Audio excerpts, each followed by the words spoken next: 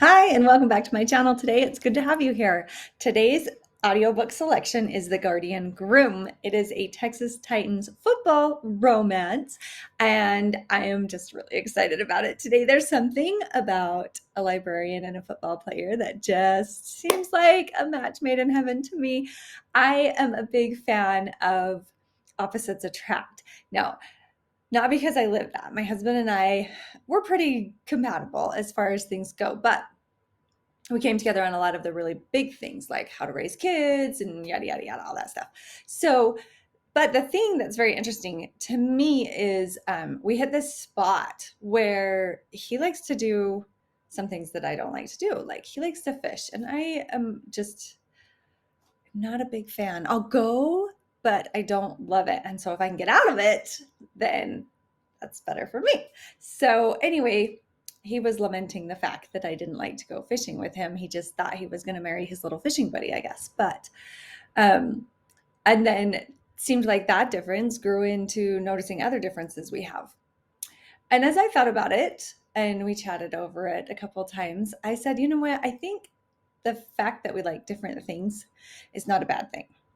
And here's why is our children have come out incredibly well-rounded. Like we took all of his best interests and things and all of my best interests and things, and we raised them within that environment. And it created an environment where my kids could not only just survive, but thrive in so many different areas. And they're very well-rounded. And so I think it's been a good thing. And I'm excited to see the product coming about as they're growing up. So leave me a note. Let me know what you think about that. Okay, so without me yammering on anymore about opposites attract and differences in people and marriage and relationships and all that stuff, I will let you get to the book, and I'll see you on the other side. The Guardian Groom. A Texas Titans romance novel. Written by Lucy McConnell. Read by Christina Dimmick. Chapter 1. Sometimes, I have the dumbest ideas. Bree Phelts wiped a trickle of sweat off her cheek as she struggled to move forward on the world's most cumbersome bicycle. The mountain bike was not made for streets. It was made for going over rocks and down dirt trails and avoiding mishaps with moose and bears. She huffed 3 times in quick succession, the helmet's chinstrap cutting into her throat. Was it supposed to be tight enough to cut off her airway? It hadn't felt that tight when she started out on the nice flat road in front of her house. The hill was going to kill her. She would be the only bike hill fatality in the history of Schulenburg, Texas. Maybe she should just get off and walk the stupid thing up the hill. Over the ridge and around the large oak tree was a level piece of ground that called to her like heaven itself. There's always gonna be an uphill battle, she gasped out in an effort to motivate herself with some good old sister music. I'm always gonna, there was no point in continuing the song. Conserve. Oxygen. The sound of her breathing drowned out the sound of her thunderous heartbeat. That was wrong. So wrong. Her left leg wobbled. Poor old Lefty wasn't as coordinated or developed as her twin sister, Righty. Bree braced her right arm against the handlebar and pushed harder with her right leg, the thigh arguing substantially. Take one for the team, she silently admonished her unhappy muscle group. If you're still around at the end of this, I'll buy us all the world's biggest blizzard at the Dairy Queen with marshmallows on top to help rebuild you. Righty stopped screaming, she was officially numb. That was progress. Walking was becoming a serious possibility. The only reason she hadn't climbed off the bike was pride. Bikers, or were they called cyclers, stayed on even on the tough climbs, and she would be a cyclist. Sweat gathered everywhere. Was it possible to gather everywhere? It had to be possible because it was happening right here, right now. Perhaps she should stop and regroup. But then, she'd lose her momentum, which wasn't much of a loss, really. Just past her asthmatic yak noises was the sound of wheels on pavement. A car. She moved over as far as she could without hitting the loose gravel on the side of the road to make room for oncoming traffic. Instead of a car coming alongside her, it was another biker. The front tire was thin, road racing thin, and humming along like they weren't on the worst hill in Schulenburg. This place wasn't called Hill Country for nothing. She concentrated on keeping herself upright as the rider came into her peripheral view. He slowed down, being just in front and to the side of her now, and she got a good look at his red, white, and black biking pants with built-in padding on the rear end. Now there was a good idea. Her bottom was never going to be the same. The stranger had a set of well-developed and beautifully defined muscles easily seen in his tight clothing. Men should not have chests bigger than hers. She didn't have much of one, but still. Although his chest wasn't shaped anything like a woman's. Oh no. He had a chest like a cartoon character with his muscles clearly outlined under his shirt. With considerable effort, her eyes lifted to his face. He turned to the side, dropping one hand from the handlebars and smiling at her. His attention allowed her to take in his trim beard in a variety of browns and blondes. Not that there were patches of color, but that the hairs were all individual colors. Dark sunglasses covered his eyes, but even without seeing into them, she got the gist of his patronizing thoughts. Aren't you cute for trying? Would it be bad form to ram his back wheel right now? He braked more, bringing them side by side. Nice day for a ride. His voice was deep, the kind of deep that women swooned in the wake of. Yep. She could barely get the word out and loud enough for him to hear. Move along, muscle man, she silently encouraged him. She kept her eyes on her handlebars, hoping he'd get the hint that she wanted to be antisocial. You could shift and get more torque. She glanced up, wondering if her shy personality type was meeting its archenemy, outgoing optimist man. Just below the beard line on his cheeks was a set of dimples. Why a person would hide dimples was beyond her. Dimples were meant to be displayed and adored by the entire world. He smiled a perfectly straight smile. His lips didn't curve up as much as they stretched to the sides. If she had the ability to do more than keep herself upright on this two-wheeled death trap, she would have told him his smile reminded her of the pumpkin she'd carved in the 3rd grade. He was so lucky she was out of breath and suffering. If she had any breath, she would have used it to breathe words of fire at him. He'd pedal quickly away after she told him those tight shorts were calopagus for his figure, and almost made it appear as if he was gasconading in them. Nothing like throwing a thesaurus at a person to get them to go away. As it was, she could only gasp and respond, yep. Her face was red, a pulse pounded under the skin covering her forehead and cheekbones. The curve in the hill wasn't much closer than before. If the guy would spin those beefy thighs a little quicker and disappear around the bend, she could get off the bike and walk up the hill as God intended. Obviously, when the good Lord created Bree, he didn't plan for her to ride a bicycle. If only he would have told her that before she got the fool idea in her head to decrease her carbon footprint. Instead of riding off into the sunrise like a good little uninvited guest, the muscle man looked at her hand to see if she'd shifted gears. She stubbornly moved her thumb away from the lever. His eyebrows peeked over his glasses. Well, have a nice day. You, pant, gasp. 2. He leaned over the handlebars and pedaled like he was cutting through a slab of butter with his foot.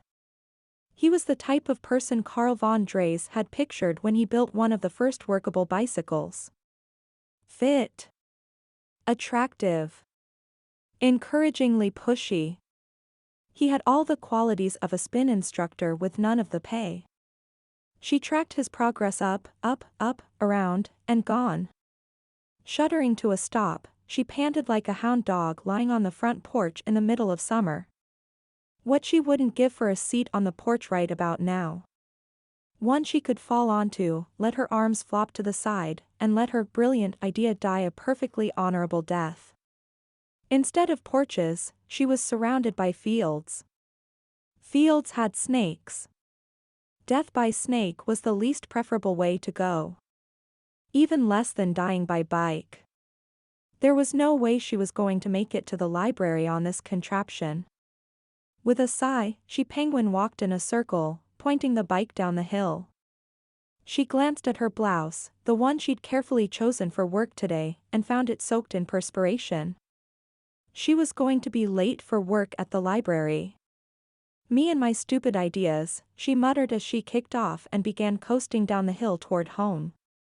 The breeze cooled her off and her breathing slowed. However, the embarrassment over her encounter with optimistic bike man grew with every passing minute. Hopefully, he was a tourist, and she'd never have to see him again. One could only hope. Chapter 2. Owen Mattox hung his bike from the hook in the garage. The thing only weighed 7.2 pounds, and hanging it up was like tossing an overnight bag into the overhead compartment. He lightly touched the back tires of his other two bikes as he passed. One was a racing bike and the other a mountain bike, like what that woman was riding today. He'd almost said something about her wide tires, just a tease and a little flirting. He'd checked her left finger before she even knew he was close. Then again, he'd come upon her so quickly that she didn't have much warning. Better him than one of the trucks they used to haul grapes from the winery to the processing plant on the other side of town. Maybe he should have stayed with her longer, to keep her safe. He frowned. He certainly wouldn't stick around for the less than stimulating conversation she'd reluctantly offered. He entered the house and headed straight for the kitchen to pound some protein and carbs. The 20-mile ride was a cakewalk, and the curving hills made for beautiful country.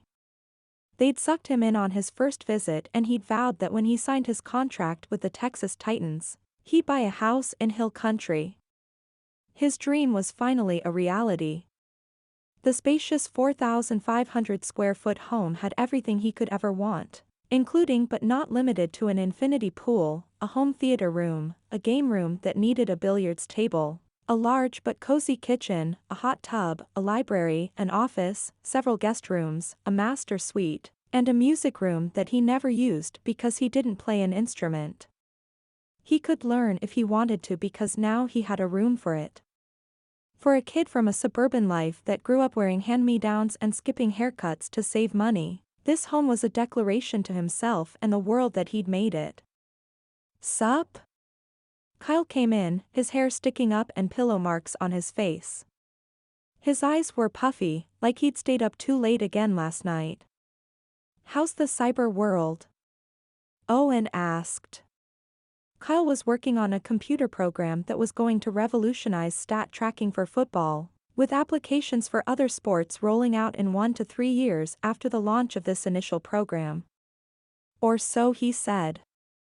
All Owen could make of the lines and lines of text on the screen was that Kyle was typing something. Computers weren't his thing. That's why he had to pay his childhood best friend to manage his social media promotions. Progressing. In fact, Owen's brain fuzzed out as Kyle discussed the option of an app that would report stats in real time to fans that would correspond with his program. Without any prompting, Owen's thoughts went back to the girl on the bike. She wasn't big, probably too small for the bike she'd borrowed, or inherited, or bought at a garage sale. People still had garage sales, didn't they? She had a small frame, she could have rolled into a ball and been smaller than the front wheel. Thinner, too. One stiff breeze and she would have toppled over. He really should have stayed with her to make sure she was safe. And that's why I think your new mascot should be a unicorn. What? Owen came back to the conversation. Unicorn? Kyle laughed, batting his hand through the air. I was just messing with you to see how much you were paying attention. Sorry. Owen awkwardly cleared his throat. There was a woman on a bike this morning. A picture of her flushed cheeks and the determined set to her mouth invaded his head. She had a nice mouth, not injection big and not pencil thin. Just nice. With 2 bumps on her top lip and a slight curve to the bottom one. And, Kyle prompted as he poured himself a bowl of cereal. He liked the sugary stuff with cartoon characters on the box. Owen had lost his taste for things like that when he started training hard and eating to feed his workouts. Having them in the cupboard was comforting though, like keeping a piece of the good old days. Owen shook his head. And what? And did she fall down, give you her number, mace you? Nothing like that. She was just, he searched for the right word. Cute. Her face was bright red, and she was struggling to get up the hill, but she was still going. You know? Kyle tipped his face down as if looking over a pair of glasses at Owen. So she was all sweaty and hot and cute. Never mind. Owen trashed his snack wrappers. He couldn't explain to himself why he'd stopped to talk to her. He should have ridden right past and not looked back, but there was something, just something that urged him to pull the brake. Are you going to see her again? Nah, she's not my type. His usual response echoed like a forewarning in his ears. I guess I could if she lives in town. But not on purpose. Kyle's eyes popped open, and he dropped his spoon into his bowl, splashing milk on his hand. You're smiling about her. Owen lifted one shoulder. She was cute. Cute? Kyle twisted his lips like cute was another word for being beaten with a stick. Normally, Owen would agree with him. But this girl had a quality that called to him. He just couldn't put his finger on what it was. Whatever drew him to her, he was done talking about it. Let's get to work. Why? You got somewhere you need to be? No, but you do. Isn't your flight in a couple of hours? Kyle checked his phone. Yeah. You were invited too. Kyle was headed to his mom's birthday party in Vegas. It wasn't the kind of a Vegas birthday party you'd think of when you put Sin City and party together. Kyle's parents lived there and the family was as wholesome as wheat bread. Thanks, but I don't do family. So you've said. Kyle punched him in the arm. And yet you pay for me to see them as often as I want. Why is that? Owen pasted on his amused smolder. I don't need a reason. One of these days, you're going to have to get over what she who will not be named did to you. It wasn't her. She was perfect. The best girlfriend a guy could ever ask for. They should be married with several kids by now. They should be happily living in his dream house instead of him living with his best friend. Whatever. Kyle headed for the office where all the techie toys and their respective wiring lived. Did you take any pictures on your ride this morning? Owen handed over his phone. I got a great shot in front of the vineyard. All right, the Lone Ranger rides solo once again. Owen smirked. He wouldn't have been riding solo if that woman had shifted gears. The fact that she didn't, that she purposefully moved her thumb away from the gear shifter, itched like a piece of fiberglass insulation under his practice pads and stuck with him for the rest of the day. Besides being cute, she had spunk. He liked spunk. However, he'd be better off not thinking about her. Which is what he planned to do from this point on. Chapter 3. Several days passed since Bree's failed bicycle experiment. Her thighs still protested when she bent her knees.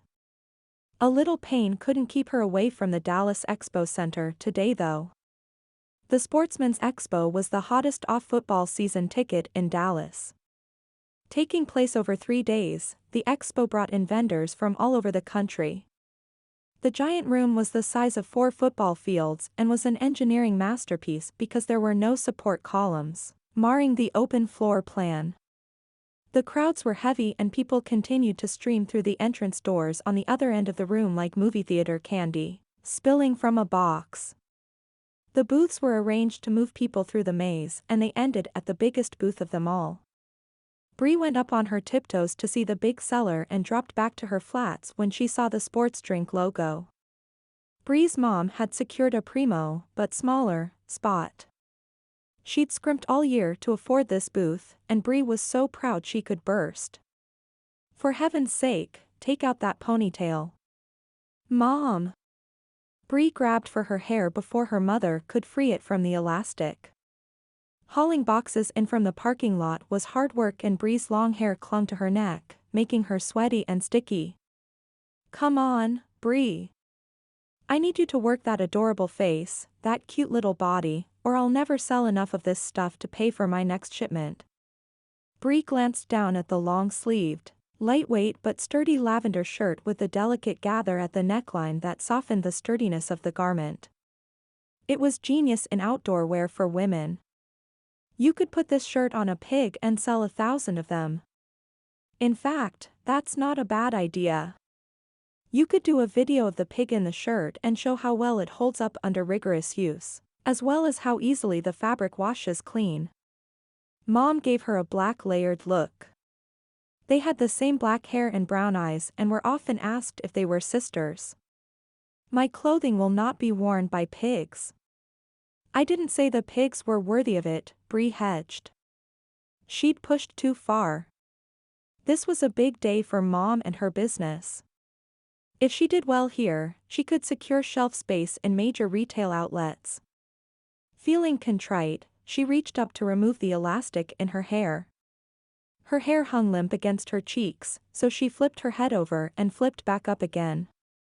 The room spun for a moment, and when her vision cleared, all she could see was a hot guy in a beard made of several different colors of blonde and brown, and a set of dimples just waiting to make an appearance. Her face flushed faster than, well, she couldn't really think of anything, because he was coming her way. Oh no. Her fingers went to her freshly painted lips. What? She hooked her mom's elbow and spun them both around so their backs were to the guy. It's him, she hissed. Who him? The guy, the one on the bike. Mom angled herself so she could see out of the corner of her eye. One glance had her head swiveling around and her eyes popping out as she drank in the guy's physique. That's one grade A side of beef. Bree lifted her mom's chin and closed her mouth. Are you sure? He looks way too nice to be the guy you told me about. Bree allowed herself another look. He wasn't wearing a helmet and his brown hair stood up straight on his head, the tips a light golden brown like he spent a lot of time in the sun. However, his smile gave him away. The way his cheeks pulled out instead of up. I'd know that smirk anywhere. Their eyes met, and a jolt ran through her body. He held her gaze as if saying, I'm coming for you. The room seemed to stretch, making the distance between them all too long and not long enough in an instant. Bree put her hands over her chest in shock. There was no way he was coming for her. No way. Mom sighed. Bree yanked herself out of his hypnotic, heart-pounding staring contest. Don't look at him. What? Mom was interrupted by their first customer of the day. Excuse me, how much are the hats? The woman wore hiking boots and a ragtag bandana around her white hair. Not Mom's target customer, who was a hip 30-something with money to burn and enough vacation built up to head to the wilderness for a few days a year. A sale was a sale, though, perhaps the retired market was one Mom could branch into. They are 45 plus tax. If you like that one. Mom didn't give the woman a moment to absorb the sticker price before showing her several styles. Bree shook her head in admiration. Mom was a selling machine. It was all Bree could do to model the clothing and hand out coupons that could be used next week in the online store. Talking to strangers was hard. Reading books? Easy peasy. Answering questions about books? Like making homemade caramels disappear, pleasurable and sweet. When she finally pulled her attention away from her mom and the woman who bought 2 hats, the guy was gone. Her heart tumbled like a shoe in the dryer. Disappointed? Over him? No way. He wasn't the type of guy she should set her sights on. He was the jock and she was the mathlete. Okay, maybe not mathlete, numbers weren't her favorite. But books. Books were a girl's partner, playmate, and chum all wrapped up in a leather cover. Hello.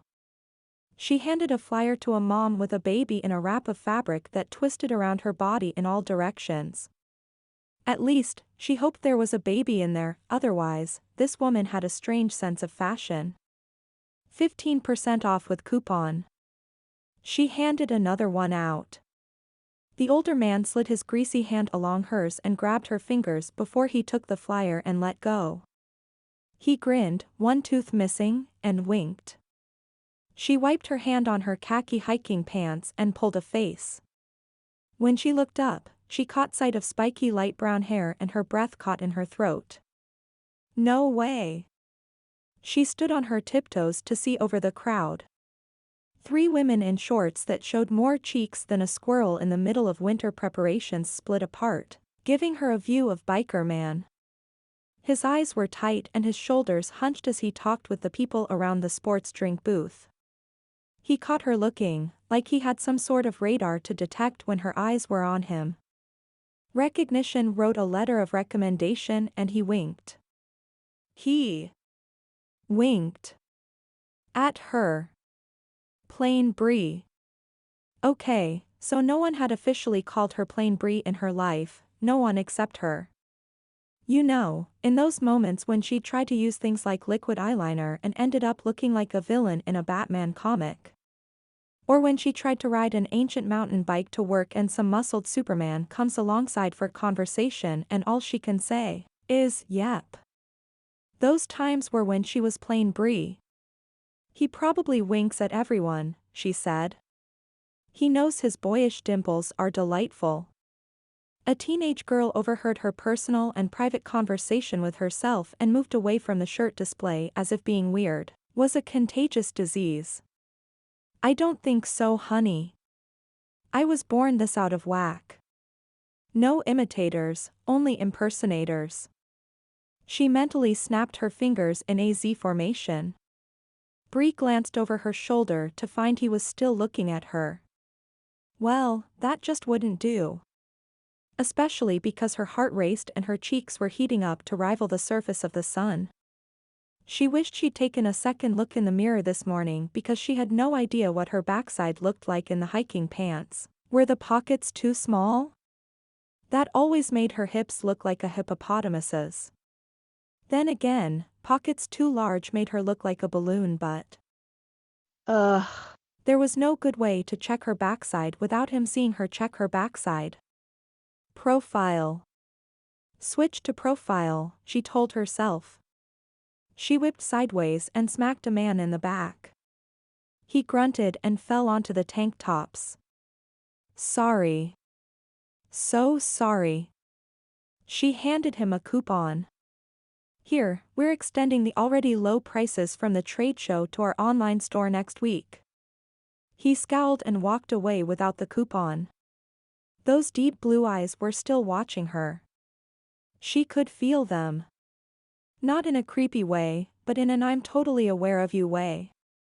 Sweetie, can you try not to knock over our customers? Mom said through her own tight-lipped grin. It's better for our image if you actually look happy to wear the clothes. Bree brightened immediately. For her mother, the woman who raised her on her own, the woman who worked a dead-end job all day to make the bills and then sketched and designed until the wee hours of the morning to follow her dream, for that woman, Bree would do just about anything. The next hour passed quickly as she handed out coupons and answered questions. She took every chance she could to brag about her mom, the designs, and the clothing itself. And, in all of that, she managed to only check on the growing line of women in shorty shorts awaiting the opportunity to talk to her bike man a quarter of a million times. Whoever he was a big deal. Best forget him, plain Bree. A wink was just a wink. Chapter 4. Owen glanced at his Breitling watch. He and London had taken over for Dimitri and Torin at the signing table. The stint with the sports drink sponsor was almost over, and then he could find out if that model was the same girl he'd seen on the bike ride. Seeing her here in Dallas would be a huge coincidence, if he believed in coincidences. Which, as a general rule, he did not. A man made his own path and his own fortunes in life. Still, that could be her, couldn't it? Her hair was the same color of black that he remembered, but she'd let it loose. The silky locks framed her face, which had gone pink at his wink, although it was not nearly as red as a couple of days before. He wondered what it would take to bring out that deep of a blush without the heat and physical exertion. Maybe a kiss? Had it really been 2 days? The moment he laid eyes on her, it felt as if time was a blink. Like his life was a DVD and it just skipped over the other parts and got right to the events that were pertinent to his storyline, like she was pertinent. He needed to talk to her. I'm going to take off. He bumped fists with London Wilder. They had lockers next to each other in the clubhouse. London was cool. He didn't pressure Owen to talk and didn't say much himself. He had recently reconnected with his high school sweetheart. If Owen was the friendly type, he'd like to hear that story. Maybe one day. London twisted his lips. I've got another hour. Be cool. Later. Owen stood and the handler that allowed the crowd through held back several women who tried to rush the line. He kept his eyes down and worked his way around the back of the booth. If he could slip behind the curtains, then everyone would assume he'd left and wouldn't be looking for him to pop out a few booths down. The black, heavy curtains tried to grab at him, tangle him up. He had to push them aside and step with care. A hot knot formed in Owen's stomach at the idea of talking to the mystery woman. She was all he'd thought about for the last 2 days. He took a moment to peek between the curtains. No one was watching, so he slipped between the Alaska fly fishing booth and the Canadian hunting booth. Now that she was so close, he couldn't get his feet to move. She was prettier than he remembered. Of course, she wasn't wearing a helmet. He looked prettier without one too. He ran his hand over his spiky hair and waited for a break in the streaming line of people to dash across the walkway. He finally landed within hearing distance and blurted, "Do I know you?" Her forehead wrinkled in confusion. Shoot, it wasn't her. But no, it had to be her. Even with the large rectangular glasses perched on her nose, he could see her charming brown eyes. I don't think we've met, she mumbled, and handed a flyer to a mom pushing a stroller. Do you ride a black Windsor? He'd never forget that bike. Popular in the 90s, the Windsor full suspension was still in production, though the newer models were edgy and sharp. She sighed in resignation.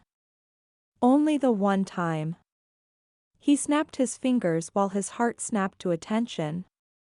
That was you. So, are you a model or something? She had the thin body type, the kind ballerinas and gymnasts prayed for, but she lacked the height of a runway model. He should know, he'd dated several. Or something. Cool. He stuffed his hands in his pockets, at a loss as to how to draw more than 2-word answers out of her. She hadn't said much when she was on the bike either. He'd attributed that to her heavy exertion.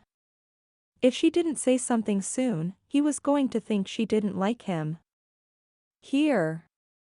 She handed him one of the 4x6 glossy pages.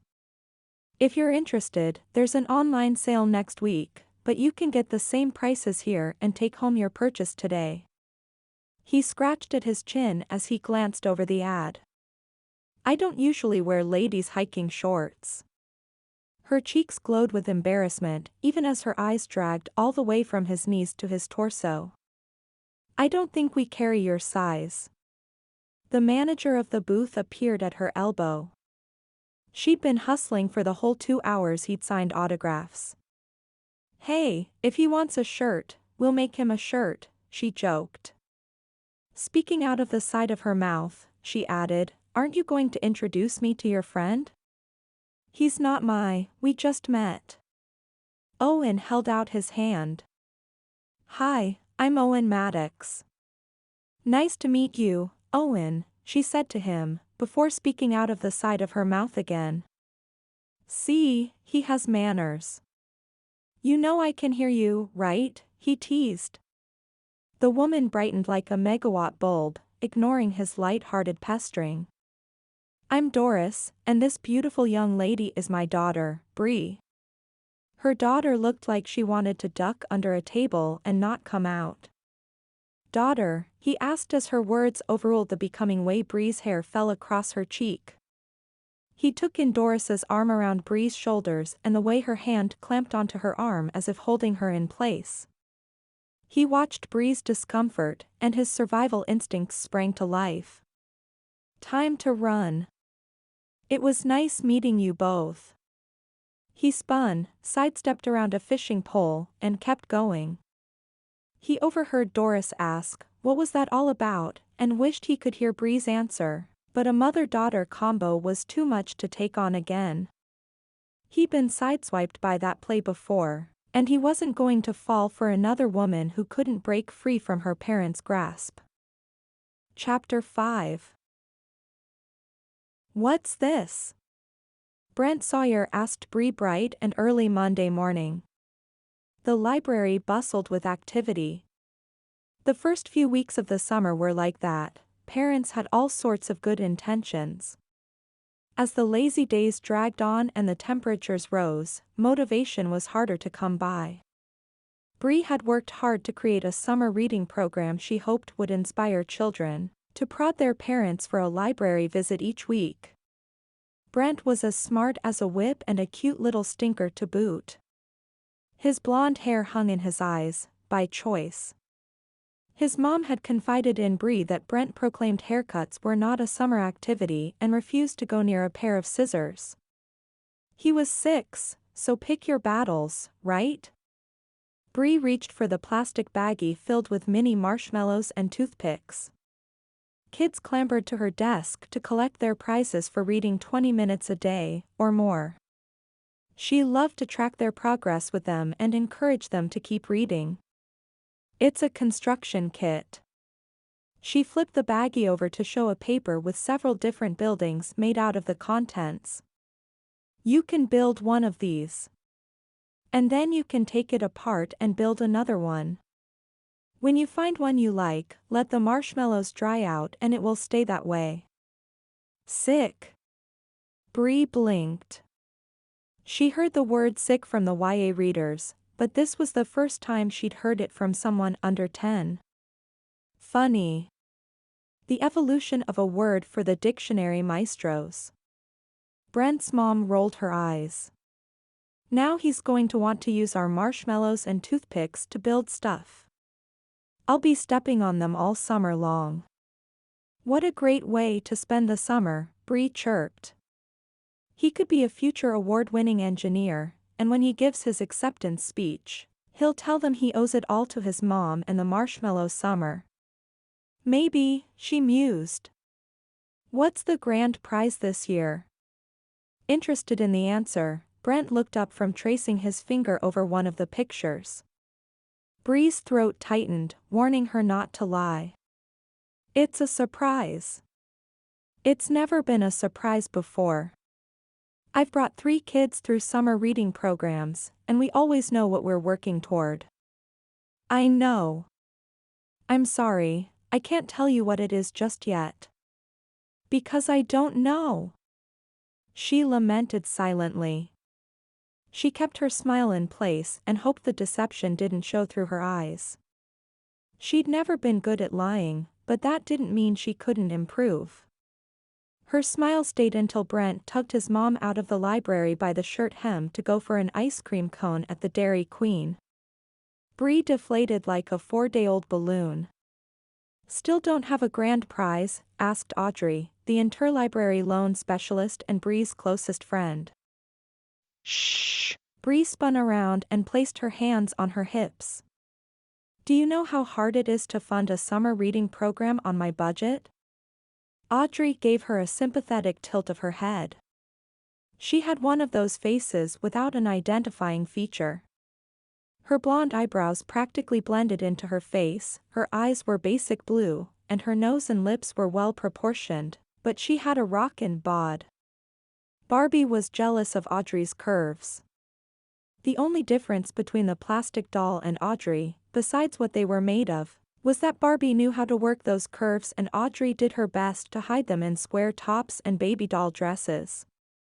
"If anyone can do it, it's you.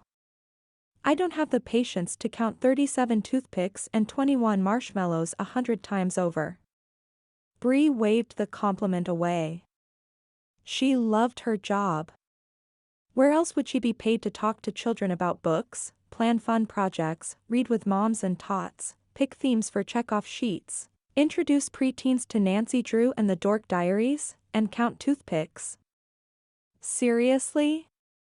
Best job ever. Do you want to grab a double chocolate milkshake later? Never one to turn down ice cream, Audrey grinned. Sure. Great. Bree headed down the short hallway to the children's section. 3 children under 5 ran past her, their mother hustling behind. Bree grinned at them. Yes, libraries should be quiet places, but the children's department should be fun.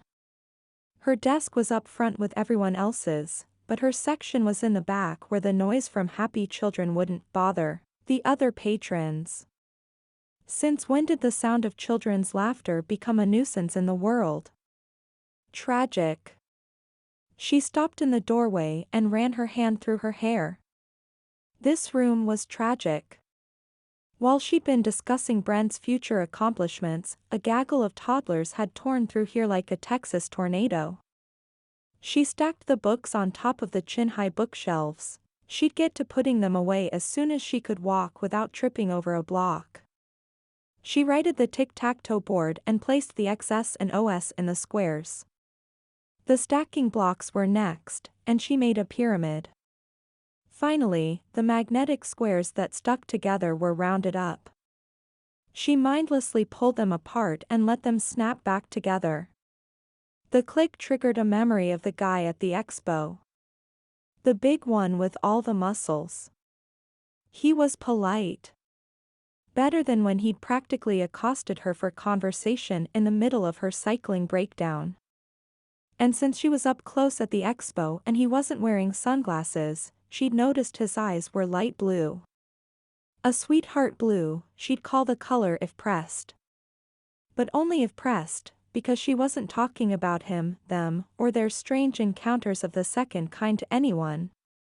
She'd never experienced anything like the sensations that coursed through her when their eyes met. Her gaze had been like one of these magnets, drawn back to him and clicking in place. Breaking away from him had been difficult. He made her nervous and excited and her thoughts became clumsy. Which was so unlike her. She was usually the calm one. No drama.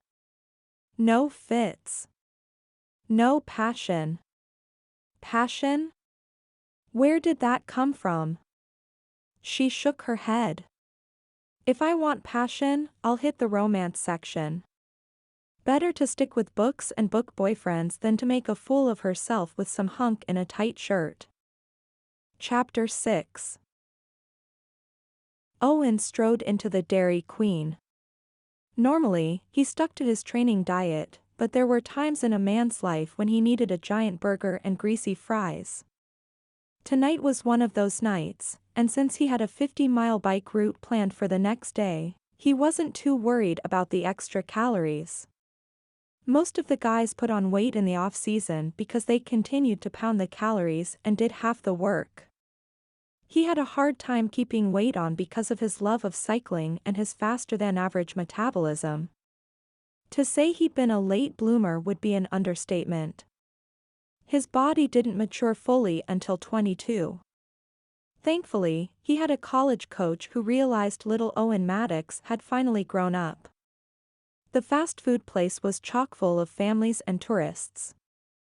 The children had sunburns blushed across their noses and cheeks and smiles. Lots of smiles. The parents had drawn faces and dull eyes, exhausted from making sure their children were happy. Good people. He headed for the counter, hoping a table would open up soon so he wouldn't have to go back to his house and eat out of a paper bag. Nothing made a guy feel lonelier than eating fast food in his living room. Besides, he'd been home alone all day, he needed an outing. He ordered and then stood off to the side of the counter with his plastic number to await his order. No one looked ready to hop up and vacate a table. The tile floor was clean and the walls had a fresh coat of paint. The smell of grilled meat wafted from the kitchens, making his stomach growl. A flip of black hair caught his eye, and he focused on the woman. A smile crept across his face.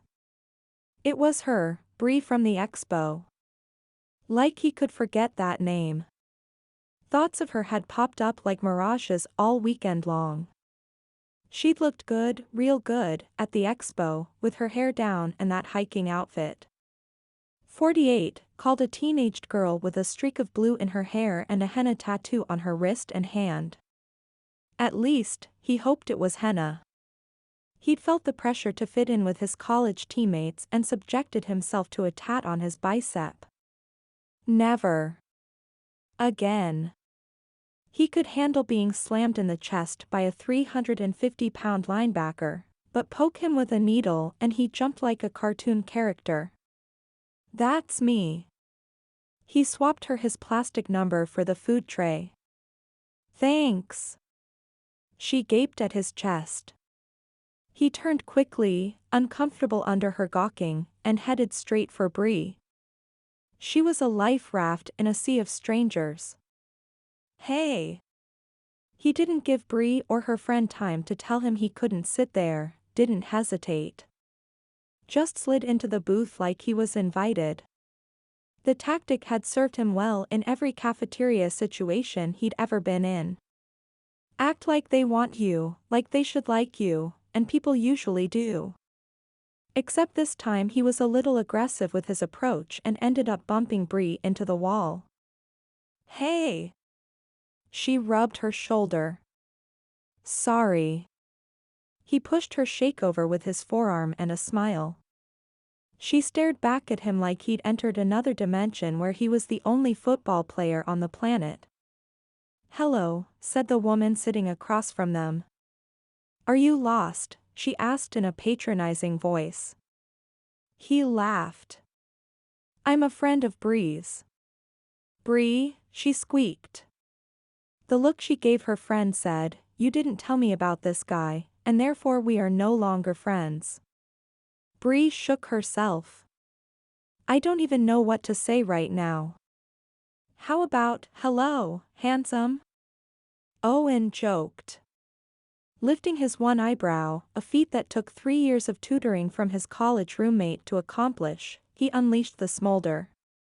Crickets. Sheesh. Tough crowd. Tough crowd. He unwrapped his burger and kept his head down. Bree didn't introduce him to the woman across from them, who was plowing her way through heavily chocolinated ice cream and watching him like a bug on the table. He tugged at his shirt collar. Maybe sitting here wasn't the best idea. Better eat and get out quick. He snagged a couple fries and said the first thing that came to mind. What happened to your hair? Bree's hands smoothed over her hair and down the ponytail at the nape of her neck. What do you mean? He swallowed a large mouthful, and hopefully his stupidity went down with it. What did he mean? It looks different. She looked different. Less makeup and a skirt to the floor and the world's most hideous shoes. Women should never wear leather lace-ups. She probably thought they were practical or some other such nonsense. I'm not really a model. Her cheeks dusted with color. You should be. You're good at it. She rolled her eyes. After a pause, she asked, "What are you good at?" "Football." The girls exchanged a look and then laughed. "What?" he demanded. "It just sort of figures," replied Bree. Her friend nodded as she traced his muscles with her eyes. First the girl at the counter, and now this one. It wasn't like he wasn't used to being checked out, but for some reason, he'd hoped for some anonymity in a town that was used to famous tourists passing through. "Right. Because I'm big and strong," he joked. "And cocky," added the friend. "And you are?" he asked. "Audrey Pembroke." She reached a thick hand across the table, and they shook. Audrey didn't wear makeup either. He gave her his name and set to work on dinner. Once the introductions were made, some of the tension left the air. The women worked their way through shakes, glancing at him out of the corner of their eyes every now and again and speaking to one another without words. The action made him feel like the big black rain cloud hovering over their conversation picnic. The dining area was still packed with people. A kid at the table across from them pitched a fit over eating his corn dog. There were black and white framed photos on the walls of early Dairy Queen drive-ups. A chocolate brown stain marred the ceiling, and he wondered if someone had tossed their shake too high. "Did you take your bike out this weekend?" He swiped his napkin across his lips and then down his chin. The beard tended to hang on to stuff and he couldn't feel it. The last thing he wanted was to be caught with shredded lettuce on his face while trying to impress Bree. Not that he was trying to impress her, but he'd never had to work so hard to fit in. Bree groaned. "No. And I'm not planning on it anytime soon. I could give you some tips, and I'll bet if we oiled the chain the bike would ride smoother."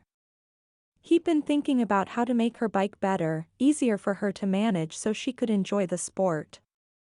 Bree's bike was something safe to think about, because thinking about Bree wasn't a good idea. And yet, he couldn't seem to banish her from his thoughts. Why was that? He eyed her carefully, trying to work out the mystery. A knowing smile crept across Audrey's cheeks, and he felt movement as she kicked Bree under the table. Bree sat taller, which was hard to do because she had the best posture of anyone he'd ever met. She rolled her eyes at her friend and turned toward him. "May I be blunt?" "Please." He liked a woman who knew what she wanted. "This isn't going to work." Her finger wagged back and forth between them. "We aren't the type of people who become friends. We come from two different planets. Mars and Venus," he joked. Her forehead crinkled. "While I always appreciate a book reference, no. What I'm saying is, your kind doesn't hang out with my kind." "Why not?" Not that he particularly wanted to date this woman, but he was intrigued with her outright refusal of him. "How do I say this?" She took a bite of ice cream and rolled it around on her tongue before swallowing and answering. "I'm that girl from high school that you wouldn't be caught dead with." He jerked away and widened his eyes in horror. "You're Matilda Frankenspiel? What are the odds?"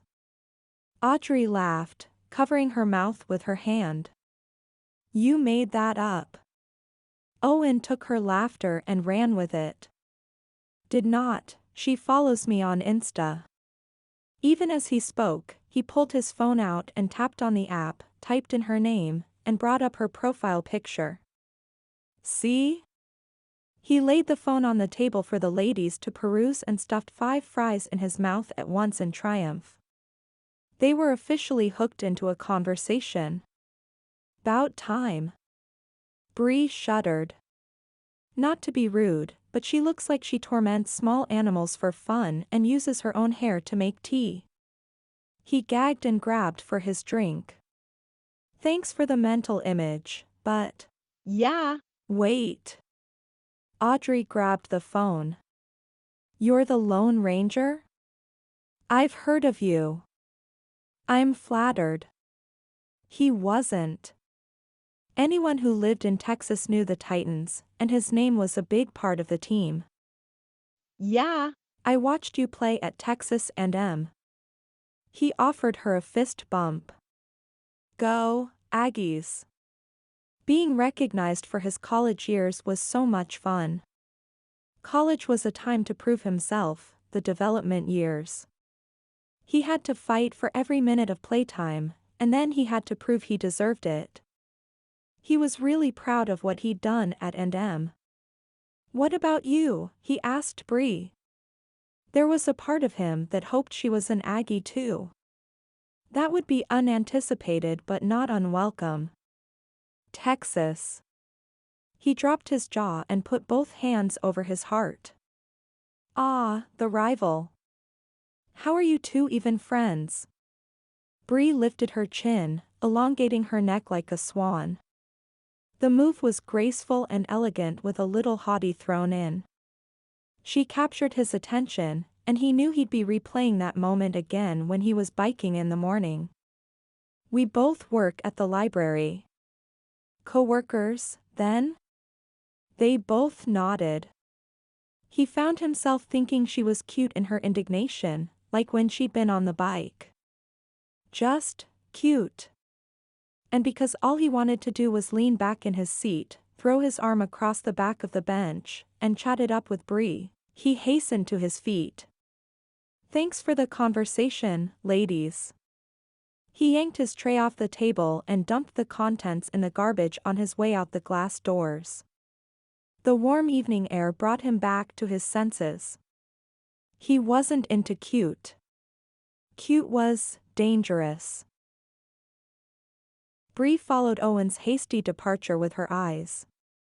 The booth now seemed to dwarf the two of them with the empty space he left behind. That was weird. Audrey flipped around. She too had been mesmerized by Owen's appearance, ability to consume food quickly, and then exodus. Or perhaps she was captivated by his size. Up close, he was a monument to the capabilities of the human body. What was weird? That. Bree threw her arm toward the door. She glanced down at her outfit, the long, tiered skirt and peasant blouse drawn in by a wide leather belt. She wore the outfit on Mondays because it was comfortable and she could move easily. Monday was books and tots day, and she needed to move quickly when there were toddlers involved. Now she wished she'd changed clothes to look less like a Matilda Frankenspiel and more like the model Owen thought she was at the expo. Audrey stared at her, baffled. He's just being friendly. Of course you would think so, you're delightful inside and out. Bree shrank into the padded seat. But unfamiliar men do not approach me on a regular basis. You're adorable. Perhaps. She was small in stature and thin, like a teenager. No, worse, a pre-teenager. But adorable doesn't translate to dateable. I'm puppy cute. Yay! Play with the cute little puppy. But it takes a special person to want to take a puppy home. Oh, stop. You are not a puppy. She sank lower. I feel like a puppy.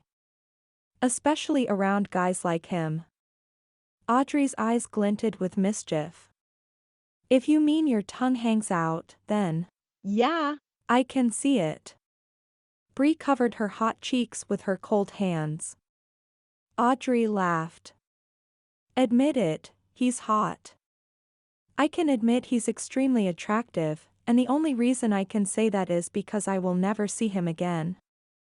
You never know. Audrey wiped her fingers on a napkin. He lives here now. He does? Bree gulped. Schulenburg was quaint with its German architecture and tourist shops on Main. Celebrities cruised through on a regular basis and no one freaked out too much.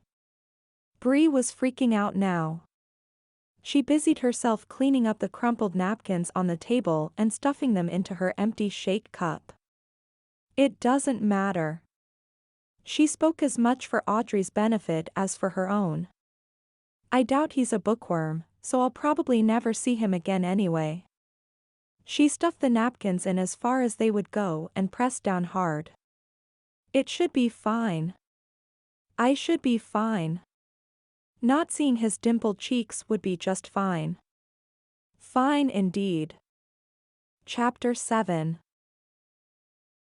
I look like an idiot. Owen stared at himself in the mirror. He wore a lightweight cotton plaid snap-up shirt with short sleeves that he'd picked up in a boutique store on Main Street, jeans, and cowboy boots of all things. Not that he hadn't worn cowboy boots in his life. When he was a kid, a pair came through the hand-me-down line and he wore those bad boys all over town. Not having to tie shoelaces was a huge time saver for a 7-year-old. However, he hadn't worn them since, and his feet thought they were being suffocated. With a sigh, he flipped off the lights and made his way to the main part of the house. I can't believe I let you talk me into this. Polka dancing? Kyle grinned. The online reviews were complimentary. Besides, it's been 2 days since you were out of the house for anything other than a bike ride. I like my house. You need social interaction. I need a better best friend. Can't be done. Kyle clapped him on the back. Let's go. Owen grumbled for the whole walk to the garage, during the ride over, and as they made their way into Sangelman Hall, where dancing took place every Wednesday night. Kyle was right. He needed to get out, needed an excuse. After seeing Bree and Audrey at the Dairy Queen, he'd locked himself away because he was right, cute was dangerous. And the woman had a mother who had no trouble clamping on to her daughter. He needed to think about that every time his mind wandered to Bree's swan-like movements. Owen walked into the dance hall, feeling as though he were entering the music as much as they entered a room. Music, polka music complete with accordion solo, floated off stage, the band as animated as the notes. The clarinet player was especially jammin'. The sound was an entity all of its own. Owen didn't hate it like he'd expected to. He wouldn't be jamming out to this tune on his next 50-miler, but it didn't claw its way up his spine either. Heads turned to take in the newbies like they were gunslingers entering a saloon. Kyle may be able to fly under the radar since he was 5'9" and 180 pounds, but Owen's 6'3" and 280 pounds drew attention. Or it could be that his orange plaid shirt was somewhat ostentatious. He stared at the back wall until the attention faded. Kyle rubbed his hands together. Where should we start?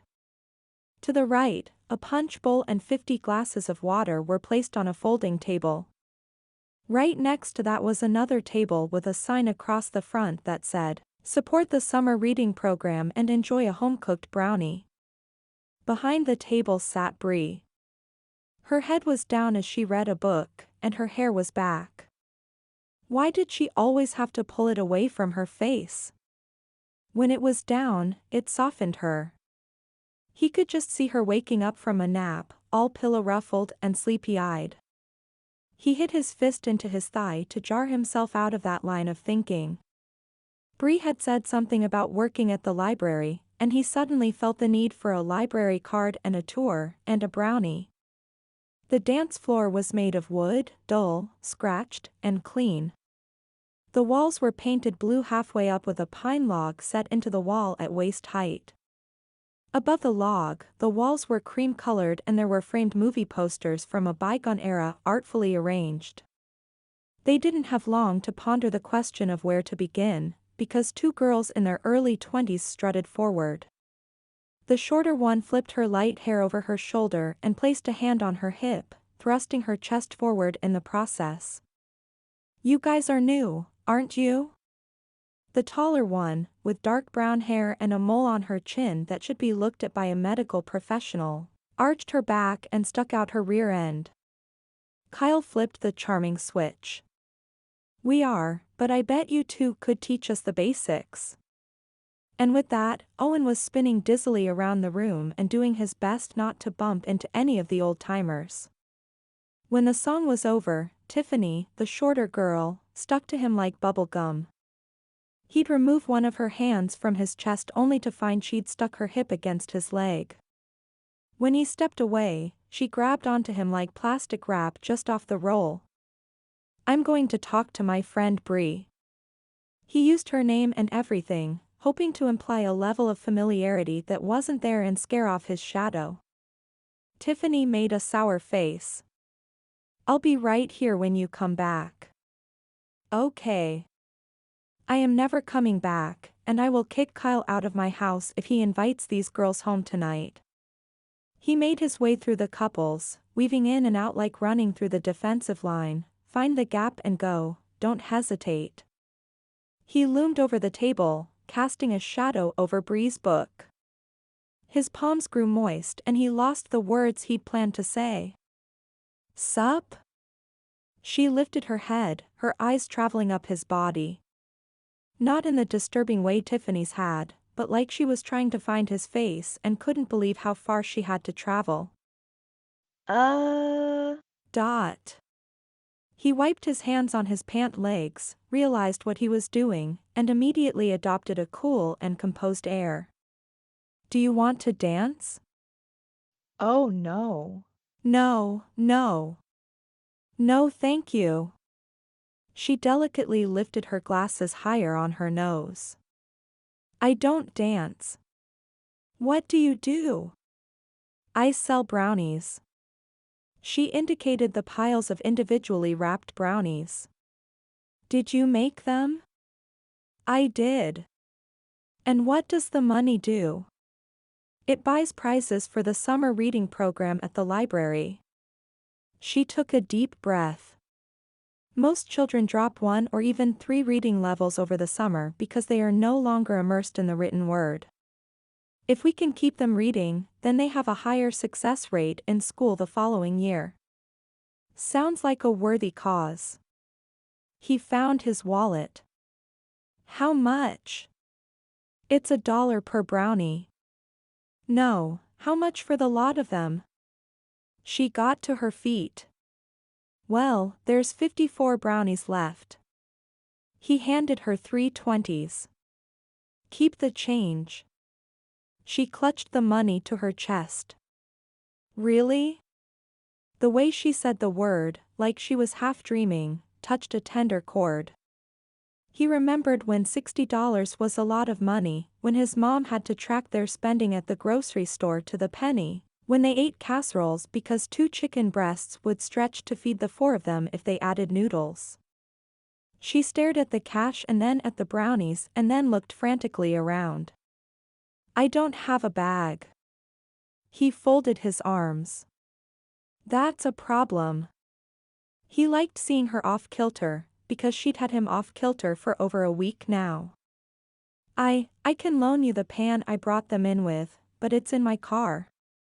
She pressed her palm to her forehead. Even flustered, she was cute. "That sounds great." He smiled, but kept his body tight. It was easier to hide his nerves when he stayed strong. "And now that you're not selling brownies, you can dance." Her face paled. "I don't dance." "I've heard that before." Panic, stark and vivid, glittered in her eyes. He didn't want to pull this card, but there was little choice.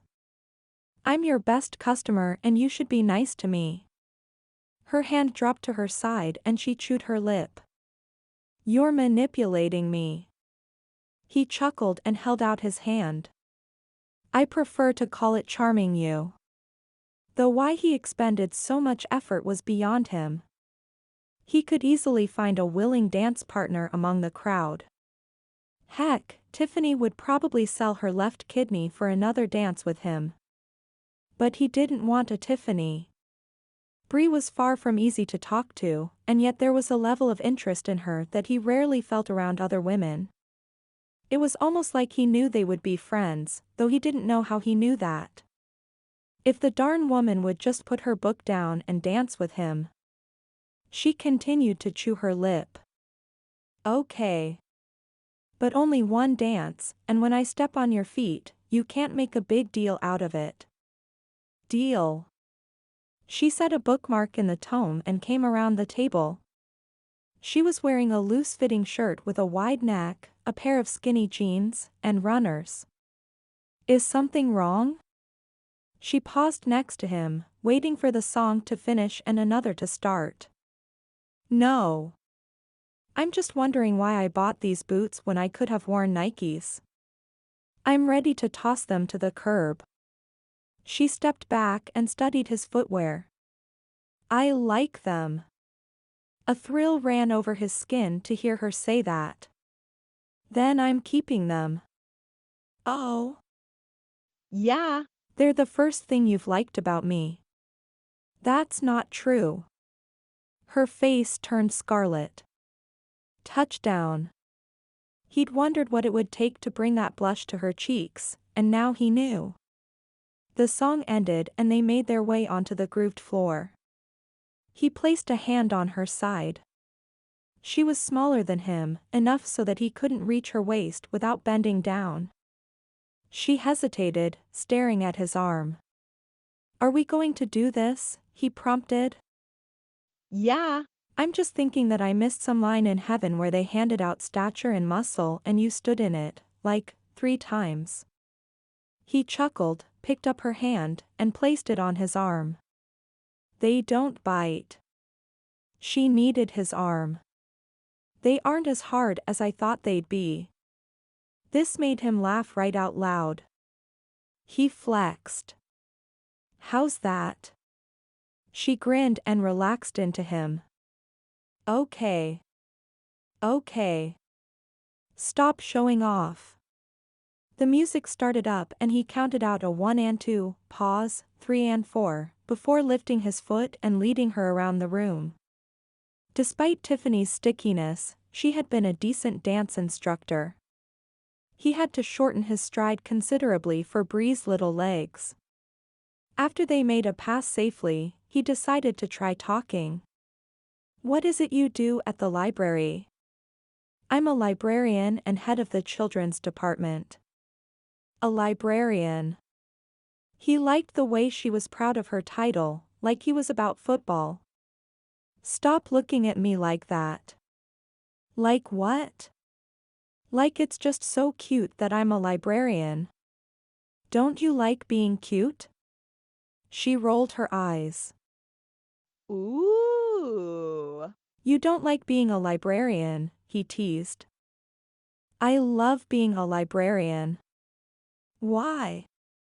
Librarians were inside all day with dry and dusty books, computers, and unnatural lighting. Being on the field was better by 1,000. He looked up in time to see a potential collision and flattened his hand against her back, pulling her close. She gasped. His steps faltered at the sound, and he stumbled into the brownie table, taking her with him. Brownies scattered to the floor. The music stopped and everyone stared.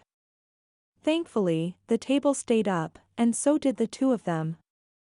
Owen stared at Bree, wrapped tightly in his arms. I'm usually more coordinated than that.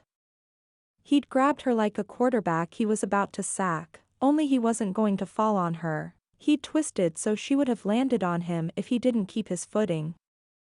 The table helped keep him from going over. Up close, Bree smelled like chocolate. You okay?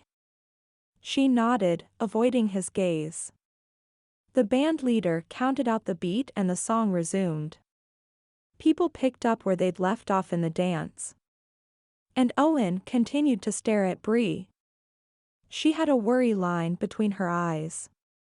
He'd not noticed that before. Bree jerked. Dickens! The brownies. She scrambled out of his hold to pick them up. However, some had been flattened as couples boots scooted out of the way of the two of them. Actually, they were probably afraid he would run over them and weren't so worried about the tiny librarian. I'm so sorry. She held out her hand, a brown lump of Go. in plastic wrap resting on her palm. It's okay. I couldn't eat them all anyway. Her forehead puckered with concern as she headed for the garbage can, already overflowing with paper cups. It feels like a waste. It wasn't. You got your money. I should give you a refund for the damaged goods. Bree. It's fine. People didn't usually argue with him. You don't have to get all snappy. You're being unreasonable. Behind her glasses, her eyes narrowed a fraction. Owen braced. When a lineman's eyes narrowed, it meant they were preparing for a charge. Go out with me, he blurted to subvert an argument. Her expression morphed from attack mode to exasperation. As a friend, he amended. I mean, let's hang out. You've got to be kidding me. She stumped back to the table and began rearranging the brownies that hadn't been flattened by polka enthusiasts. It would make up for the brownies. I thought it was fine. I changed my mind. Whatever. Great. He thrust his phone at her, purposefully misinterpreting her whatever to mean yes. Put your number in there. I can't believe I'm doing this, she muttered. Her thumbs flew over the keyboard and she handed it back to him. There. I'm leaving. Enjoy the brownies. I'll text you, he called to her retreating figure. With a sigh, he glanced at the screen to make sure she'd added her contact information, and barked a laugh. What's so funny? Asked Kyle as he moseyed on over without Tiffany's friend on his arm. The corners of his eyes were tight and he had that look that said he'd been away from the computer for too long. Owen flipped his phone around so Kyle could read it. Read the name. Matilda Frankenspiel? Yeah. He hit save and slipped his phone in his shirt pocket. Bree was funny. And smart. And she'd remembered their conversation from the Dairy Queen. Maybe she'd even replayed it in her head like he did over and over at night. Let's go. Really? Kyle was too hopeful. For all his talk about getting Owen out for social interaction, the man was as much of a hermit as Owen. Having said that, what made Kyle a great friend was that he cared enough to clean up and be a wingman. Or was Owen supposed to be the wingman? Owen surveyed the room. The only woman he'd care to spend any time with had just walked out the door. Yep. I'm done here. Chapter 8. The day after polka night, Bree hummed an upbeat accordion tune as she shelved books. Her flowered skirt swished around her calves and her hips swayed. Last night was a conundrum. She'd been to polka night every other Wednesday for over 2 months. Some nights she made enough money to buy the next round of prizes, and some nights she collected enough to pay for ingredients. However, she'd never sold out. With $60, she could afford mini puzzle books or reading lights. Kids loved reading lights. It allowed them to read after bedtime. Reading after bedtime was a sweet luxury wrapped up in rebellion. In all the nights she'd spent behind the fundraising table, she'd never once been asked to dance. Not that she would have said yes. She wasn't kidding when she said she couldn't dance. The only reason she was remotely competent with Owen was because she'd actively observed the participants on a regular basis. And even then, she tripped Owen into the table. She wasn't sure he knew it was her fault. He'd pulled her closer and her hormones exploded like flares. Pow, hoop-pop crackle. Her foot landed between his and they both went backwards. And then he'd held her to his chest. Close to his chest. They'd shared body heat. Which was so wrong for her to enjoy as much as she did. It was wrong. Wasn't it? The football player and the librarian? Come on. Only a fool woman with too many romance titles on her bedside table would believe that was even possible. Her personal stack of Debbie McComber, Rhiannon Thane, and Tracy Peterson didn't count. That was research for her job, as a librarian, of the children's section. She stopped humming. The problem with being smart was that she couldn't lie to herself. She was a hopeless romantic who wanted to believe that a football player could fall for the maladroit librarian. It didn't happen in high school. It didn't happen in college. And it certainly didn't happen after the realities of adulthood bled into life.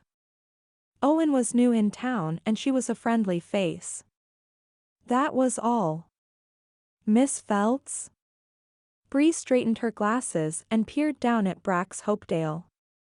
He wore a Titans jersey and his black hair had grown out from a faux hawk to a frohawk. Kids all over town were due for haircuts. The poor barber was probably pacing in front of his red, white, and blue rotating barber's pole, wondering if he'd be able to make his mortgage this month. Hey, Brax.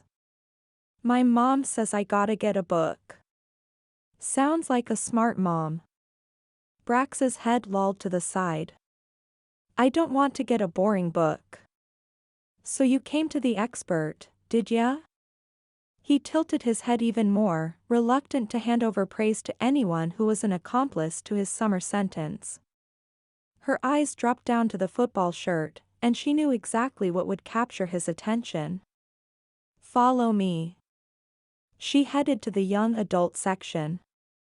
On the LP aisle, she ran her finger along the spines as she searched for a treasure. Here.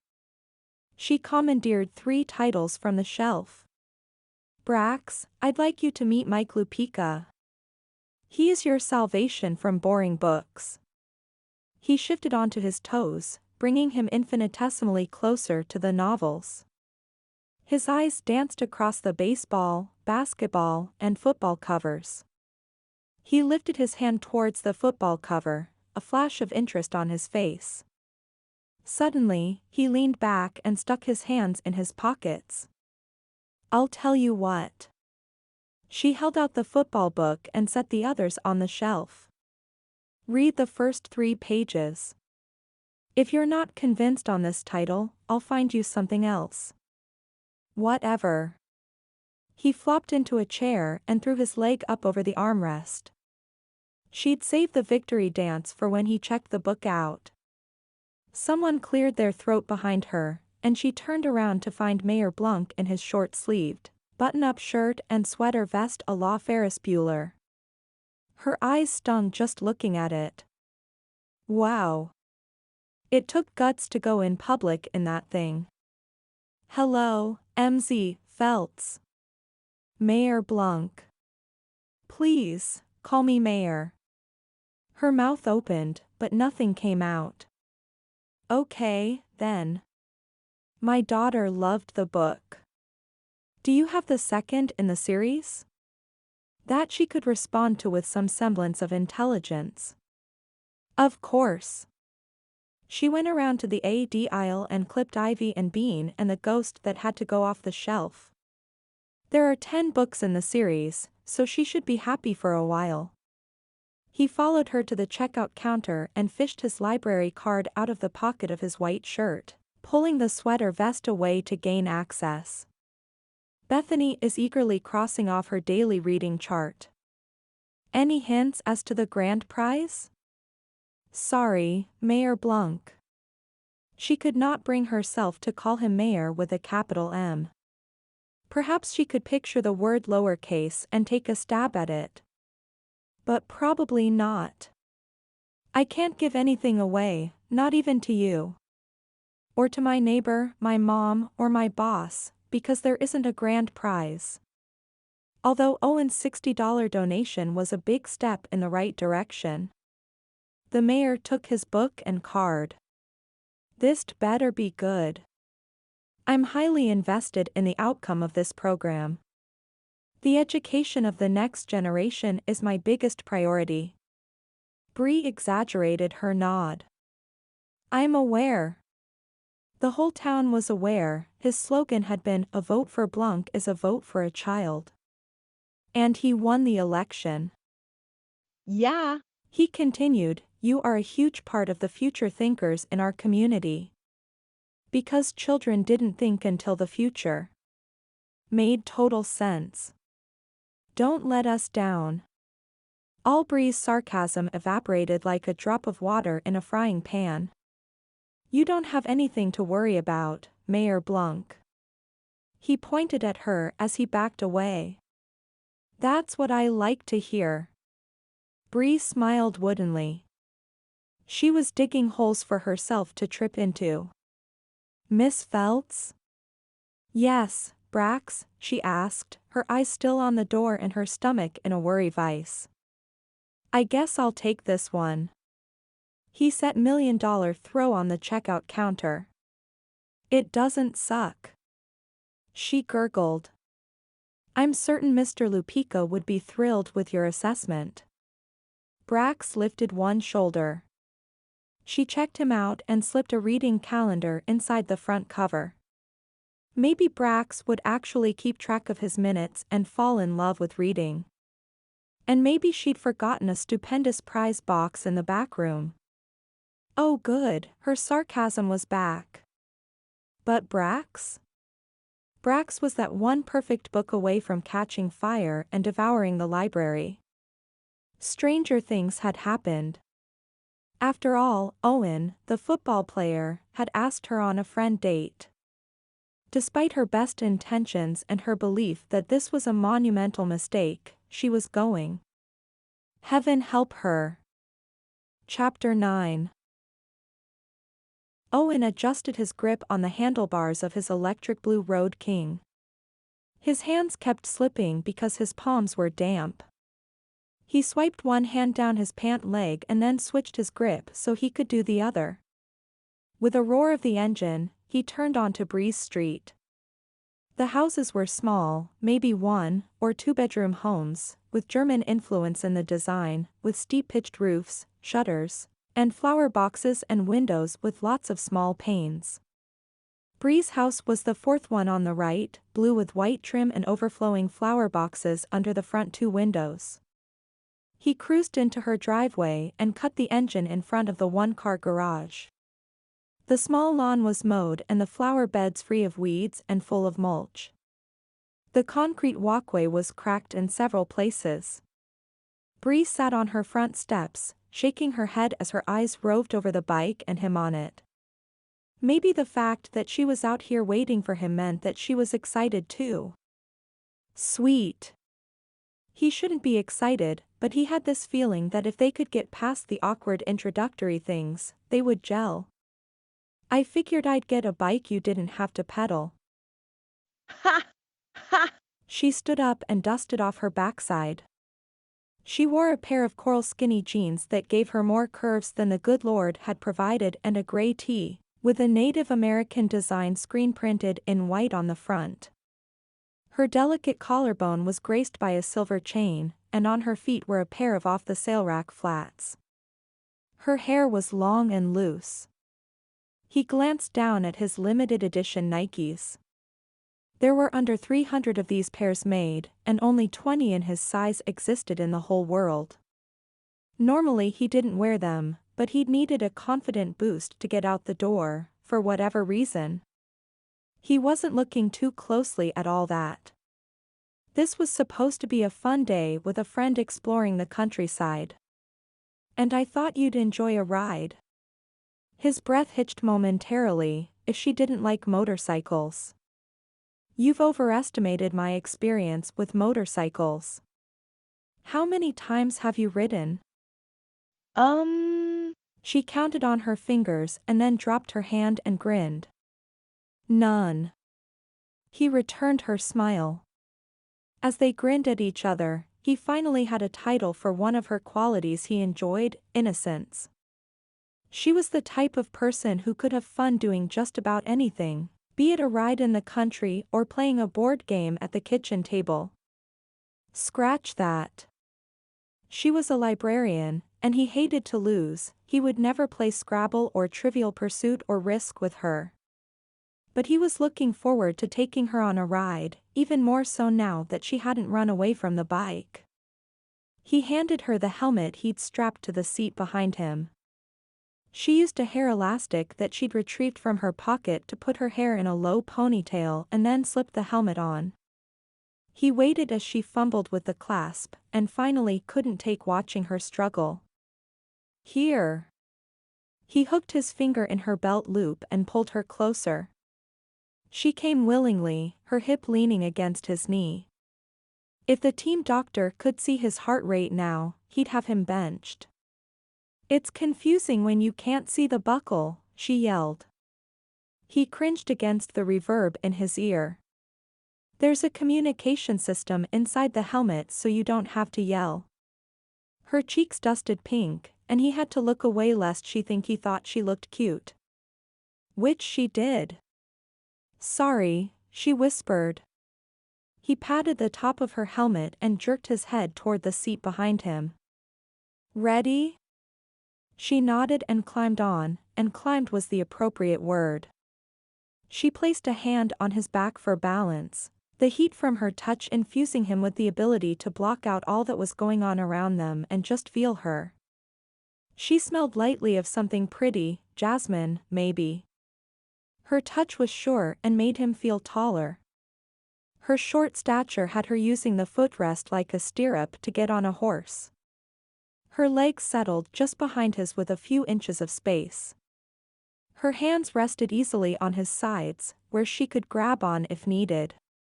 Is there a trick to riding safely?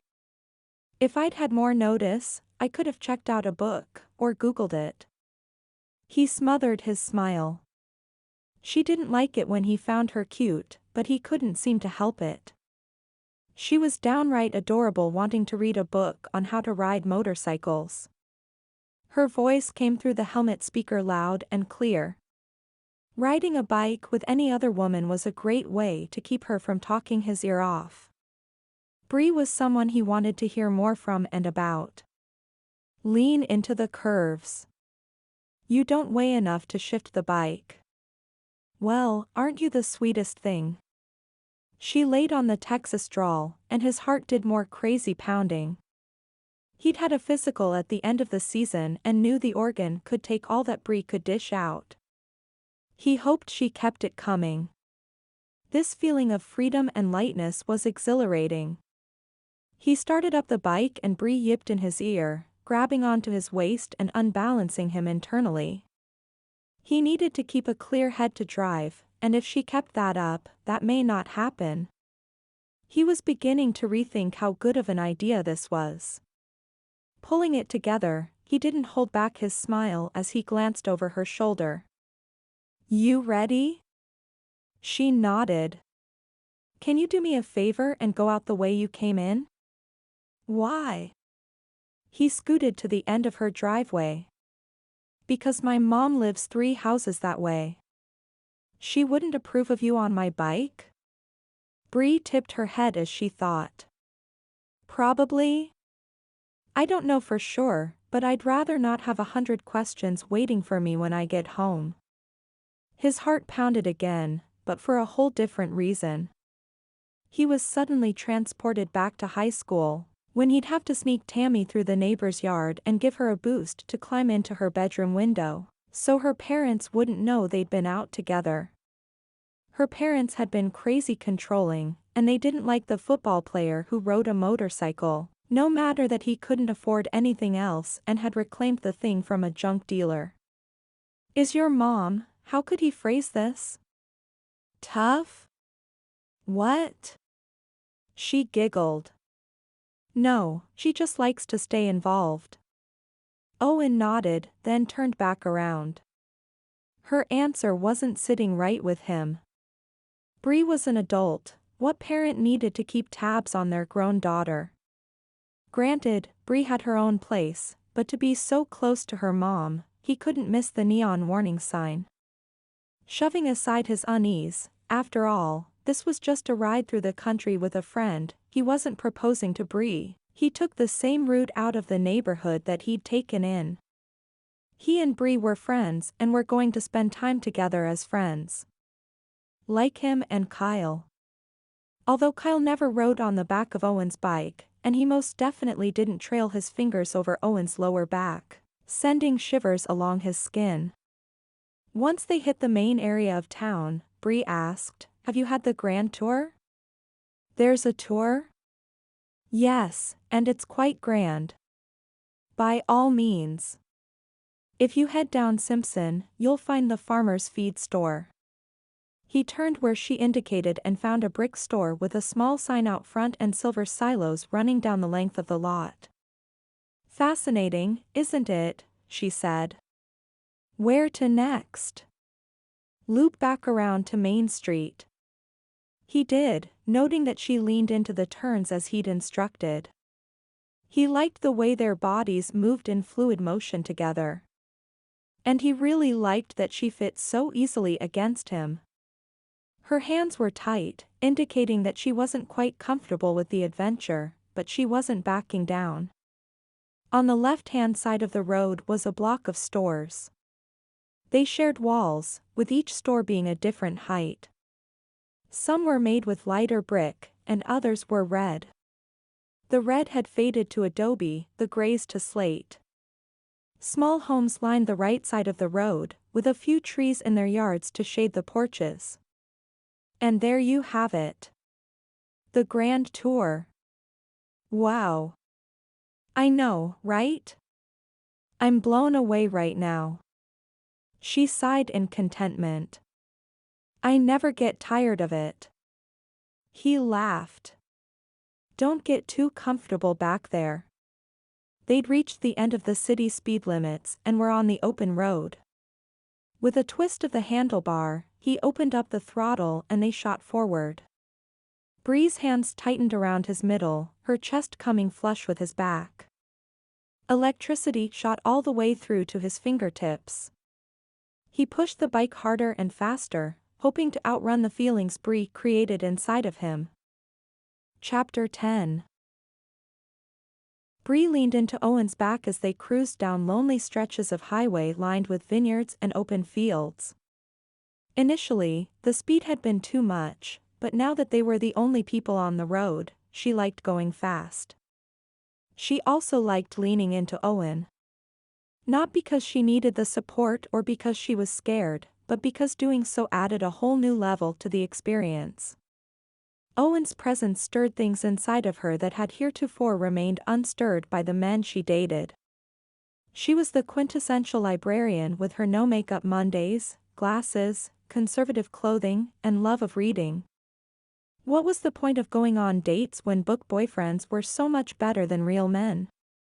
However, the man sitting in front of her was everything physical that books claimed men could be. And she had her arms wrapped tightly around him. The whole encounter blew her mind. "Are you hungry?" His voice was like honey through the speakers in her helmet. The sun was going down, casting golden light over the fields. Wasn't there a song about that, something about fields of barley and true love or finding love? With her heightened sense of awareness when it came to Owen, she had a hard time remembering what was real and what was a dream. Sure. Great. He didn't ask her where she wanted to eat. There weren't that many options in town. They weren't dressed for the steakhouse. She was pretty sure her hair would have more than a few knots. A little while later, Owen steered them down a long paved driveway with twists and turns. Trees lined both sides, giving the air of mystery that always surrounded unknown forests and sending a shiver down her back. She hugged tighter to Owen, drawing on his body heat. She could cozy up to him any winter day and be perfectly warm and content. Whoa there, girl, no need to get big ideas. He cut the engine, the sound fading into the night and taking with it the spell that had allowed her to let down her guard and hold on to him, as if she had the right. Embarrassed that she'd plastered herself all over him, and liked it, she tried to get off and fell.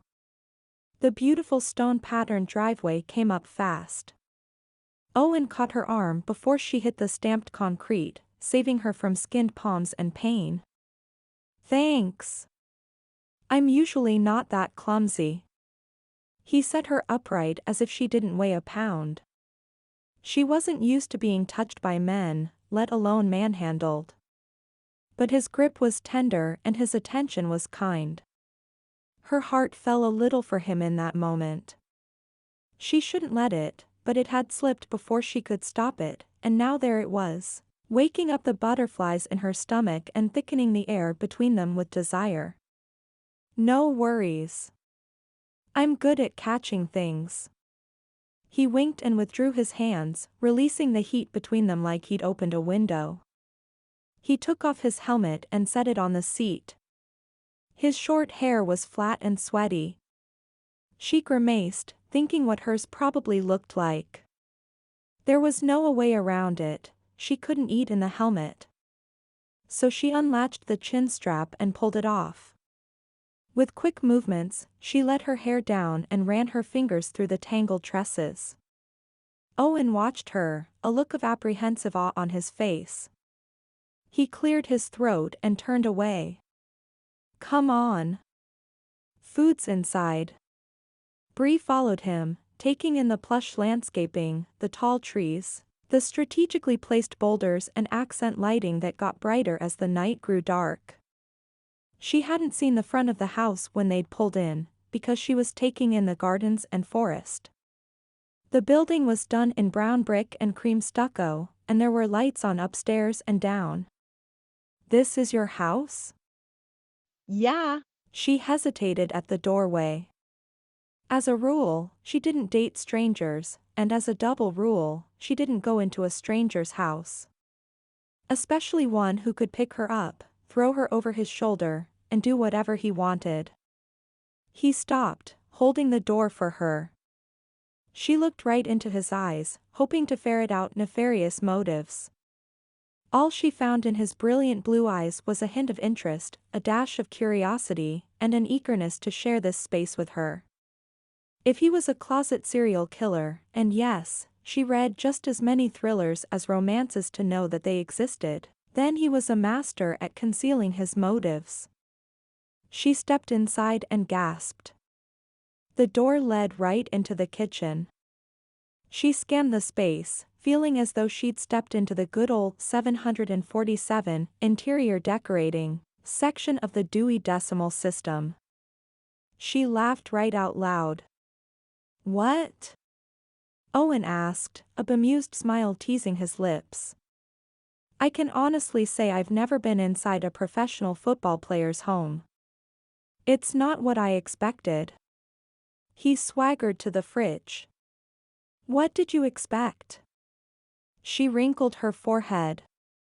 A frat house? He wagged his head. Sorry. Wrong professional football player. He opened the fridge and pulled out a plate of food, prepared and ready for grilling. His nickname popped into her head, the Lone Ranger. She'd seen it on his Instagram account and pondered over it once or twice. Or thrice. It's nice. She lifted a hand, indicating the Italian marble flooring, the high-end appliances, the light paint colors that created a sense of air, and the brass lighting fixtures. What really took her breath away were the large, clean windows overlooking the valley behind the house. Thanks. Grill's this way. He motioned for her to follow him out to the deck. He carried a platter of food in one hand. With the flick of a switch, gas lamps ignited, casting a romantic glow over the brick floor and glass-topped patio table. She whistled low. When you do something, you do it right. He picked up the tongs that hung on the side of the grill and waved them in a circle. I didn't decorate, if that's what you're thinking. Who did? She pulled herself up onto a barstool-height swiveling chair so she could watch him cook. She was usually the one cooking for a date. This was a nice change. He was a nice change. Different from the accountants and feed salesmen she'd dated in the past. I hired a company from LA, showed them a few pictures. And they put this all together for you? He smiled shyly. Yeah. As fast as the smile was there, it was gone again. In its place was a wall of aloofness that pushed against the attraction rising up within her chest.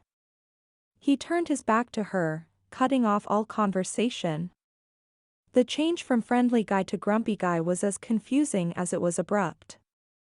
She retreated, staring down at the table and rubbing her arms for warmth even though the temperature was warm. Why did he bring her here if he didn't want her in his home?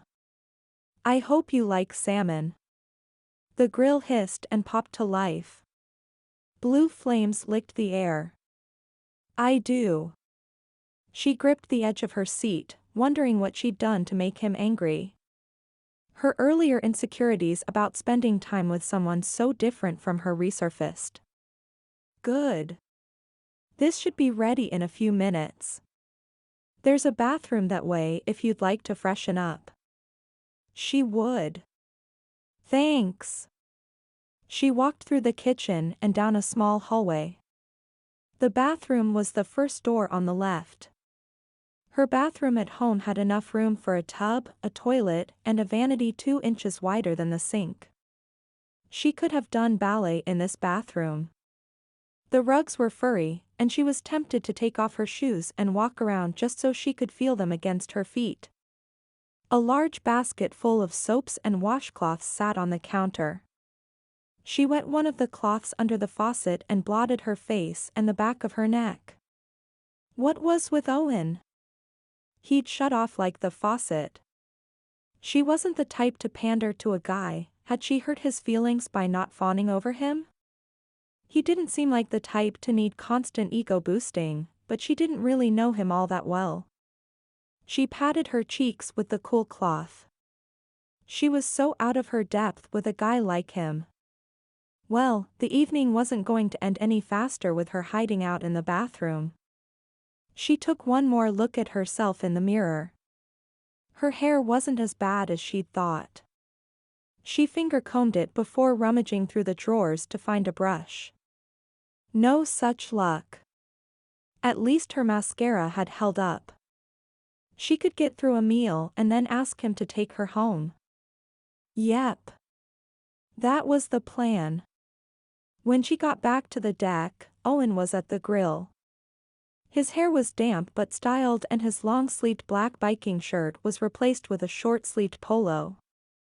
As she walked by, the smell of men's soap tantalized her senses. The cheater showered and looked incredible while she could use another coat of lipstick and a lash curler. So out of her depth. Owen shouldn't have brought Bree to his house. She looked too right walking through his kitchen. Too perfect. They were supposed to be friends, or becoming friends, and he had all these ideas that had nothing to do with friendship and everything to do with making her a part of his life. Bree shouldn't want him, but he could see the desire in her eyes. She had zero filters thanks to that innocence she wore like a barrette in her hair. And the way she'd leaned against him during the ride had brought more than friendly feelings to the surface. He wanted her in his arms, wanted to hold her to his chest, kiss her to oblivion, and then start all over again. That's why he'd taken a quick shower. Showers were quick mental resets.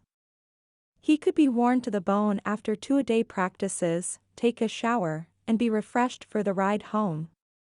Bree wasn't making it easy to stay friends, not with her disheveled appearance, like she'd woken up from a nap, rested, refreshed, and totally kissable. He needed to get kissing off his mind. They were in his home, his sanctuary, and his defenses were down. And he couldn't come up with a single thing to talk about. Silence stretched between them as he turned the salmon, becoming tense and twisting tighter and tighter until he thought he would need ram his way out of the walls closing in. Did you know that during World War II a lot of the NFL players went to war, and that the 1943 Philadelphia Eagles and Steelers had to merge into one team? He closed his eyes, thankful she was making an effort, but her voice was like silk on his skin. What did they call it? The Steagles. He laughed despite himself. The Steagles? With the laugh, the pressure eased. This was Bree. Bree the librarian. She'd said they couldn't be a couple, that she was a nerdy girl in high school who loved reading and being in the school library, a place he only went into to update the Wi-Fi password on his phone. You made that up. She lifted her nose. I would never. Prove it. Fine. She tugged his phone out of his back pocket without touching him. The act had a familiarity that was like a massage on sore muscles. Less than a minute later, she flipped the phone around and revealed a line of football players in green jerseys with tan pants and the old helmets. Do you believe me now? How do I know you didn't put up that picture just to fake me out? Her jaw dropped and indignation burned in her eyes. She'd surprised him once tonight by getting on his bike, and he'd thought she was about to bolt before she squared herself and came in the house. And now this fire in her eyes. If she continued being irresistible, he wouldn't be able to keep his distance. Your opinion of yourself is much too high, Mr. Mattox. She applied the full strength of her stingy librarian-ness. I do have a life outside of you. He winked. You didn't seem to mind my opinion of myself when you were holding on to me on the bike. If I was holding on to you, it was because you drive like a bat outta. Hello, called Kyle from the doorway. He hovered there. Am I interrupting? Owen took a much-needed step back from Bree. Not at all. This is my friend Bree Phelts. Kyle strode out, and Owen watched Bree as she watched Kyle. This librarian may like a smarter man, one who could code and whatever else Kyle did. Bree extended her hand out in front of her. Kyle shook her hand, letting go in an appropriate amount of time. From the polka dance, right? Bree blushed prettily. Kyle perked up. Owen clenched the tong handle. The fish cut in half and dropped with a sizzle on the grill. He mentally cursed and rearranged the pieces. He'd have to eat that one and save the good piece for Bree. When he was done setting things in order, he refocused on what Kyle was saying. And he ended up running through the dorm in his boxers to get away from her. Kyle leaned back, satisfied as Bree's laughter peeled through the warm night air. Owen scowled openly his direction. It wasn't funny, he insisted. Which only made Kyle and Bree laugh harder. It's a little funny. Bree swiped moisture from under her lashes. He relented and his scowl dissolved. She had a natural way about her, like she wasn't out to impress anyone, and that made him feel like he could just be and not need to put on a show. It was nice meeting you. Kyle shuffled to the French doors. I hope to see you again. Me too. Bree smiled easily. Owen worked to find any attraction in her gaze as she gave Kyle a small wave. He couldn't see any, but he was feeling all sorts of anger surging through his system. Anger that Kyle interrupted his friend date. Anger that Bree had laughed so easily with him while Owen was still trying to figure out where the line was between friend and girlfriend. Because the way the soft glow from the gas lanterns brushed her cheeks was making it awfully hard to care that a line even existed. Chapter 11. Bree flattened her palms against Owen's stomach on the ride home. She liked the feel of his muscles, all bumpy and strong under his shirt. She'd never really been interested in men who worked out all the time, but the benefits were hard to dismiss. Besides, those guys didn't want a woman like her. They wanted someone who could keep up with them in the gym, not compete with them for the top SAT score. Owen's friendship baffled her. A couple times she'd caught him looking at her like he wanted to kiss her. And by the way her body zinged with excitement and buzzed with anticipation, his kiss would be a kiss to remember. They bumped over the half-curb into her driveway and came to a stop. He killed the engine and she hopped off and removed her helmet, not as self-conscious as she had been the first time. After all, he'd seen her with helmet hair and they'd had a friendly evening. She shouldn't be worried about anything happening between them. You cook a delectable piece of salmon. She handed him the helmet and he secured it to the seat she'd vacated. Thanks.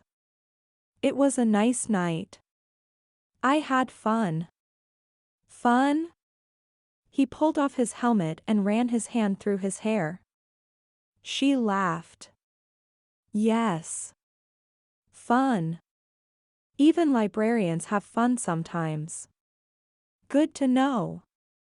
He glanced up and down the street. I'll see you soon.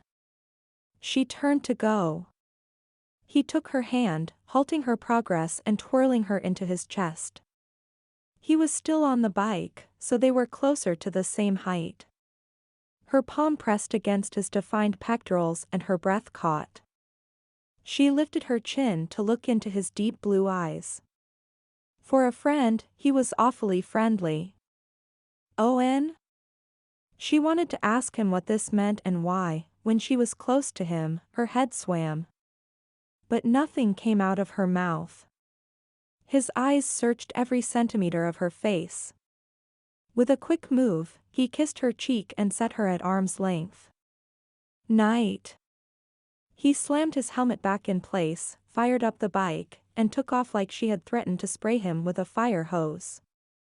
If anyone needed a good dosing, it would be her. Her cheek burned with joy.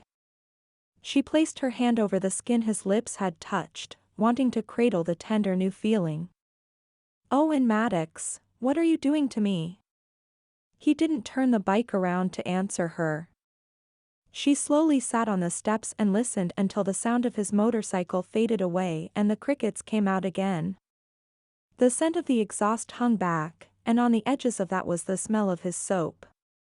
She sniffed her forearm, noting that her skin had picked up his scent when she'd hugged herself against him on the bike. Owen's signals were mixed at best. She needed help to figure this out. With a jump, she headed inside and straight to her computer, where she Googled everything from friendzone to how to get a guy to notice me. When her results yielding nothing concrete, she vowed to turn to the library stacks. Surely there was a book that could help her through this jumbled mess of feelings and hormones. Surely. Chapter 12. He says he wants to be friends? Yep. Bree stood in the middle of the living room, wearing a sports bra and boy shorts while Mom pinned fabric sections in place, frowned, and adjusted. The blinds were closed and the lights were turned on. Mom was working for an A-line skirt that was long enough to hike in but not so long that it would impede movement. Pleats were a major possibility. Bree giggled. I have a football player for a friend. Mom arched an eyebrow. Are you certain you're just friends? Completely certain. Tell your giggle that. Mom. I'm just happy. I've never been friends with a jock before. Mom's forehead puckered. Is that what you see in him? His athleticness? Bree shook her head, her hair flowing over her shoulders. She liked the feel of it down, when she wasn't at work. At work, her hair got in the way, dropping into craft glue or being grabbed by a toddler to get her attention. But when she was out and might run into her new friend, she liked having it down. He's nice. He cooked me dinner and she almost said he took me for a ride on his motorcycle, but caught herself. As close as she was with her mom, there were some things a woman didn't need to share. He polkas. I think I'd like to meet this friend. Bree put her hands on her hips. The fabric moved with her. Mom was on to something with this design. However, now was not the time to sidetrack the conversation. Mom, I'm not 12. And Owen had asked some leading questions about her mom, like he didn't trust her. Even though he couldn't not trust someone he'd never met. Still, he would resist the meeting. She could feel it. I know. Mom stepped back, tipped her head, and studied the possibilities hanging on Bree's hips. I'll back off, but remember the kiss rule. Bree scoffed at the reminder. She and Mom promised, way back in the day when Mom started dating again, that if they got to the point where they kissed a man, then they would introduce him to the other. Bree had met several of Mom's kissables, and Mom had met most of hers. Again, there were some things a woman didn't need to tell her mother. That won't be an issue. Tell your smile, it pops up when you're thinking about him. I'm just excited to have a friend, he's different from my regular social group. Okay, love. Hold still so I don't poke you. Bree sucked in a breath and held it while Mom put in another section of fabric and created the pleat. Since she was basically a mannequin, she let her mind wander to riding behind Owen the other night. Hugging him was like hugging a giant, firm teddy bear with stuffing in all the right places. And that kiss, even if it was just to her cheek, lit a fire in her belly that slowly burned all night long. Yes, being friends with Owen was a thrill. He came from a world where sharing physical affection was part of a friendship, which seemed so mature compared to her small life. Most men kept her far enough away that affection wasn't possible. Owen gathered her right in next to him, welcomed her into his personal space as if she belonged there. There weren't many people who accepted her on that level, and it made her feel special. She was pretty sure he treated everyone he met the same way, but that didn't matter. She'd take a friend like him any and every day. She caught her beaming reflection in the mirror and rolled her eyes. What was she supposed to do? Ignore the fact that Owen made her happy? That was silly. Better to just enjoy the ride. Chapter 13. Owen lazily cruised the aisles of the local supermarket. He ordered most of his supplements and protein powders online and had pantry supplies delivered, but fresh produce and meat were a must. That, and he didn't have anything else to do today. The off-season could drive him nuts. Other guys spent the time traveling with their families or working on self-promotion, and a few volunteered. He just didn't have a hobby or a charity that was his own. Last off-season he'd worked on the house plans with the architect. He turned down the cereal aisle to see if there was a new flavor of Cheerios. Huh. Peach? He reached for a box. I don't always eat cereal, said a false slow voice behind him. He flipped around to find Bree smiling. But when I do, I eat peach. His heart kicked him in the ribs. She was dressed casual, her hair hanging over one shoulder in a loose braid. A feeling of release came over him. He hadn't realized how tense he was when she wasn't around until she was there and the feeling released. He laughed. You're implying I'm the most interesting man on the planet. I'm implying you hold the box like you're in a commercial. Ah. I have some practice. Her eyebrows went up. His gaze swept over her dark hair and her liquid brown eyes framed by those two large glasses. Let me guess, Wheaties? I wish. He reached for Ball OS, an upstart in the cereal business made with no GMO products. He was featured on the back of the box. We all have to start somewhere. She practically ripped the box from his hands. You're kidding me. Her mouth hung open as her eyes jumped from him to the box and back again. I'm buying this. She grabbed 2 more boxes and dropped them in her cart. He tipped his head back and laughed. I hope everyone buys 3 because of my picture. They won't if they don't see it. She turned the remaining boxes, all 3 of them backwards on the shelf, so his face was forward, and dusted off her hands. Much better. He cuffed her shoulder. She leaned heavily to the side and caught herself on the cart. Sorry, he mumbled. She looked around. Are you on any other products I should know about? Not in this store. The sports drink people didn't put athletes on their packaging. His contract with them was for on-field footage and a few personal appearances. She snapped her fingers. Shoot. He grinned at her like a dope.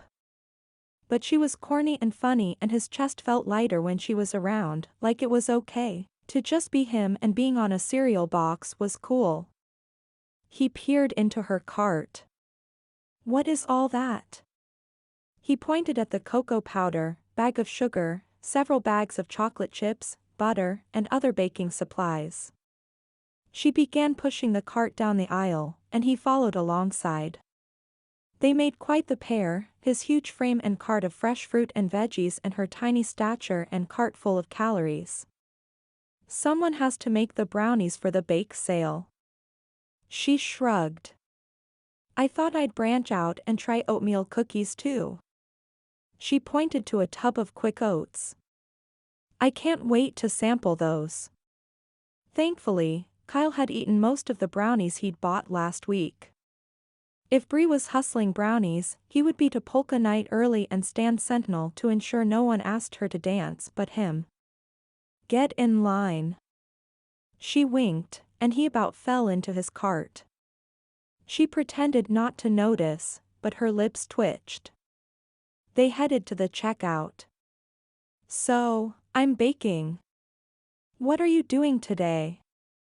He wished he had something impressive to say, like reviewing my stock portfolio or changing the oil in my car. A memory popped into his head from the website that interested him in Schulenburg in the first place.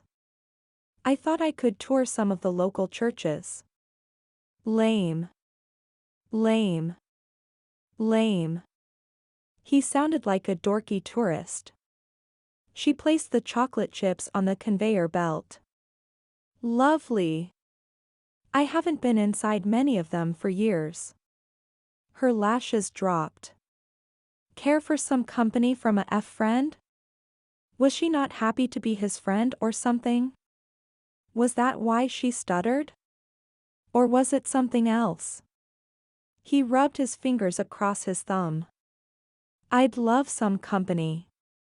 He left out the reference to a friend, not sure if it would make her feel uncomfortable. She'd mentioned several times that she wasn't the type to hang out with a football player. He didn't want to scare her away. What about the cookies? I can bake when it's dark. Great. His chest inflated and lifted like a helium balloon. I need to get the milk home. Do you want to meet or? I'll pick you up on the bike, if that's okay? Her smile stretched from cheek to cheek and lifted her glasses. I'd like that. She paid quickly.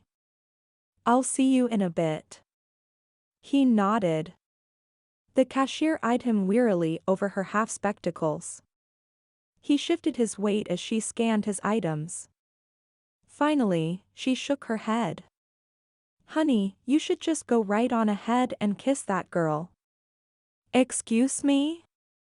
Small-town mentality aside, this woman had no business telling him what to do. Besides, her advice was the exact opposite of what he kept telling himself, to stop thinking about kissing Bree. I heard her say you were friends, but the only people in this line you are foolin' is yourselves. Owen glanced behind him at the elderly man in a white tee and blue jeans. He nodded sagely. Had the whole store been watching? He ducked his head and kept his face down, wishing he'd thought to wear a ball cap today. He almost always wore one in public, but this was a small town and no one seemed to care all that much about making a big deal out of him. Which was great. But it had lulled him into a false sense of anonymity. That'll be 125.36. Owen inserted his card into the chip reader, pushing so hard the machine jerked. His neck was hotter than the sun. Well? You gonna kiss her? Demanded the old man behind him. That, Owen flipped around, is none of your business. You don't have to get so testy, scolded the checker. I think I do. Owen snatched his card and shoved it into his wallet. Any relationship I may or may not have is not up for public discussion. Is that understood? He leveled the two of them with a glare that he hoped would zip their mouths shut. We didn't mean nothin' by it, mumbled the checker. A warning voice cautioned Owen to take it easy. He splayed his fingers out and rolled his shoulders. I know. Sorry. He put his shoulders up around his ears, grabbed the cart, and headed for the parking lot without looking back to see if his apology was accepted or not. He was not going to kiss Bree, especially not because some random store clerk thought he should. Kissing Bree would be out of character. As a general rule, he liked kissing women. Women were soft and strong, gentle and tough, and pretty much the highlight of God's creation process. But Bree was different from the women he usually dated. They were models, actresses, and setups his agent arranged, dressed in the latest fashions and with bodies that attracted more attention than the opening game of the season. The last woman he'd asked out was his high school sweetheart, and he'd sworn she would be the only woman he ever dated. He'd wanted to spend a lifetime with her. Heck, they'd named their future children. His heart cramped at the memory of lying on a picnic blanket and watching the leaves shift in the breeze, the sunlight filtering through to warm Tammy's skin before he kissed her shoulder.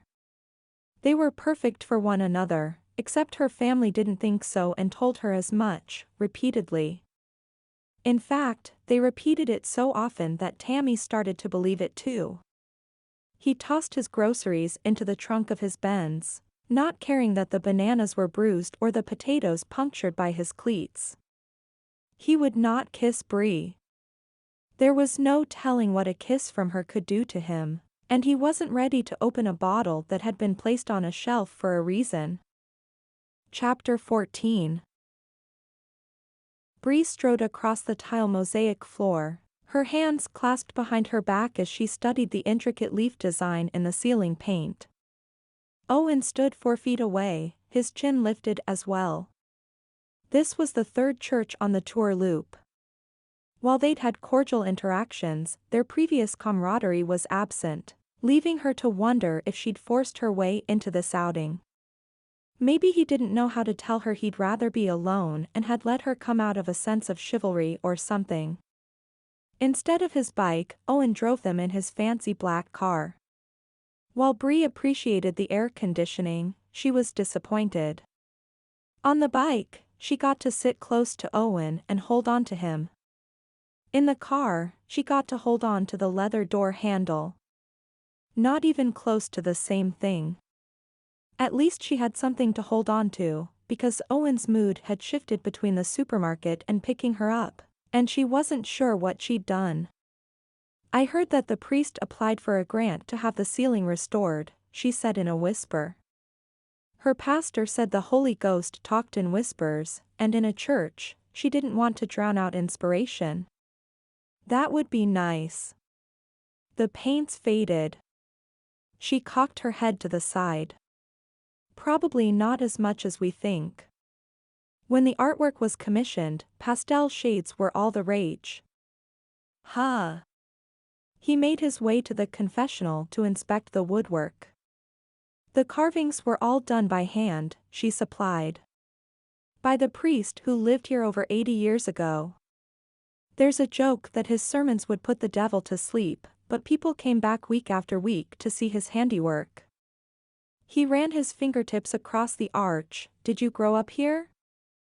I did. What was it like? She studied him. It was. I'm not even sure if I could come up with one word to describe the experience. She began to meander down the side of the pews, her hand brushing the well-worn wood backs. Owen stayed on her right and just behind her. My dad left before I was born, said he didn't want to be a dad. Her voice sounded hollow in the deserted building, though that might have been the echo of her father's abandonment in her heart. So it was just me and Mom. Mom worked and I would read. It sounds lonely, she finished for him. His eyebrows drew together. I was going to say quiet. But it's interesting that you said lonely. She should have been embarrassed to have her deepest feelings revealed, but she wasn't. Not with Owen. His face was open and his eyes accepting. I was lonely, except for when I was reading. Then I had dozens of friends to go on adventures with. I know, I'm such a nerd. He chuckled. You wear it well. She took that as a compliment. What about you? I was raised in a big city, but my family was dirt floor poor. I hated it. I hated wearing my brother's shirts, hated not having Twinkies in my lunch like all the other kids. Hated being different. A steel look of determination glinted in his eyes, daring Bree to contradict him, to tell him he should have been more mature. Or that he should look at how far he'd come and be proud of himself. Or be thankful to have siblings when she had none. I can't say I enjoyed wearing Goodwill dresses and sleeping on a mattress with holes in it because we didn't have money to replace it. She reached the end of the pews and faced him, her hands clasped in front of her. The steel melted away and his defenses came down. He nodded once, as if accepting her into some sort of club. She hadn't done anything to earn entrance except be honest about her feelings, and yet she had revealed a part of herself that she usually kept hidden, and that took courage. I left my parents' house the day I graduated and I haven't been back. Do they know you're a big star? One cheek lifted and his eye crinkled, almost closing. They're too proud to ask for money and too poor to come to a game. Mom calls every few months, but there isn't much to say, we live in different worlds now. She has enough to worry about with my sister. Your sister? He sighed heavily. She got pregnant at 16 and there was a big deal about who the father was, and then she got pregnant again at 17 with someone else. So they're raising her kids and still trying to raise her. That's tough. It sucks. I stay away because the press would laugh over them, and while they aren't the best parents in the world, they aren't bad people. He tucked his thumbs into his pockets and rocked back on his heels. And your nickname, she prompted. How'd you get that? I don't hang out with the guys on the team. People have this picture of a football team and think we're all best friends and hang out at each other's houses. While that's true for a few of the guys, it's not for all of us. His words carried a heavy case of regret. She shoved his shoulder. Am I your only friend? He rolled his eyes. There's Kyle. So I'm your only girlfriend. As soon as the words were out, she wished she had them on a fishing line and could reel them right back in. Not girlfriend, just friend that's of the female persuasion. His cheeks spread. He picked her up and hugged her. "You're cute when you're flustered." She smacked his arm hard and kicked her dangling feet. "Don't call me cute." She spoke much louder than a whisper. He laughed, the sound bouncing off aged tile and empty seats. The priest appeared in his black robes and 3 chin moles and shooed them out. "This is the Lord's church," he scolded them, which only made Owen laugh harder. Bree slinked out of the building. Owen was still holding his sides when they landed in the car. "What is wrong with you?" She poked him. "We just got kicked out of church." "Do you know what the penalty for that is?" He composed his face, barely holding it together. "What?" Bree searched her vast memory for the answer. "Purgatory?" He scoffed. She went to poke him again.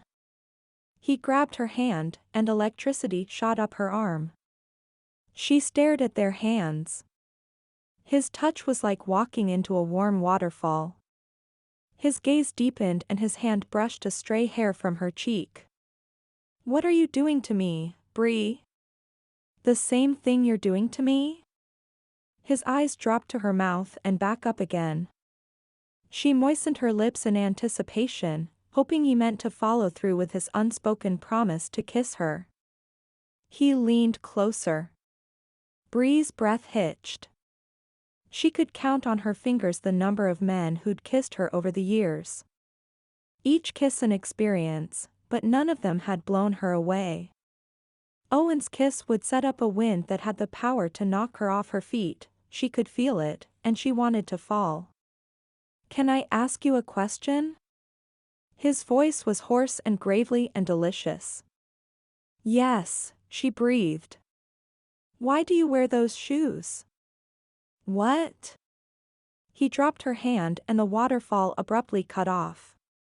"Your shoes. They're not cute." She glanced down at the white and brown Oxford-style shoes she'd thrown on as she ran out the door. How had this become about her shoes?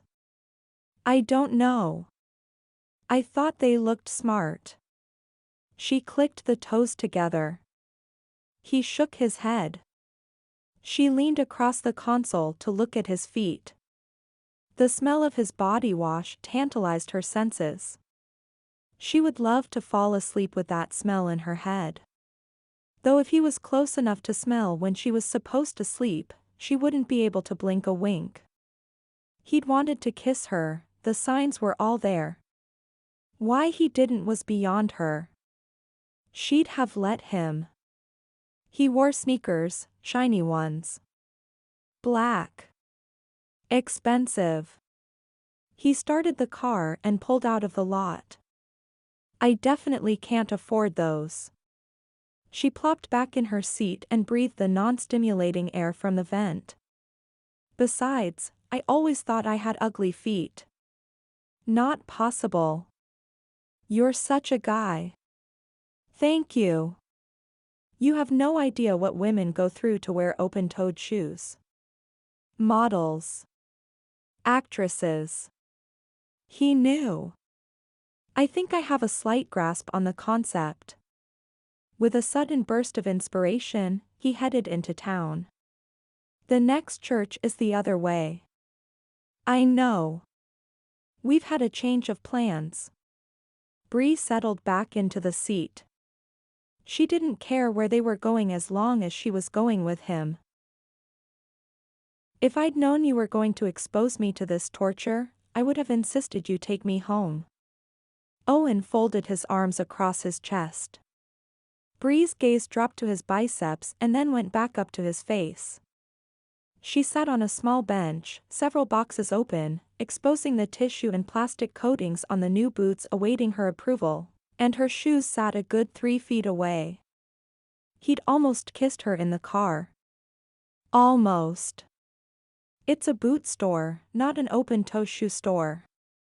In a town this size, they were lucky to have the boot store.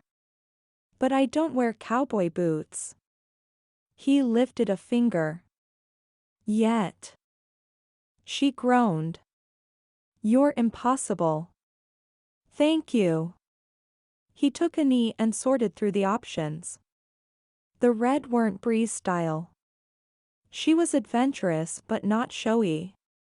The black were bade, but still not quite her. Although he wouldn't mind her in those on the back of his bike. Finally, he settled on a brown pair with emerald stitching up the side. Try these on. She glared. Bossy much? Much. He pushed the box closer to her. I didn't know my shoes offended you this badly. He sniffed at them in disdain. Shoes say a lot about a person. And what do my shoes say about me, dare I ask? He cringed. Let's just say that they don't speak to your true nature. She rolled her hands, encouraging him to continue. He kicked one of her shoes with the toe of his sneaker. These are boring, uninteresting. You are neither. She stared at him. You think I'm interesting? Excruciatingly. I'm not sure that means what you think it means. He caught the quote from The Princess Bride, and it made his heart light. However, he'd picked that word because he meant every syllable. She was so interesting that it was unbearable. A man could lose sleep thinking about her, he'd lost sleep contemplating Bree. Therefore, he didn't respond. She lifted her foot and slid it inside the boot. I feel like my toes are being strangled. It's a pointed toe. She frowned. It's a pinching apparatus. Owen had to turn away so she wouldn't see his "you're cute" smile. No one on earth talked like Bree. Pinching apparatus? She rustled through the tissue and came up with a darker brown leather boot with a black fringe. He hadn't pointed to that boot when talking to the salesgirl, who now hovered hopefully near the register. She was the same girl who'd helped him and Kyle when they came in for polka-appropriate wear. He hoped she worked on commission, because he would pay lots of money to get rid of Bree's ugly shoes. Bree's eyes danced right along with the fringe on the boots. See? He pointed at her. That is why shoes are important. They make you happy. She giggled. I can't believe I'm even trying these on. She slipped her feet inside both boots and pranced back and forth. They're surprisingly comfortable. Caught up in her enjoyment, Owen grabbed her around the middle as she pranced by. But can you polka in them? Her eyes sparkled with challenge. Let's find out. He bounced twice and they were off, galloping around the clothing racks and belt buckle display cases. When they finished their loop, Bree was breathing hard and smiling so big her glasses lifted. Not thinking, Owen leaned down and kissed her. It was a fast kiss, the kind that a husband gives his wife when he comes home from work or a boyfriend gives his girlfriend, knowing her father is on the other side of the door, but it slammed into him like a 350-pound defensive lineman. He froze in place. Bree pressed her palm to her forehead, not breaking eye contact. What was that for? She asked quietly. I don't know. I'm sorry. You're sorry? Her nose crinkled in concentration. He snatched his hands away from her, leaving a gaping hole between them. I crossed a line. It won't happen again. Okay. She dropped to the seat and leaned over, fiddling with the fringe on the boots. Okay? She was okay with not kissing again? He barely resisted taking her by the arms and testing her resolve. Bree? He sat next to her, careful to keep several inches between them. I really am sorry. Please don't let this get weird between us. Is there an US? She lifted her warm brown eyes, and his heart pounded against his ribs, as if it would rather be in her hands than in his chest. He applied his cereal box grin. I thought we established you're my only friend of the female persuasion. Really, with how much Kyle worked, she was his only friend. And Kyle was out of town with family obligations again. This week it was his parents' anniversary. Bree's phone rang.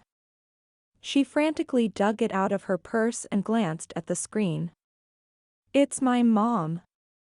I have to take this. There were no other words in the English language that could have doused his desire for more than friendship with Bree faster than "it's my mom," coupled with "I have to take this." Of course. He rocketed to his feet, propelled by the fuel of past hurts and a spurned heart, and moved far enough away to give her some privacy. The distance wasn't enough to forget that kiss, however brief. Because within those precious seconds, his soul had rejoiced and his heart expanded beyond anything he'd ever felt for Tammy. The kiss had taught him something about himself. He wasn't immune to love. He flipped up the arm of a sleeve and stared at the size tag. He wasn't in love with Bree. That would be stupid. He couldn't fall for someone he'd known for such a short time. Love was a lifetime kind of experience. You had to know someone for years before real love developed. And then you had to live in that love for years longer before you could know if they were the one. There was no shortcut. Like in football. You drilled, you ran stairs, you lifted, and you paid your dues, and if you did everything just right, you made it. There were no shortcuts to success in football or in love. Chapter 15. He kissed you? Yep. Bree lay on the circulation desk the next night after closing, her legs dangled off the edge, her boots swinging. Audrey was creating new labels for the books that had come in with the mail that afternoon. The two of them usually went through the selection and pulled their favorites, that weren't on hold for a patron, of course. Unless there was a book that translated football player into librarian, Bree wasn't interested. And then backed off. Bree dug her fingers into her scalp. Basically said it was the biggest mistake of his life. He just wants to be friends, and could I forget it ever happened? What did you do? She sighed. She straightened her leg and pointed at her newly beloved fringe-covered boots. I let him buy me a new pair of shoes. Audrey laughed. I'm impressed he got you in the store in the first place. Followed him in like an innocent child who was offered candy. He is eye candy. That he is. Bree dug her fingers into her stomach to strangle the butterflies that fluttered at the very thought of Owen's lips sweeping across hers. The movement was so natural, like they'd kissed 1,000 times, and yet the impact was brand new. What are you going to do? Bree relaxed heavily onto the counter. I don't know. Silence followed her pronouncement, which wasn't unusual in the library after hours. This, however, was the silence of a friend holding back words that simply must be said. Lay it on me. I can take it. I don't think you can. Bree flipped upright. I can. She brushed the hair out of her face. Truly. Lay it on me. Audrey looked both ways. Bree mimicked her. They were alone, the stacks cleared and the computer screens black. You like him. Bree dropped her head back to the counter, threw one arm over her face, and groaned. I think I must. Audrey patted her arm in sympathy. Unrequited. Tragic. Bree threw both her arms over her head. My life was not meant to be a Shakespearean play. Juliet, I am not. Audrey gasped. Let's hope not. Bree pulled herself together both metaphorically and literally. She straightened up, smoothed her hair down, and tidied her shirt. The time for lamentation is over. Audrey snapped her fingers in the air. That's right. Nothing has to change unless I let it. Owen and I will remain friends. The kiss will fade into the historical tapestry of our friendship. And we will continue our friendship as before. Except you like him. Yes. But he doesn't need to know that. Bree lifted her chin. And as long as he never finds out, all will be well. All Righty, then. Audrey did a horrible impression of Jim Carrey. Bree huffed a laugh. You'll see. The longer the idea simmered, the better she felt about it. Silence was the golden key. Locking away her feelings for Owen was the best course of action. Audrey would see. Chapter 16. Owen tossed a sweaty towel into the hamper and stripped his shirt over his head in one fell swoop. He turned on the shower and finished undressing as the water cooled off. That was one thing about living in Texas. He had to wait for the warm water that was in the pipes to run out of the system before he dared step into the stream. He liked a cool shower after a workout, it rejuvenated him for whatever came next. And what was next on the schedule was hovering around Bree's bake sale and scaring off other guys. Bree was too innocent, too sweet to tell a guy no, although she'd tried with him. But he'd broken through her excuses like a weak defensive line. If he could do it, other guys could too. She needed someone to watch over her and keep the jerks away. There were guys who would take advantage of her trusting nature, and he'd be darned if he'd let them hurt her. He tested the water before stepping in. He made short work of washing his hair thanks to shampoo and body wash in one. He turned around to rinse off and heard a splash. Looking down, his shower was full to overflowing. He stared for a moment, wondering if he was seeing things. But no, his brand new house had a clogged drain. Cursing, he rinsed quickly and stepped out, careful not to slip in the quarter-inch of water on the tile floor. He cursed again. Instead of drying himself off, he tossed the towel on the floor and then emptied his cabinet of towels, each tan towel turning a dark brown as it soaked up water. He snatched his phone off the dresser and did a quick search for plumbers in the area. Tapping the first name, he hunted for a set of basketball shorts. Hello?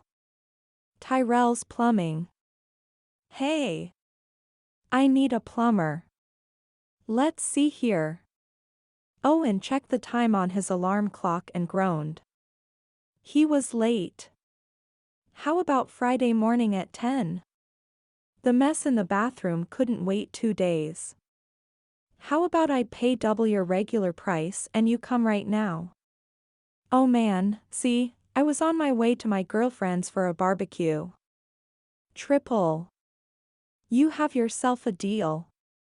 Owen rattled off his address and went back to the closet for a shirt and a dirty clothes basket.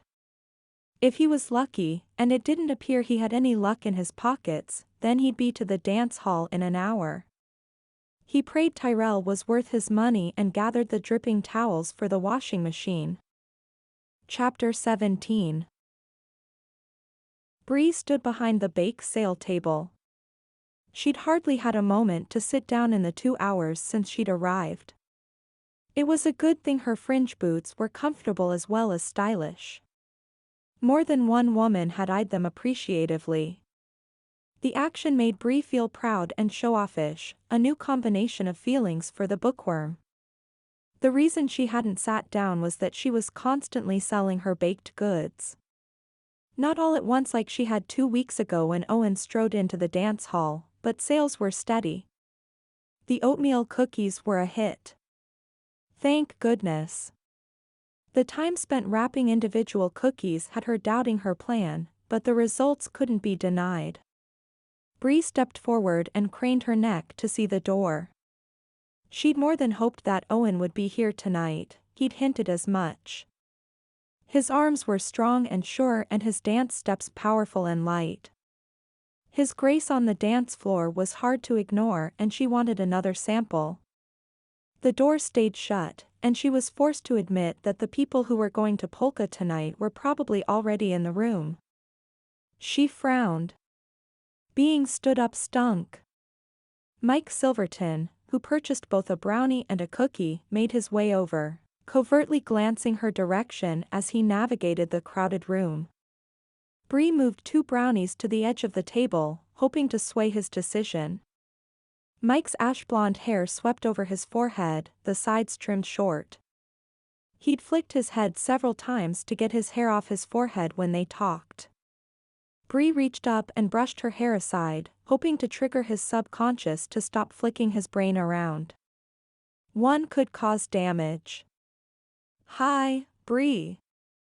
"Hi, Mike." She glanced down at the brownies, hoping he'd follow her eyes. He didn't. His gaze went from her to the floor to the wall behind her, and then back to her face. "Do you want to dance?" Bree tucked her hair behind her ear. Sure." She glanced down at the cookies. She shouldn't leave them, but then again, she'd made more tonight than any other night, and it wasn't like everyone in the room didn't know what they were for. If anyone tried to swipe a treat, she'd hear about it.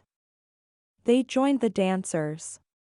Mike's arms were like limp noodles, and Bree had to keep an eye over her shoulder to make sure he wasn't leading her right into another couple. When they were done, she breathed a sigh of relief. Mike's sweaty hand gripped her arm. "Do you want to go out sometime?" She cringed and his grip loosened. He wasn't trying to be rough, there wasn't a hint of malice in his face. He was just nervous. And while that was sweet and endearing, it didn't do much for Bree. "Sure. I like hanging out with friends." His hope dashed to the floor and he let go of her arm. "Okay. I'll call you sometime." "That would be great." He hurried away, disappearing between 2 couples. He was out of sight and hadn't asked for her phone number. She shrugged. Mike was a good guy, the type of guy she could trust. Alas, Mike didn't hold a candle to the flame Owen lit inside her with one touch. Owen's arms were strong and sure. "Bree." Ryan Matthews gave her a quick hug. Startled, it took a moment for Bree to hug him back. They'd been in the same classes since the 3rd grade. He'd cheated off her spelling test once and she turned him in. They both had to miss out on recess, him for cheating and her for tattling. Mrs. Du Bois was impossible. Ryan had filled out since graduation and his face had lost the chubbiness of youth. He had black hair and had shaved. "Ryan. What are you doing in town?" "Visiting the folks." "It's good to see you." His eyes went down her body and right back up again. "You've grown up." She laughed at the former wrestling state champ. His shoulders were still broad, and now his middle was too. "So have you." She reached up to rub his head like he was a toddler. He laughed too, running his hands through his hair to set it back in place. "You're different." "You think?" She glanced at the bake sale table, seeing herself sitting behind it 2 weeks ago, her nose in a book. That woman was tucked safely between the pages of her favorite novels.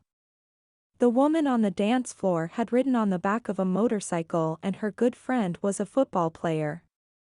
She was growing up in all sorts of ways, and she was happy. Yeah. "Come on, let's dance."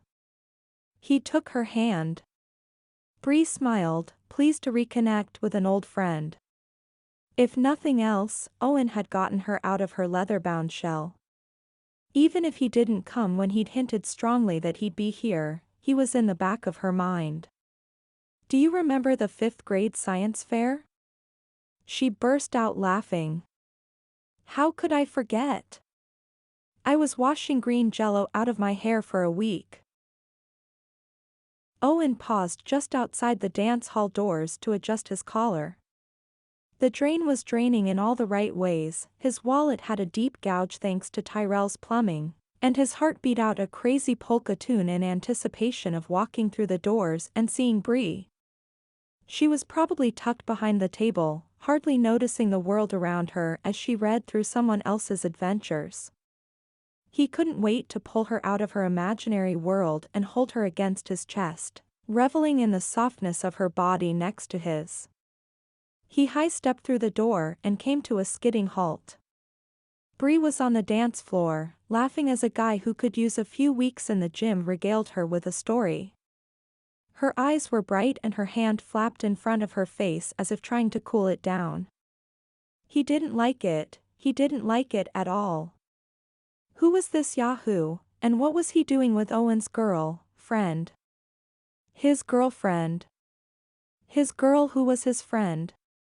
He stalked to the brownie table and found that half her wares were gone. Folding his arms and glaring for good measure, he waited for her to notice him.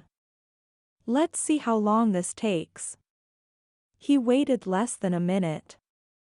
Bree's eyes landed on him and her smile, already wide, lifted right up to include her eyes. Already bright, they turned liquid with pleasure. Owen grew warm all over. She made an excuse to her dancing partner and hurried to him. She didn't notice, but the guy followed behind. I thought you weren't coming. She was breathless. And breathtaking, from the top of her soft black hair to the silver points of her fringe-covered boots, she was a vision. The stress Tyrell and the drain had brought into his life faded into nothingness in the wake of her joy at seeing him. The Titans' offensive line couldn't keep me away. She laughed. I'm going to have to take your word for it that that's a big deal. He grinned, not caring that she didn't know football. I'll buy you a book. I'd like that. Bree? The interloper touched Bree's elbow to get her attention. Owen growled low. Ryan, this is my friend Owen. Owen growled again at being called friend. He was her friend, but that title didn't hold enough of a stamp in it. There was nothing in friend that said stay away. Ryan and Owen shook hands.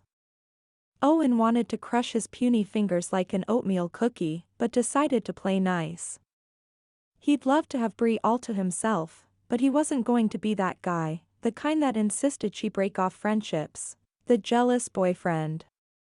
Are these your brownies? Asked Ryan. Bree's eyes crinkled. Yeah. I'm raising money for the summer reading program. I'll take one. Bree's chest lifted. Owen's eyes blurred with fierceness. I'll take the rest. Owen. She spoke softly, and he had to lean closer to hear her. You don't have to do that. They're selling well tonight. I'd like to. He handed her $100 bill. Let the little guy look like a cheapskate. One measly cookie? Ha! Great, said Ryan. That means you're free for the next dance. Bree rolled her eyes. I guess so. What are we waiting for? Ryan snatched her hand and pulled her onto the dance floor before she could give him a proper reply. Owen grabbed a cookie and crushed it in his palm. It was soft and crispy and smelled like vanilla and cinnamon. Crushing it did nothing to make him feel better. He would have marched out there and snatched Bree away from this Ryan character if she looked at all uncomfortable. Give me a reason, he silently taunted Ryan. One false step, one frown, one stray hand and Owen would toss the guy onto the street before he had a chance to hop in chas. Owen's mood darkened because Bree didn't object to dancing with Ryan. She smiled and moved lightly, taking pleasure in kicking her boots up. That was wrong, so wrong. She shouldn't be with another man. She should be with him. The knowledge was strong and true, and he couldn't deny it if forced to run 20 miles in his practice pads. He folded his arms again. He could wait. And watch. Just one small reason to step in, that's all he'd need. Chapter 18.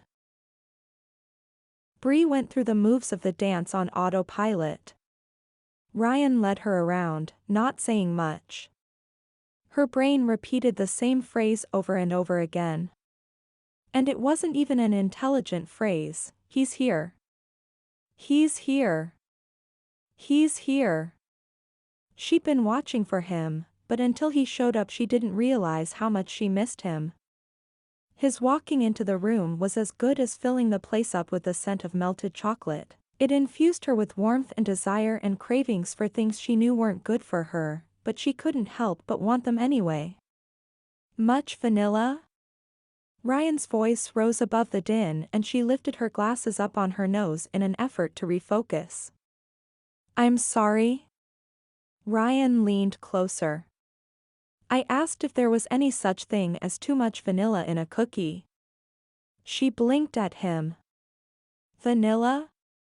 Because you make cookies, he added rather lamely. I don't think so. I mean, I'm sure there could be, but I've never thought about it before. Ryan was a nice guy. He really was. And if this dance had happened several weeks ago, she would have been happy to debate the ratio of flour to vanilla for a good half hour. However, the topic of conversation plopped between them like flat cookie dough on a baking sheet.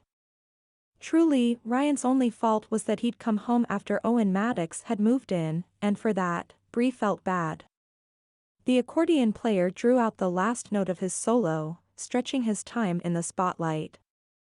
The second he released the keys, Owen was at her side, his blue eyes cutting into Ryan and his hand placed possessively on Bree's lower back. I believe the next dance is mine. Ryan stepped back, probably out of an instinctive desire to survive. Owen radiated threats of malice. Bree empathized with Ryan. When she'd first met Owen, she was struck by his size and clipped manner, but she'd never felt threatened by him. Not once. Without waiting for Ryan's answer, Owen took Bree's hand firmly in his and pulled her right out the doors and into the parking lot. The night air was warm and hugged against her skin, like walking into a sauna. The sound of the band's next number became smaller, notes from a music box. Owen rounded on her so quickly that she had to step back to avoid being stepped on. He paced, his right hand holding her left and pulling her along. She lengthened her stride to keep up and not be dragged behind. He ran his free hand through his hair. She wondered what it felt like, because it was short and spiky but it didn't look stiff. I shouldn't like you. Bree scowled. What a horrible thing to say. She tugged on her hand to pull it free, ready to stomp back inside and enjoy the company of a man who doted on her, or at least said nice things. Owen didn't let go of her hand. In fact, he used it to tug her closer. I mean it. We are two very different people. You like books. Love books, she corrected. Love books, and I struggled in school. His gaze darted away, and she got the feeling that it was difficult for him to admit that he didn't excel in the classroom. Had he thought she would think less of him? If he did, he didn't understand that her heart and mind didn't function that way. Owen, there are dozens of types of intelligence in the world, and I would test below average at most of them. Including sports. But you have sports intelligence, and the ability to move your body with such grace that it amazes me. Fine. But Bree, we are different. You're quiet and I'm pushy. You're cute. She pointed at his chest in warning and he stopped pacing, allowing her to catch her breath. See? Right there. I always thought cute was a compliment. She lowered her arm and pressed her lips together. He forged on, earning his pushiness. The thing is, I can't seem to stay away from you. And when you danced with Ryan. Whatever. I wanted to plow him into the wall. She gave him a dubious look. I think they call that jealousy. It's a lawsuit waiting to happen. She suddenly connected the dots. Owen liked her. He didn't want to like her as more than a friend, but he did. And he wasn't happy about it. Which was understandable and irrational. He dropped her hand and placed his palms on her cheeks, gently cupping her face. His hands were huge and comforting and tender. His freshly washed skin smelled of soap and something spicy. His intense blue eyes delved into her soul, seeking understanding as well as acceptance. Owen was scared she would turn him away. Bree, I shouldn't like you, but I do. Her eyes dropped, unable to hold the intensity he poured into her. I like you too. His mouth covered hers. She gasped as her pent-up desire unleashed, and then she was kissing him hungrily.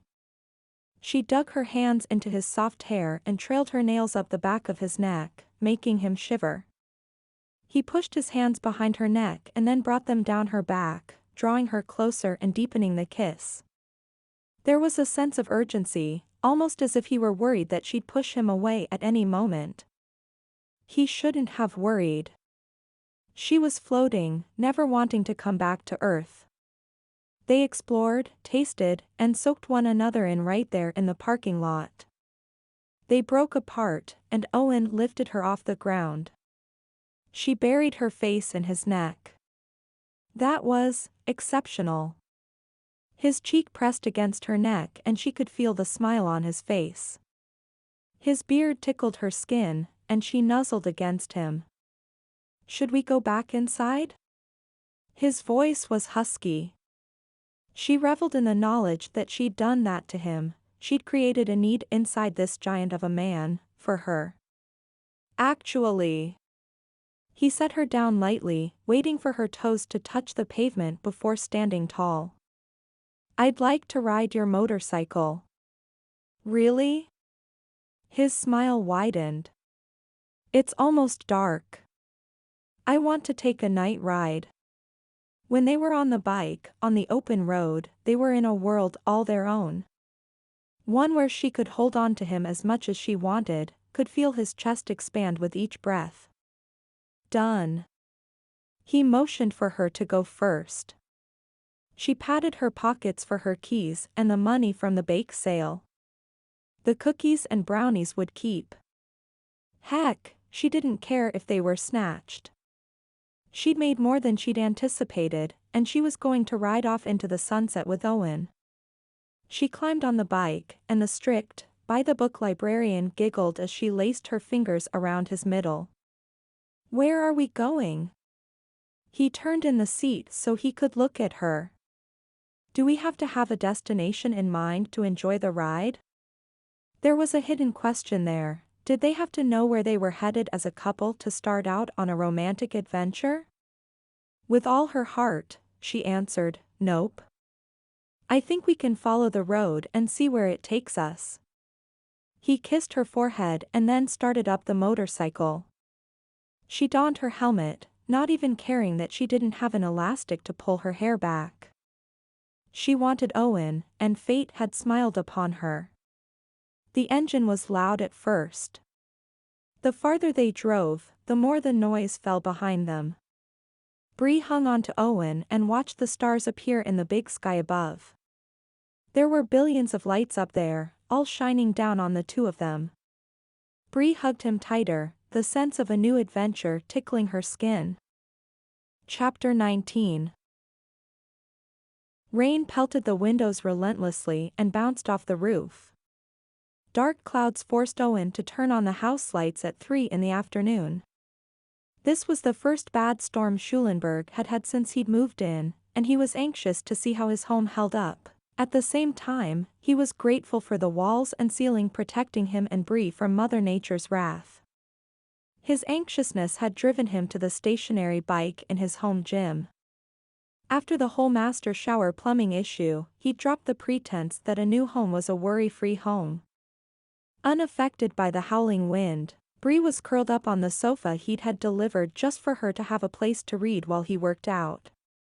They found, much to his satisfaction, that they preferred to be close to one another even if they were doing two different tasks.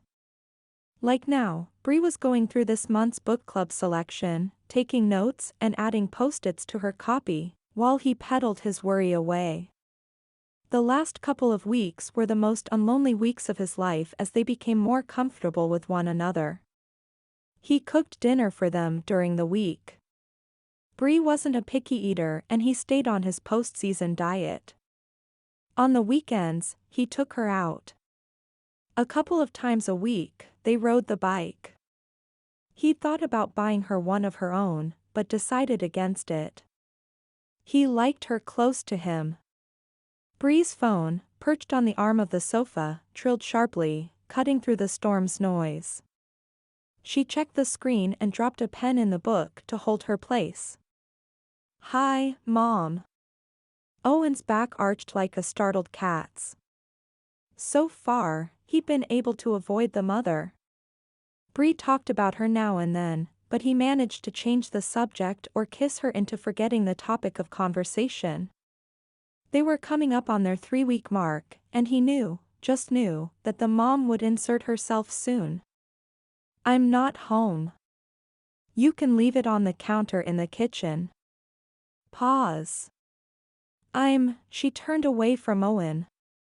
"With a friend." He put in a burst of speed. Sweat dripped into his eyes and stung. He swiped a towel across his forehead and pumped on. "Okay. I'll see you later on. Love you." She set her phone face down on the sofa and settled back into the cushion. Owen was out of air. He puffed and slowed his legs back to a manageable speed. After 5 more minutes, he'd cooled down enough, in both muscles and mom issues, to get off the bike. "Hey." She smiled at him, her expression guarded. He wiped down as best he could with a dry towel and then took the cushion next to her. She didn't snuggle into him. How could she when his clothes were wet? Still, he always felt grounded when they were close. "That was your mom?" She picked up her phone, absently running her fingers up and down the sides. Yeah. "Bad news?" "No. Nothing like that." She palmed her phone. "Something's bothering you." Outside, the lightning flashed and the clouds crashed together. She nodded, her eyes unfocused but the wheels in her head spinning faster and faster. She dug her elbow into the back of the sofa and hiked her legs up underneath her. "I'm just going to lay this out there and you're going to think I'm a dork." He brushed a stray piece of hair off her cheek. "Sweetheart. We already know you're a dork." She laughed and shoved his arm. "Fine. My mom and I have a rule that we introduce each other to the men we kiss." Her cheeks dusted pink. "I know it's silly, but it works for us." Warning lights flashed, blinding Owen to anything but the past he'd endured. To have love ripped away was brutal. He needed to protect what he and Bree had, even if it meant protecting them from her family. Meeting every person Bree kissed seemed overbearing. His parents didn't even know what state he was in half the time, because he was a grown-up and could take care of himself, and because they were the epitome of out of sight out of mind. "Can we just be us for a while longer? I kind of like the privacy." He picked up her hand and brought it to his lips, kissing her palm. She melted deeper into the sofa. "I like it too." She tipped her head to the side and her glasses lifted 1/8 of an inch off her nose. "There's not a time limit on the rule." It's kind of loose that way. So, no rush? No rush. She stood up, gathering her book and phone in the process. I'm headed to book club. He kissed her hand again. Be safe in the storm. She plopped her free hand on her hip. Owen Mattox, I am a Texas woman, I can handle a summer rainstorm. He smiled. One strong gust of wind could carry her off to Arizona. Don't look at me like I'm cute. He laughed. Stop reading my mind. Your mind is written all over your face. You wish. He pinched her sides and she danced and giggled away from him. He watched her leave, enjoying every last second of her around. Kyle poked his head in the side door. Is she gone? Yeah. Why? He came in, wearing a sleeveless workout shirt and shorts. I'm going to lift and I didn't want to show you up in front of your girl. Owen snorted. Whatever. You'd need a tractor to outlift me. More like I'd need a tractor to lift you, you're going soft. Kyle put his fist under his chin and batted his eyelashes. Oh, Bree, you're so beautiful. Owen tore up the cushion Bree had been sitting on and launched it at Kyle. He ducked, but was cuffed in the shoulder. Your aim is off too. I've got more cushions, he threatened half-heartedly. How about you spot me instead? Kyle adjusted the weights, removing several, before lying on the bench. Owen stood behind his head, his hands at the ready. So, how is it in Loveland? Kyle's face splotched with color as he benched. Great, except she wants me to meet her mom. Grunt. You met my mom. Your mom likes me. Because she met you. I need more time. What you mean is you want her to be far enough in love with you that if she had to pick between you and her mom, she'd pick you. Owen contemplated adding weight to the bar and seeing if Kyle was so smart when he had an extra 50 pounds to lift. You're going to have to meet her sooner or later. Later, then. Definitely later. How long could he put Bree off for? Hopefully long enough that they could build a solid foundation. He didn't know her mother. She could be a wonderful lady, but he did know there was no more destructive force than a family bent on keeping two people apart. Chapter 20. What do you think of this one? Bree held up the blue floral print dress and examined it with a critical eye. Normally she stuck to solid colors and avoided prints. Life was just easier that way. And boring. Women who rode motorcycles with pro football players were not boring. It's a little dressy for work, replied her mom. She sorted through the dresses on the other side of the rack. They'd made a day trip out of shopping and a movie. The romantic comedy was fun, and something she'd never get Owen to watch. He preferred action flicks, so they compromised and watched Marvel movies together. Watching muscle-packed superheroes was Way. more fun when cuddled up to a muscle-packed man. Bree laid the dress across her front, looking down as she swished the hem side to side. It's not for work, it's for a date. They'd have to take Owen's SUV if she was in this dress. Strike one. But his eyes would pop out if she showed up in this. She tucked it over her arm and kept looking. A date? With whom? Bree's head came up and she panicked. She was in violation of the kiss pact, had been for almost a month. Geez, had it been that long? Time flew by. His name's Owen. He's new in town. Anything under a year was considered new, right? Mom's hand went to her rounded hip. The football player? Yeah. That's him. Bree ripped through the clothing on that rack and hopped to the next. He's the guy who bit off Michelle's head at the grocery store. Bree paused, her hand gripping a plastic hanger. Michelle was a standing member in Mom's bunco group. If anything happened in Schulenburg, she knew about it, and she made a point of making sure the bunco club knew about it too. Bree thought back to that day she'd invited herself on Owen's church tour. Michelle hadn't said much to her in line. Had she said something to Owen? I didn't hear about that.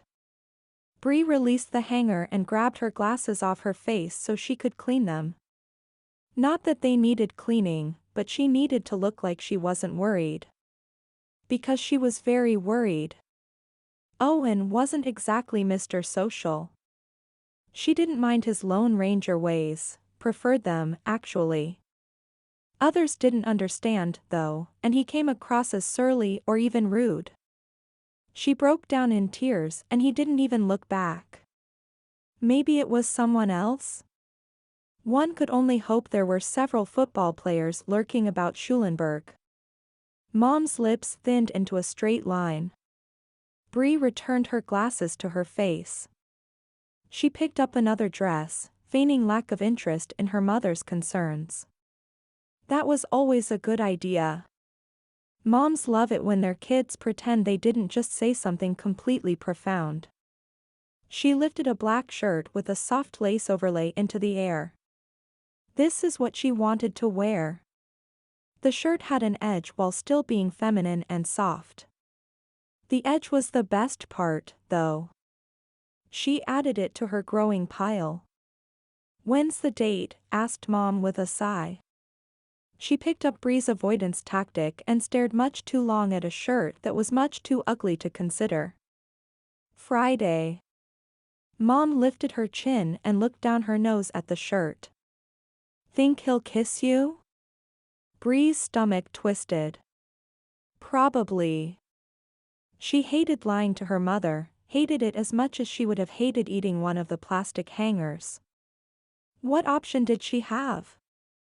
She could tell the truth and earn the wrath of a broken kiss pact, or she could ease her mother into Owen's acquaintance, and vice versa, and pray that they got along like long-lost besties.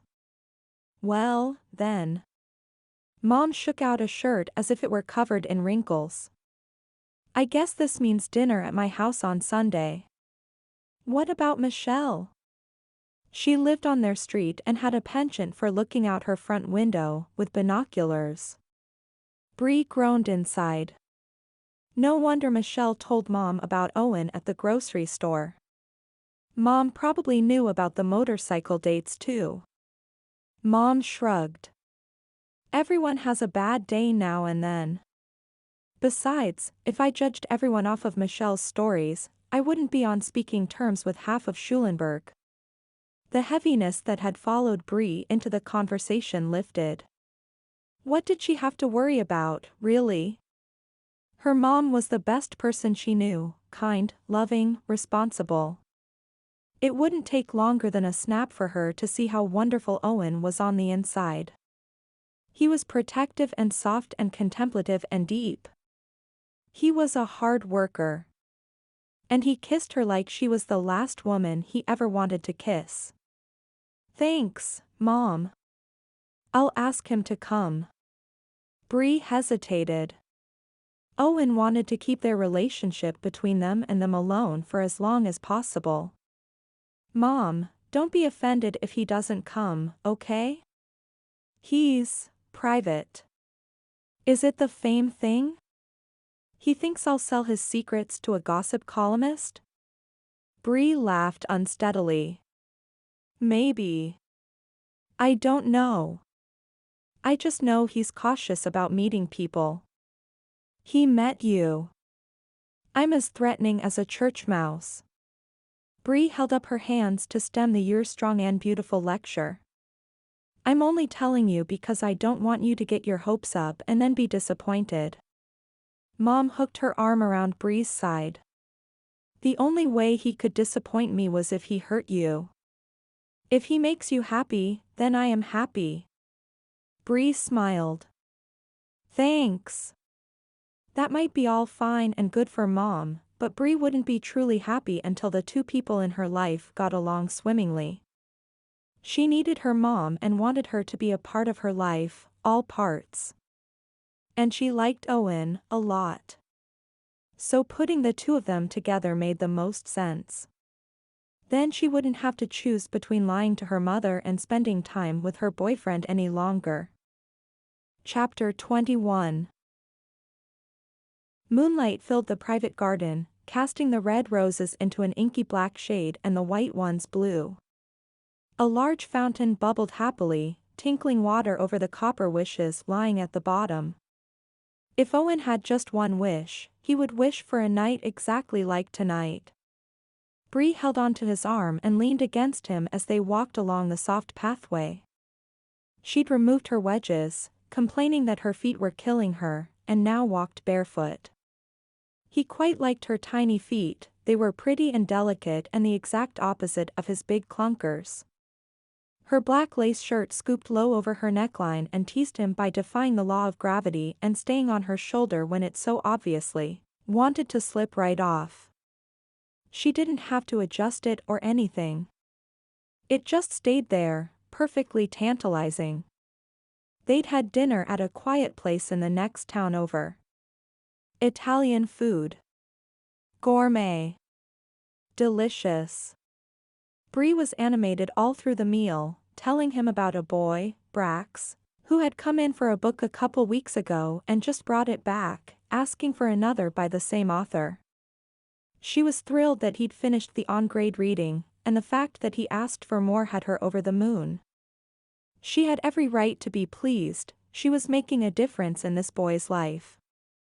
Owen was so proud of her, proud to be her man. And he was falling for her. Harder and faster than he'd ever thought possible. He'd heard other guys say things like, when you know she's the one, you just know, and there's no time limit on falling for someone. It just happens. He'd thought they were full of it. Twitter-pated fools, the lot of them. He was the fool. Owen? Bree's voice was soft, like the velvet rose petals around them. My mom invited us to Sunday dinner. He prickled. I thought we were going to wait to do the whole family thing. You can say no. Her words said one thing, but her stiff posture said another. Owen's whole person wanted to protect Bree from sadness and disappointment. He especially didn't want to be the cause for either of those feelings. Okay. He ran his hand down his beard, wishing he could smooth out the troubled waters in his soul as easily as he could smooth his facial hair. Really? He swallowed the shards of glass that had appeared in his throat. Really? She hugged his side and then jumped, throwing her arms around his neck. He grinned, holding her up with one arm so he could trace her lips with his free hand. Her soft brown eyes brimmed with happiness, and he struggled with the regret already building inside. He was in this too far to pull out, and that was scary, because it meant that he was in far enough to be hurt, badly. Bree was such a small thing, but she packed a powerful punch right to his heart. Chapter 22. Bree's nerves tingled like a live fuse as she showed Owen into her mother's house. So this is where I grew up. She waved at what her mother had always called the formal greeting room. Really, it was supposed to be a piano room, but neither of them had musical talent. The matching gray sofa and recliner were for reading. Young Bree could have read anywhere in the house and have silence, but she would camp out on that lumpy sofa while she waited for Mom to come home from work. It's nice. Owen shed his light jacket and hung it over the arm of the recliner. The room shrank with him inside. Bree? Mom called from the kitchen. We're here. Bree pressed her fingertips together. Come on back. Owen reached for Bree's hand. She hesitated. They'd been dating heavily for about a month, but Mom didn't know that and Bree didn't go for public displays of affection. Usually. With Owen, everything was different, in so many good ways. That's what she needed to focus on, and so she slipped her hand into his and pulled him around the corner and into the tiny kitchen. The galley had room for 2 people tops, so she headed to the other side of the bar and settled onto a stool so she could face her mom. Owen sat beside her, but angled towards her and not the kitchen. Their hands hung linked together between them. Mom smiled up at them, her hands covered in flour and dough. In front of her was a lump that would soon be fresh rolls. "Mom, this is Owen." "Owen, this is my mom, Doris." Owen smiled carefully. "We met at the expo." "It's a pleasure to see you again." "You too." Mom's smile was guarded. She took in their clasped hands. "I'm sorry about the mess. I'm a little behind." "No worries." Their less than enthusiastic greeting made Bree's blood pressure hike up. Her fantasies of the 2 of them becoming fast friends were evaporating quickly as Owen cleared his throat and glanced around the room. Mom stared at the dough as she kneaded. "What are you making?" Bree asked. "Rolls." Finished with the kneading process, Mom ripped the dough into small balls and placed them in a prepared dish. "That sounds good. You've had my rolls 100 times." "I know. I just haven't had them for a while." Mom didn't answer. Owen squeezed her fingers. Every thought that entered Bree's head sounded trite, and so she kept her mouth shut. Owen stared at the clock on the microwave. Mom worked quickly as if she couldn't wait to get dinner over with.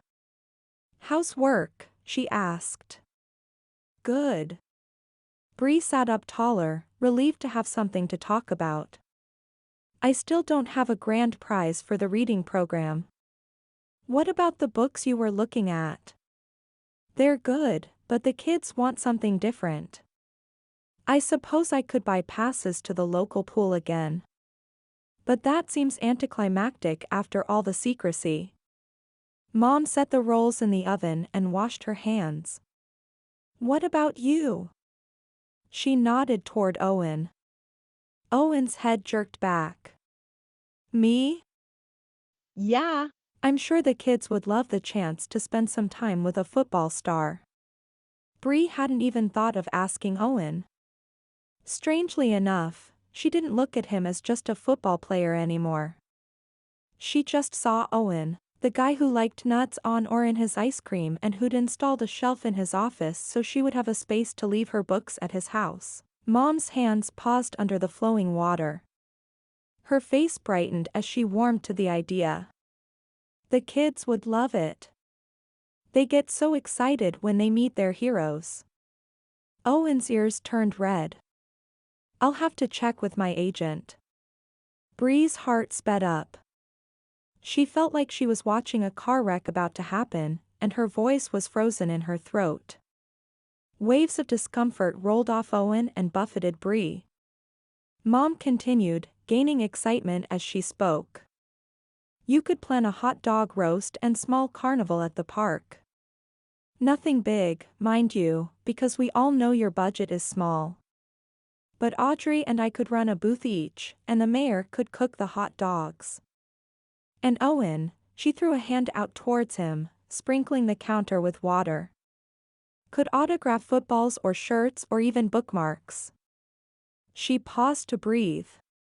Next to Bree, Owen's arms were tight and bulging muscles in all directions and his eyes were narrow slits. "Mom, I told you, Owen's private. He doesn't like people to make a big fuss." Mom finally looked at Owen, really looked at him. Had he the ability, steam would blow from his ears. Her face fell. I am sorry. I got carried away." She rubbed her right hand up her left arm. Bree was torn in 2 directions. Her mom really was just trying to help. And Owen wasn't the type to work his fame for himself. Yes, he did sponsorships, but they were as hands-off as possible, a photo shoot for cereal or game footage for a sneaker. Bree wanted him to feel at ease and she wanted her mom to feel valued for the suggestion. Was there a way to do both? Owen swallowed heavily. I would like to help, but I've signed contracts with the team and sponsors that have clauses limiting my public appearances. I'd need to make sure I'm not violating a contract. That's completely understandable. Bree nodded, desperate to find even ground for the two of them. Although he would make an awesome surprise for the kids. The kids would get tickets for the games based on how many minutes they read over the summer. Once she announced the prize, the children would double up their reading time to earn more tickets. Yeah. This could be the best end-of-summer bash the library has ever seen. I didn't realize your life was so complex. Mom dried her hands and stood across from Owen. I'm sorry if I put you on the spot. Owen lifted a shoulder. No worries. Bree cringed. He'd used the "no worries" phrase twice now. Which made her worry. Mom reached for a stack of plates and a pile of flatware. I'm going to set the patio table. It's such a nice night, I thought we could eat outside. Owen was on his feet and had the plates in his hands before Bree realized he'd let go of her hand. I've got this. You two relax for a few minutes. He escaped through the sliding glass door and slowly laid a plate down, like he was taking his time and drawing out the chore so he could be alone for a few moments. Bree sighed. Mom leaned on her forearms on the bar. That was nice of him to offer to set the table. That was Mom, looking on the bright side. He's good like that. Good. Mom went to check the lemon chicken. Owen finished arranging the table and went to stand at the edge of the deck, his arms folded. Bree wished she'd waited to introduce her mom and Owen. But hindsight was always 20/20ths. She just hoped the two of them could recover from tonight. Chapter 23. A little over a week later, Bree was finishing up with the new arrivals for the children's section when her phone rang. Hey, Mom. Hi, sweetheart. I haven't seen you for a while. How about a movie night tomorrow night? Bree cringed. She had plans with Owen.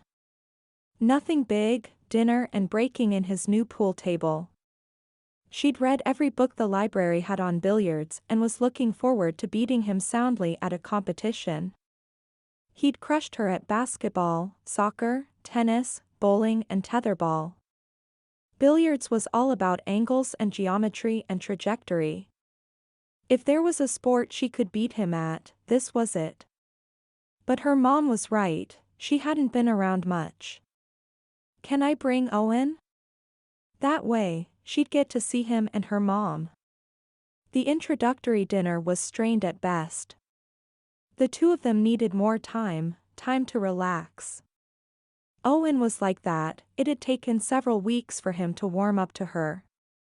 A movie night was the perfect solution.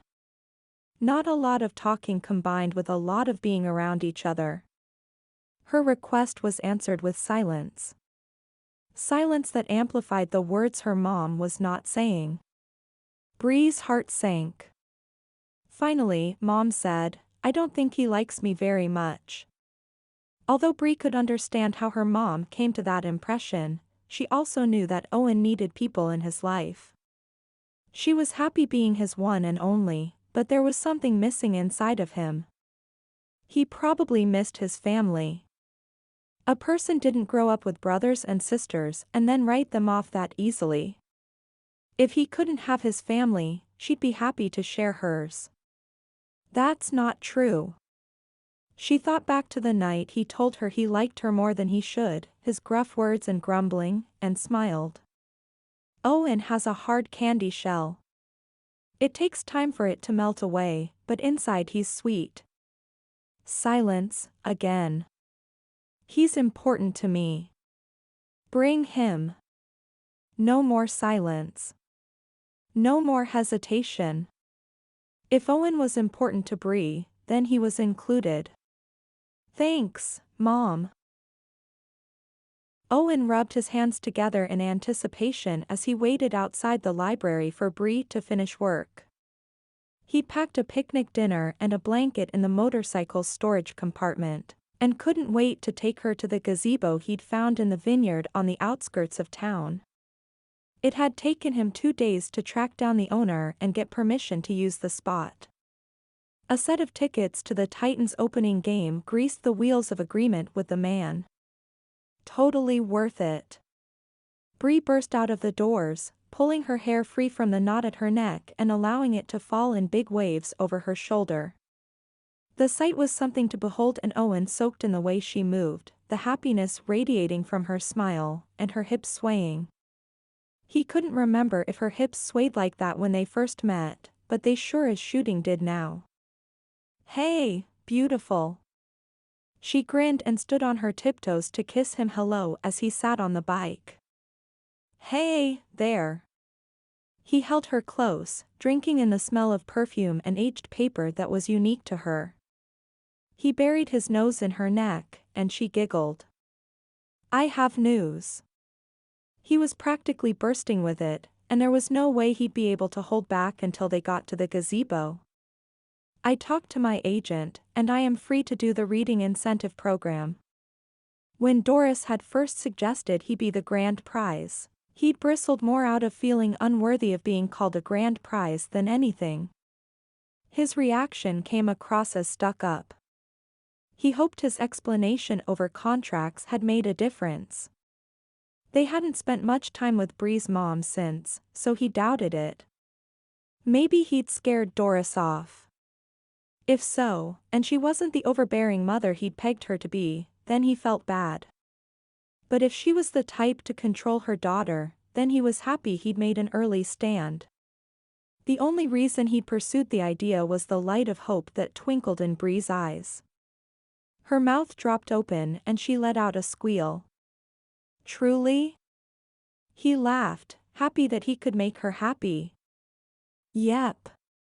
She kissed him soundly before climbing on behind him and holding tight. She didn't have to hold on to him that securely, she had enough experience on the bike that she could have let her arms hang loose. He reveled in the feeling of rightness that came with her wrapped tightly around him.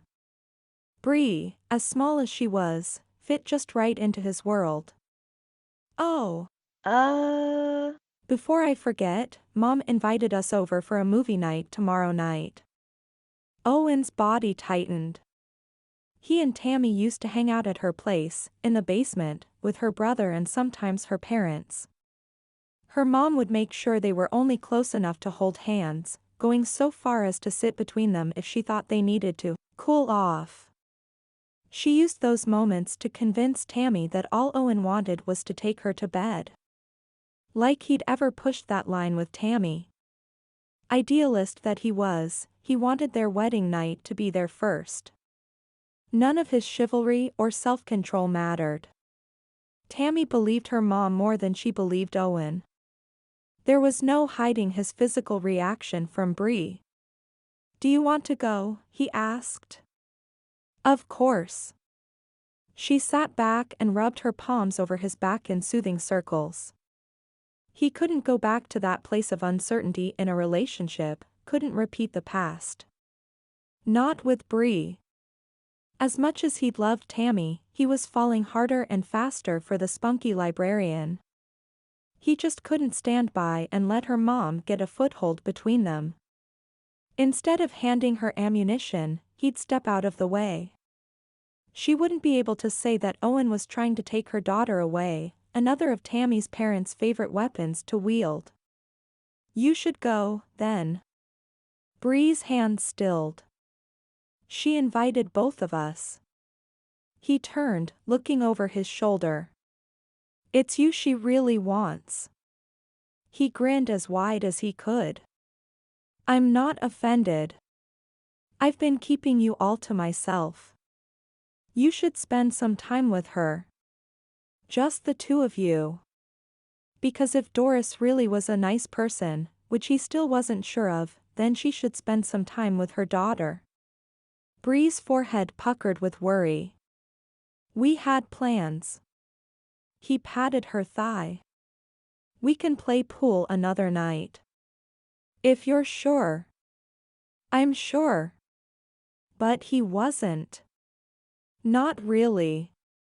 He'd reviewed the last few months of his relationship with Tammy in his head 100 times, like game tape stuck on replay.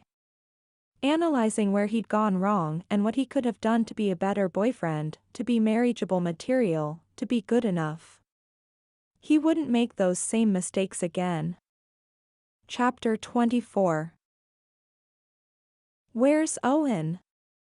Bree's chest tightened. She'd come up with 1,000 excuses, everything from there was a football emergency to his motorcycle had a flat, and none of them sounded plausible. So she went with the truth. He stepped out so we could have a girls' night. Oh. That one little word was packed with disbelief as well as suspicion. Bree presented the bag of microwave caramel popcorn. Shall we get started? She was in a rough spot, between the man she daydreamed about when they were apart, and her mom, who'd always been her biggest cheerleader and wise confidant. She wouldn't let either of them go. She needed both in her life. There had to be a way to bring the two of them together. Owen's shoulders and back were on fire. He pounded the punching bag over and over again. Bree was with her mom and he was with Kyle. The house was as empty as the Titans stadium in February without her smile there to fill it up. Maybe he should have gone with her to the movie night. No. Going had a whole different set of problems. He grunted and landed a particularly hard hit, making the bag shudder. Kyle, who was stabilizing the bag, stumbled back. He glowered at Owen. Are you trying to kill me? Sorry. Owen grunted and ripped off his gloves. Why couldn't I fall for a nice orphan hermit? Kyle rubbed his shoulder. Do you really want an answer to that? Owen's head snapped up. You have one? He'd spent hours analyzing the reasons why he wanted Bree, why she was the one who called to him. Kyle lifted his palms. Dude, you pay for me to fly to Vegas whenever my parents call. Anytime we go out to eat, you watch the parents and kids. I think, deep down, you want a family. So you picked a woman who values what you value. The fight melted out of Owen. He had a hard time standing and fell onto Bree's couch. Kyle was right. He did want a family all his own. One he could hold close, cherish, and unleash all the pent-up love he saved for them and only them. He didn't give out affection like it grew in the grass. He was saving his love for those who would accept it without question. He wanted Bree to be one of those people. I think I'm falling in love with her. He hung his head in defeat. As much as he'd tried to protect his heart, Bree had seized it in her delicate hands. Kyle fell onto the couch, angling himself against the armrest. Man up and tell her. Yeah. He would. As scared as he was to put himself out there again, he had to do this. Bree was worth the risk. And if she chose not to love him back or her mom got in the way, he'd finally know that he was the problem. That he wasn't husband material.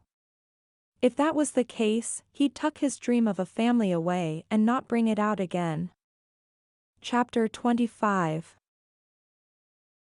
Saturday night hadn't been all that special of a night in Bree's life until Owen came along. Owen liked date night to be special. They drove out of town to try new restaurants, they attended a concert or went to a new movie, and they always got dressed up. As much as Bree enjoyed snuggling next to him on the couch and reading a book, she adored the opportunity to turn his head when she wore a new dress. And she wore a lot of new dresses now that she had a reason to. Her closet was filling up fast. She'd need to curb her impulse shopping on Amazon before she put herself in the poorhouse, but the results were worth it. Especially tonight. She picked a dress that was tight, like a pencil skirt, that stopped 4 inches above her knee.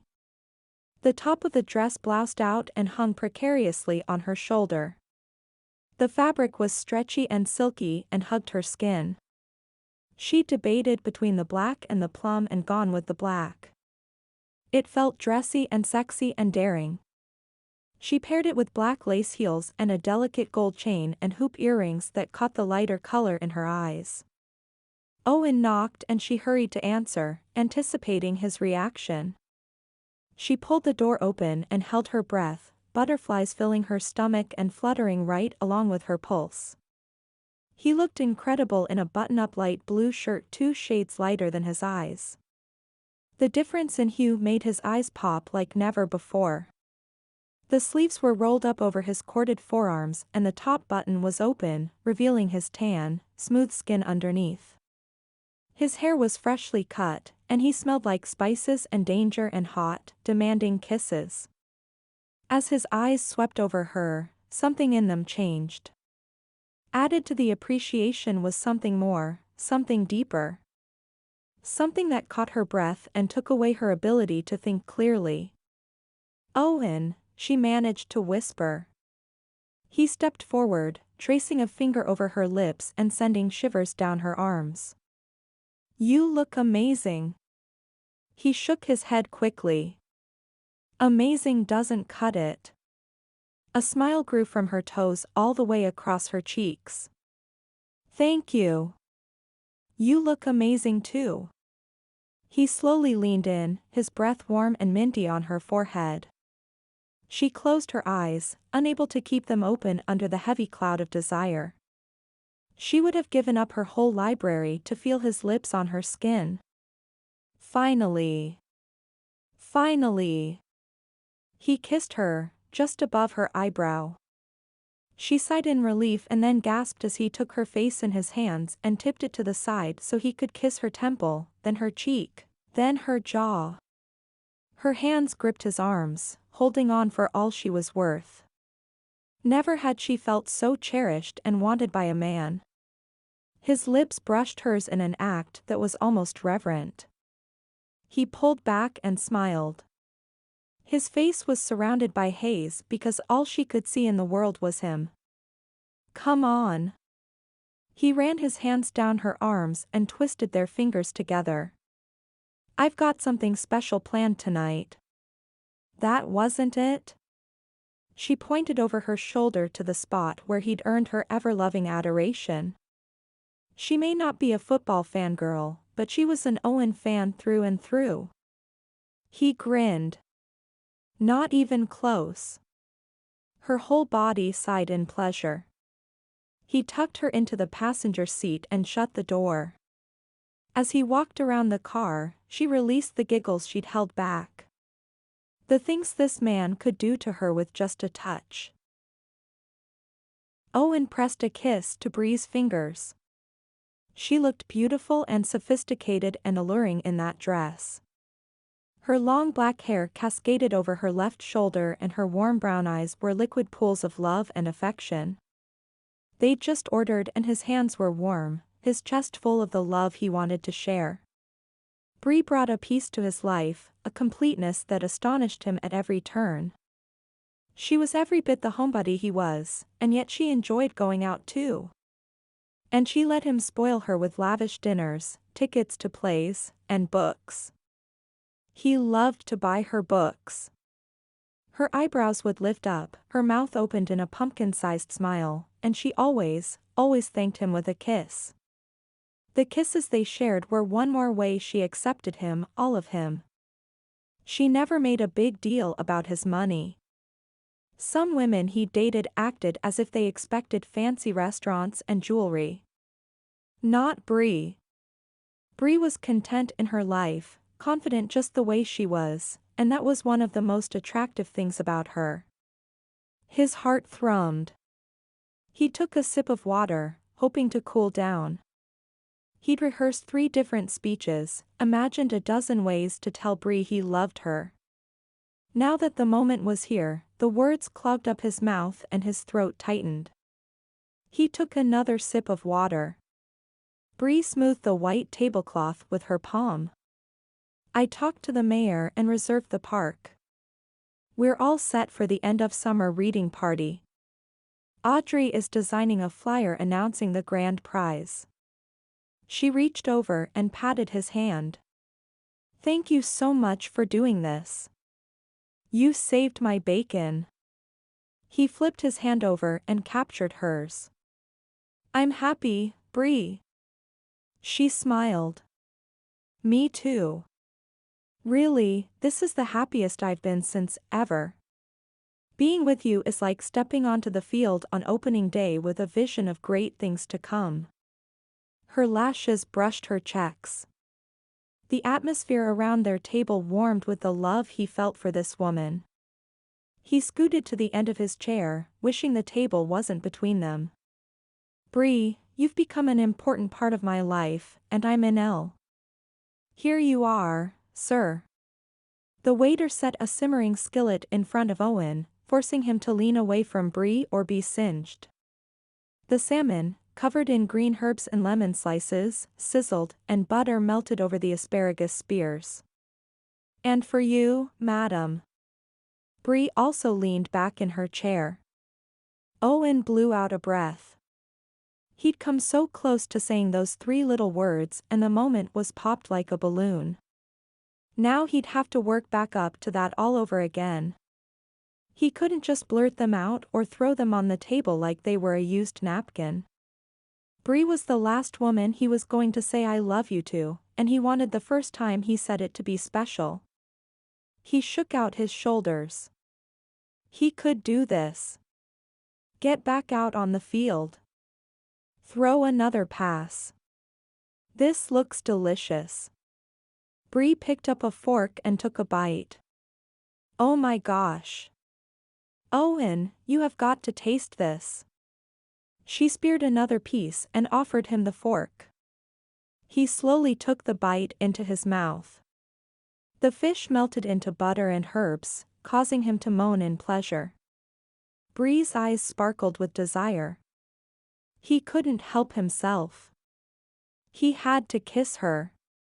So he leaned over the table, his gaze dropping to her lips. She lifted out of her seat and met him partway for a slow, not long enough kiss. Suddenly, the feeling was back, the intimacy, and the connection that wrapped their 2 hearts together. Bree, when I'm with you, it's like everything else fades away. She smiled shyly. I know what you mean. Bree, Bree's phone rang loudly, making her jump. Sorry. She dug through her tiny purse, casting an apologetic look toward the couple at the next table over. Sorry, she whispered again. Covering one ear, she pressed the phone to the other. Hello? I'm sorry, who? Her head popped up, her eyes wide in fright. I'm on my way. She stood, gathering her purse. Owen came halfway out of his seat. What's going on? That was the hospital. My mom was in an accident. He stood all the way. Where? She rattled off the name of a hospital. He didn't even know where it was or how long it took to get there. The waiter appeared. Is there something I can assist you with? We need to leave immediately. Owen reached for Bree's elbow. I'll have your check ready up front. Bree chewed her bottom lip and shoved her glasses up on her nose. I need to walk. I'm going out front. She hurried off. Owen rushed to the front only to wait for the server. He tapped his fingers on the counter impatiently. His phone beeped. He fished it out of his pocket to find a text from Bree. "I've got a cab. I have to go." Owen stared at the words in shock. She'd left him? He was trying to pour his heart out, and she left. Couldn't even wait for him to give her a ride. She just left. "I've boxed everything up for the two of you." The waiter presented him with black to-go containers and a self-satisfied grin.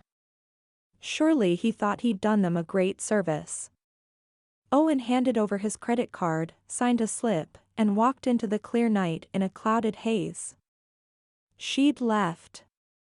He shook off the feeling of abandonment. Her mom was in an accident. She wasn't trying to get rid of him or block his declaration of love.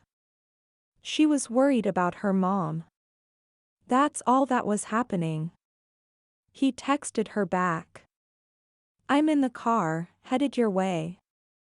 You should go home. I'll call you when I can." When I can? Not tomorrow? Not later? But an open-ended "when I can"? Was that all he was to her? Confused and heart-bruised, he put the car in gear and drove home on autopilot. Tammy's family had made up emergencies to separate them too. They'd be on a date and her dad would suddenly have a migraine and need her care. Or her mom would need someone to drive her to the doctor's office. An emergency every time.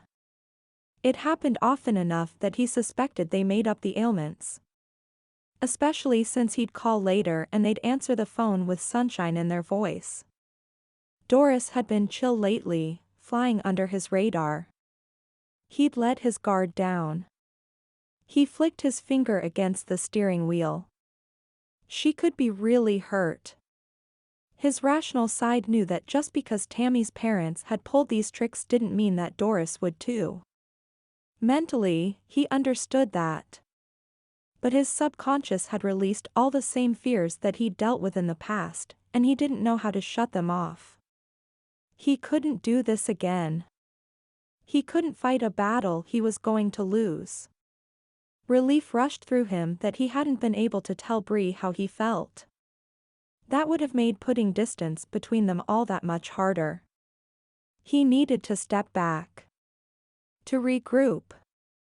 To see things with clear eyes and not the rosy glasses of love or the dark glasses of a lost love. If Bree came with an overbearing mother, then he had to let her go. Only time would tell the difference. Time would show how much of a priority she placed on them, and in turn how much of a priority he was in her life. Chapter 26. Bree carried a tray of grilled cheese sandwiches and chocolate milk into the living room, comfort food for her mom, who was laid up with a broken leg. "Thanks for calling." Mom hung up the phone. She'd been on with her GP, who had wanted to see her after hearing about the accident. They'd only left his office an hour ago. "The doctor says I'll be out of commission for a week, and then I should be able to get around with crutches." Bree set the tray on the coffee table and helped her mom to sit up higher. She was laid out on the couch with a couple pillows under her leg. "You're lucky it wasn't worse. I'm not old enough to break a hip." "Not yet, anyway." Bree bit her tongue. Her mom had fallen in the shower, or rather, getting out of the shower, and broken her leg just below the knee. She'd army crawled to the phone and dialed 911. That proved she was tough.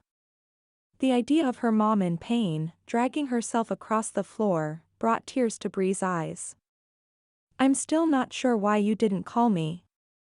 I could have at least gotten you a robe or something."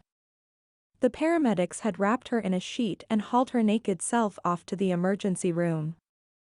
Bree had to gather underwear and pajamas to take to the hospital so Mom could have something to wear home. "You were out with Owen." "I didn't want to impose." At the mention of Owen, breathing became difficult. "Shoot. I forgot a napkin. I'll be right back.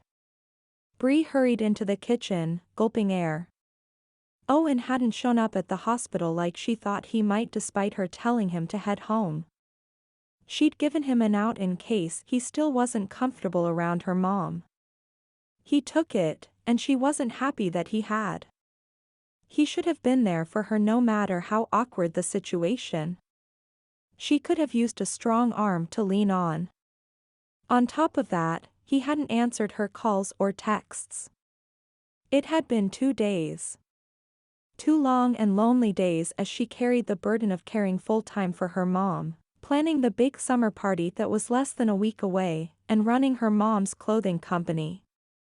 Because she'd started late, the party consumed spare minutes like they were Oreos. She'd packaged more of the hiking skirts than she cared to see in her lifetime and was painfully close to all 3 of Schulenburg's mail carriers. As busy as her life was, there was a gaping hole that ate at her heart and threatened to pull it into the darkness like a big black hole of love. She decided to try him again. "Hey, just hanging out at Mom's. Call me when you get a minute." She stared at the screen, praying the 3 little dots would jump or wave or something that indicated he was texting her back. They sat there, dead. Kind of like her heart when she thought of not talking to Owen for 24 hours more. There had to be an explanation for his silence. Maybe he'd been in an accident. The thought sent ice through her veins. No, Kyle would have called her. Bree managed to get along with Owen's best friend, why couldn't he try harder with her mom? Standing around in the kitchen wasn't helping her work through all these emotions. "Mom, I'm going to run a couple errands. Can I get you anything?" "No thanks. I'm going to take a nap." Bree snagged her keys off the hook and ran out the door to jump into her car. She barely saw the road signs and traffic lights on the way to Owen's house. As she came around the last bend and the view opened up before her, she sighed. His house was beautiful, inside and out. She was so proud of all the work he'd put into it, the time and effort he'd applied to make the home a place of welcome and comfort. The steps were easy to hop up and she pressed the doorbell. Her knees bounced in anticipation. No matter why he hadn't answered her, anticipation at seeing him again thrummed through her veins. After what seemed like an eternity, the door opened and there he was. "Owen." She grinned up at him, feeling all that much better just to see that he was all right. She went to step forward, expecting him to step aside and let her in or open his arms to her, but he stood like a sentry in the doorway. Rebuffed, she inched her shoes backward. "Hi. Bree? What are you doing here? I came to make sure you were okay. I was worried when I didn't hear back from you." He folded his arms. "It took you 3 days to notice?" His judgmental frown didn't sit well with her. "I've texted and called. In case you forgot, my mom was in the hospital. She's in bad shape." "I'm sure she is." His disbelief was baffling. "Really, she fell down and broke her leg." He scratched at his beard, which had grown longer than she'd seen it before. His hair was longer too. And his eyes were drawn. "Are you okay?" He leaned against the doorframe, his hands in his pockets and his chin down. "I've been doing a lot of thinking." Bree turned slightly to the side, like she was deflecting a blow. Owen had never lashed out at her, but there was an instinct that told her whatever he was going to say would hurt. "I don't think we should see each other anymore." "But," she cut off, unsure what she was going to say after that. What did one say to such a declaration? Why? Why? Yes, Owen. Why? He'd said several times how much he cared for her, how right she felt in his life. He'd looked at her like he loved her for some time now. I can't be second string in a relationship. I've been there before. Waited while the girl I loved catered to her family's every need, and when I thought she loved me, they yanked her away. He finally looked at her, looked hard and long and piercing. I can't be second string. I won't. Is this because I left the restaurant? She debated getting that cab, but it was sitting right there on the curb like an answer to a prayer.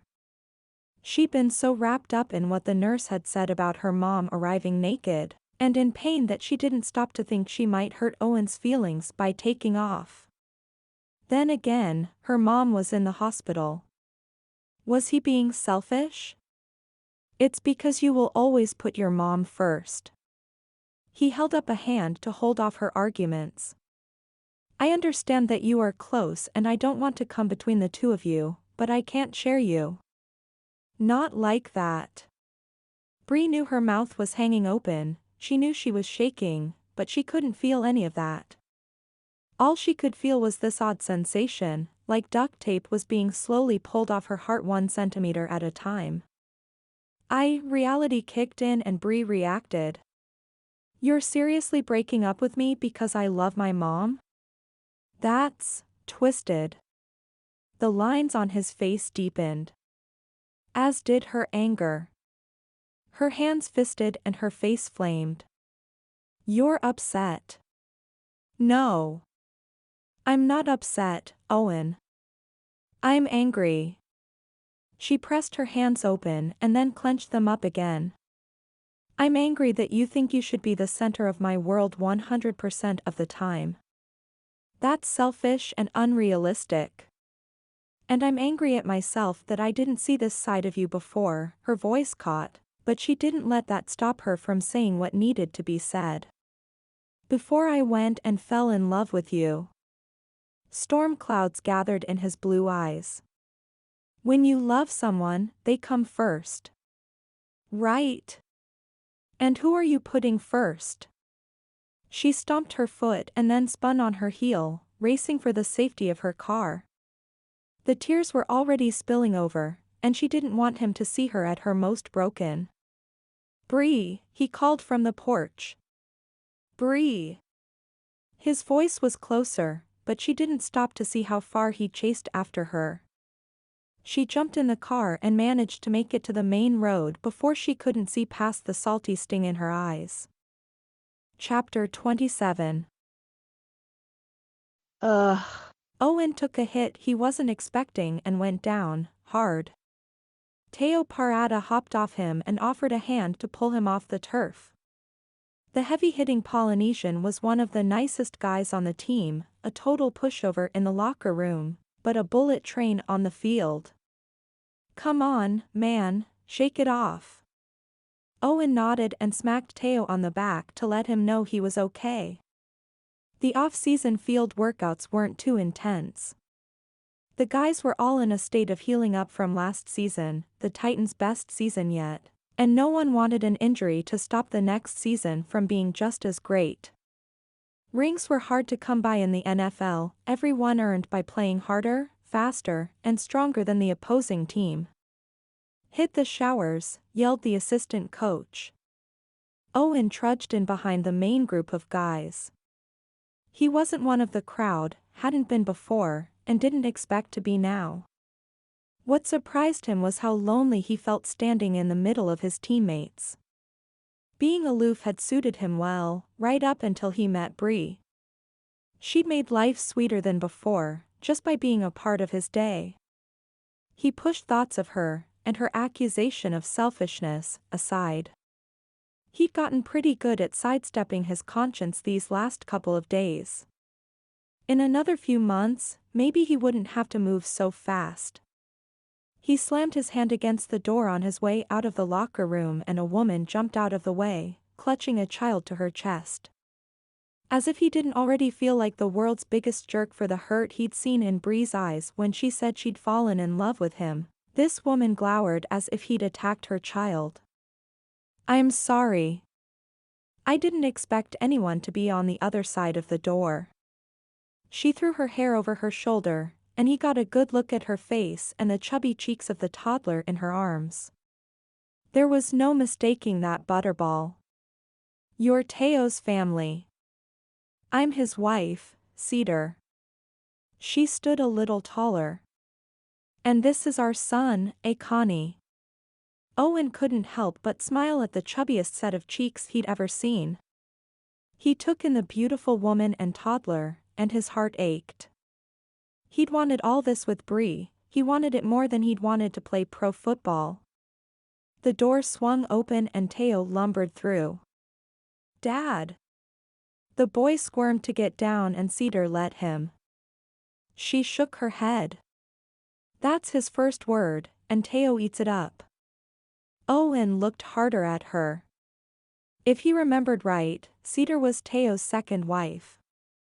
He never would have guessed that she wasn't Connie's mother, not with the way she beamed at him. Teo picked Connie up and tossed him into the air before seeing Owen. "You good?" he asked, his forehead etched with concern. "You don't look so good." "I'm fine, physically." It was his head that was a mess. Well, his head and his heart. "You have a beautiful family." Teo flashed his pearly whites. "Thanks. Family is everything, you know?" Owen nodded like he understood, even though he didn't. Cedar checked her phone. "Your family just landed. We should get going." Owen fell in step with them on the way to the parking lot. "Big reunion?"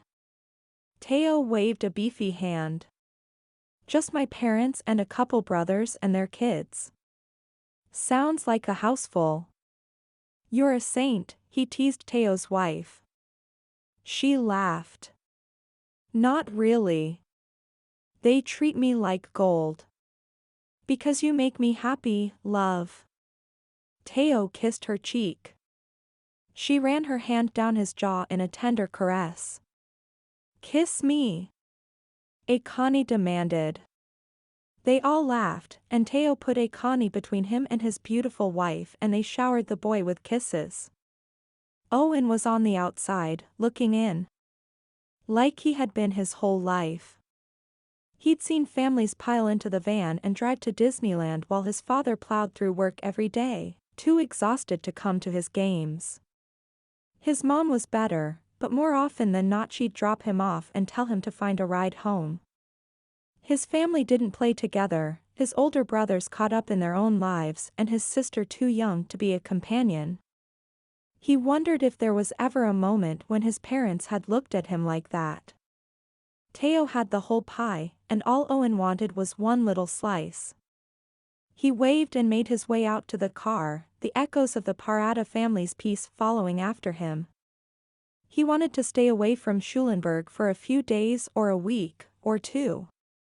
Physical space from Bree and her hometown was good because he wasn't reminded of the time they'd shared at every turn when he was in Dallas. His apartment was sparse and she hadn't been there yet to leave an imprint of herself behind to haunt him. She was all over his beloved and well-planned home, from the bookshelf in his office to the couch in his weight room. He was halfway to his apartment in the city when the phone rang. He pressed the button to send the call to Bluetooth. "Hello? Owen?" The voice was familiar, but he couldn't quite place it. "I'm sorry, who is this?" "Doris Phelts." He gripped the leather steering wheel. This was a new twist. "Hello, Doris." "Hi. Listen, I wanted to apologize." He stayed taut, his knuckles turning white. "I wasn't really friendly the first time we met, and I feel like that put us off on the wrong foot." "I'm sorry about that." "It's fine, Doris." "See, I don't think it is. I'm just sick thinking I cost you and Bree something wonderful because I was being stubborn. She's torn up and I feel as though I'm to blame." Owen's foot slipped off the gas and the car slowed. Bree was hurting? Because of him?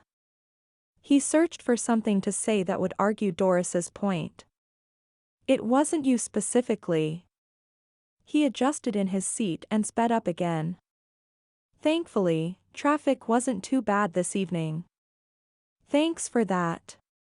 I want you to know that, as a mom, Bree's happiness is what matters most.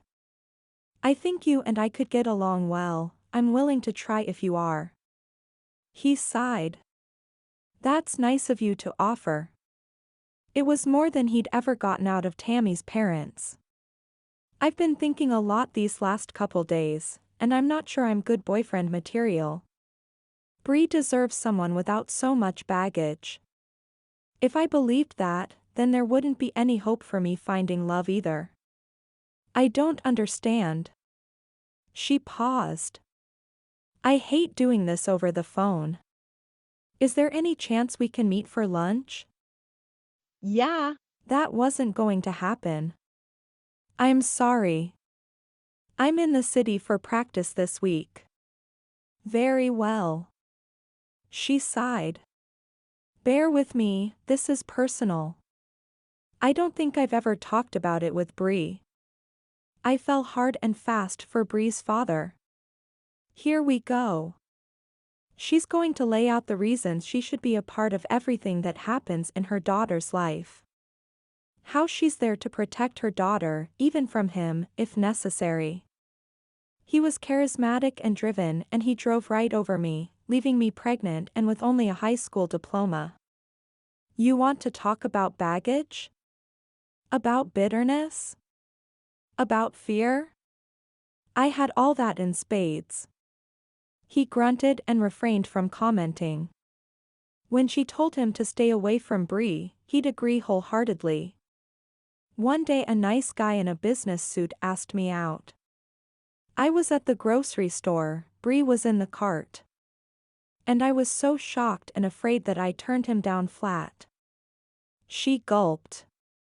I kept thinking about him, wondering what he could possibly see in a single, stressed-out mother that was worth taking the risk of rejection over. He shifted in the seat. So far, she hadn't attacked him, but he wasn't about to let his guard down now. I worked on it, on me and my fear. I've had several serious relationships. They haven't worked out, but I've decided love is a journey, not a destination. But you can't take the journey alone. He pulled off the highway and parked at a gas station. Was she really encouraging him to be with Bree? What if I hurt her? You will. Wah. It's part of love. You're going to hurt her and she's going to hurt you. Not on purpose. But it will happen. Owen, I know you're looking for a guarantee, but there aren't any, not in life, and not in love. Owen tapped the steering wheel. His brain was on overload. Thanks for calling, Doris. Anytime, sweetie. He smiled at her, calling him sweetie. And no matter what happens with you and Bree, I'd like to say you're my friend. Her request was unexpected. He hung his head. Was it possible that he'd misjudged the situation from the start? That he'd let his fears smear darkness over what was a healthy family relationship? Yeah. They said Goodbye. and he sat in the parking lot, staring at the neon, open, sign in the window and mentally chewing over the conversation like a rubbery steak dinner. Doris hadn't called him a coward, but he certainly felt like one. He also didn't like the fact that she'd shined a spotlight on his feelings of unlovableness. Calling him out for pushing Bree away when she'd done nothing to deserve it. And she'd done it all without calling him a name or demoralizing him. No wonder Bree was such a beautiful person. He'd been blinded by his past, by a need to maintain a sense of freedom from pain, and in the process, he'd hurt himself. And worse yet, he'd hurt Bree. He should call her. See her. Take her a dozen flowers and a new pair of boots. Anything that would get him 5 minutes with her ears and heart open enough to hear him. Flowers and boots wouldn't do it for Bree. Books, Maybe. He tapped the steering wheel. Not books, something bigger. Something that would show her he was through being selfish. Chapter 28. Bree ran the packet of bookmarks to Audrey. Here's the prizes for the ring toss. If they get anywhere close, hand them a prize. I ordered way more than we need, and they say summer reading on them, so we can't use them this fall. Audrey pulled a face. Sorry about that. Bree mentally kicked herself. Audrey was the one who designed the bookmarks. She really needed to keep her mouth shut. They look great. And hopefully, they'll inspire the kids to read all year long. Sure. Audrey shook Bree's arm. Stop worrying about me. I'm fine. How are you doing? She scanned the park. The sun was out, but the surrounding trees provided enough shade. Families milled in front of the stage, waiting for the mayor to start the carnival. She'd managed to pull together 7 different booths and the hot dog roast thanks to a last-minute donation of $500. She suspected it was Owen's way of easing his conscience for not being here. If so, he had a cheap conscience. Oh, you know. My big prize is a no-show, my heart's been trampled, and the mayor glares at me every time I walk past the barbecue. I think he's going to petition the board to have me fired. It's not your fault Owen isn't here. His agent said they had a summer workout. That was a fun phone conversation. Being let down easy by a guy's agent is still being let down. Audrey rubbed her back. Yes, it is. And you have every right to fill that fountain in front of his house with dish soap. Bree laughed. Wouldn't that be a sight? I wish I had your guts. Want me to do it for you? No. You stay out of trouble. Like anyone would suspect a librarian. Why superheroes have secret identities as billionaires and newspaper reporters is beyond me. Bree chuckled.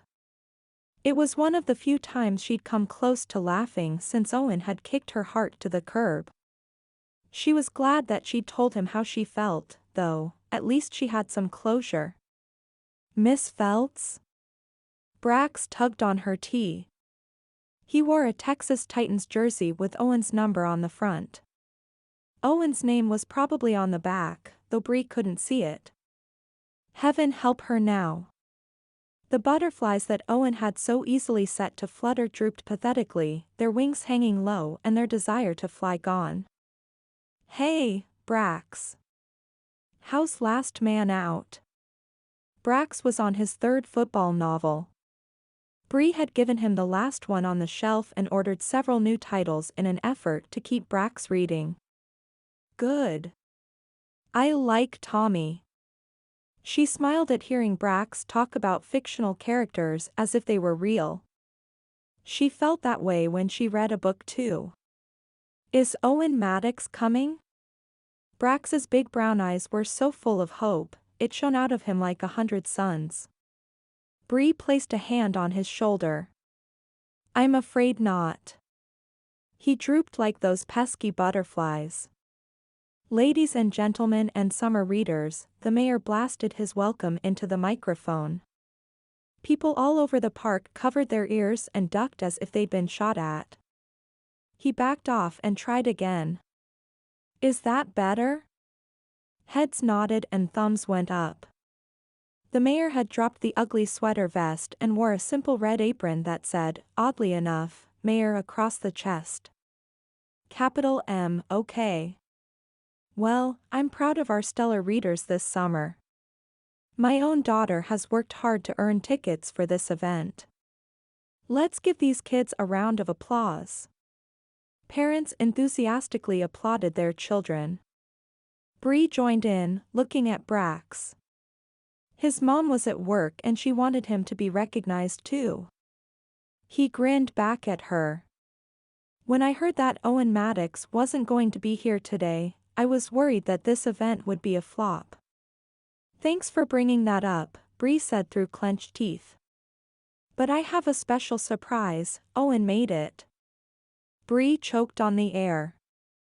Her hand went to her chest and she blinked 100 times in the minute it took Owen to cross the stage and take the microphone from the mayor. The applause was louder than before as kids jumped and yelled in excitement. I thought he cancelled, Audrey whispered. He did.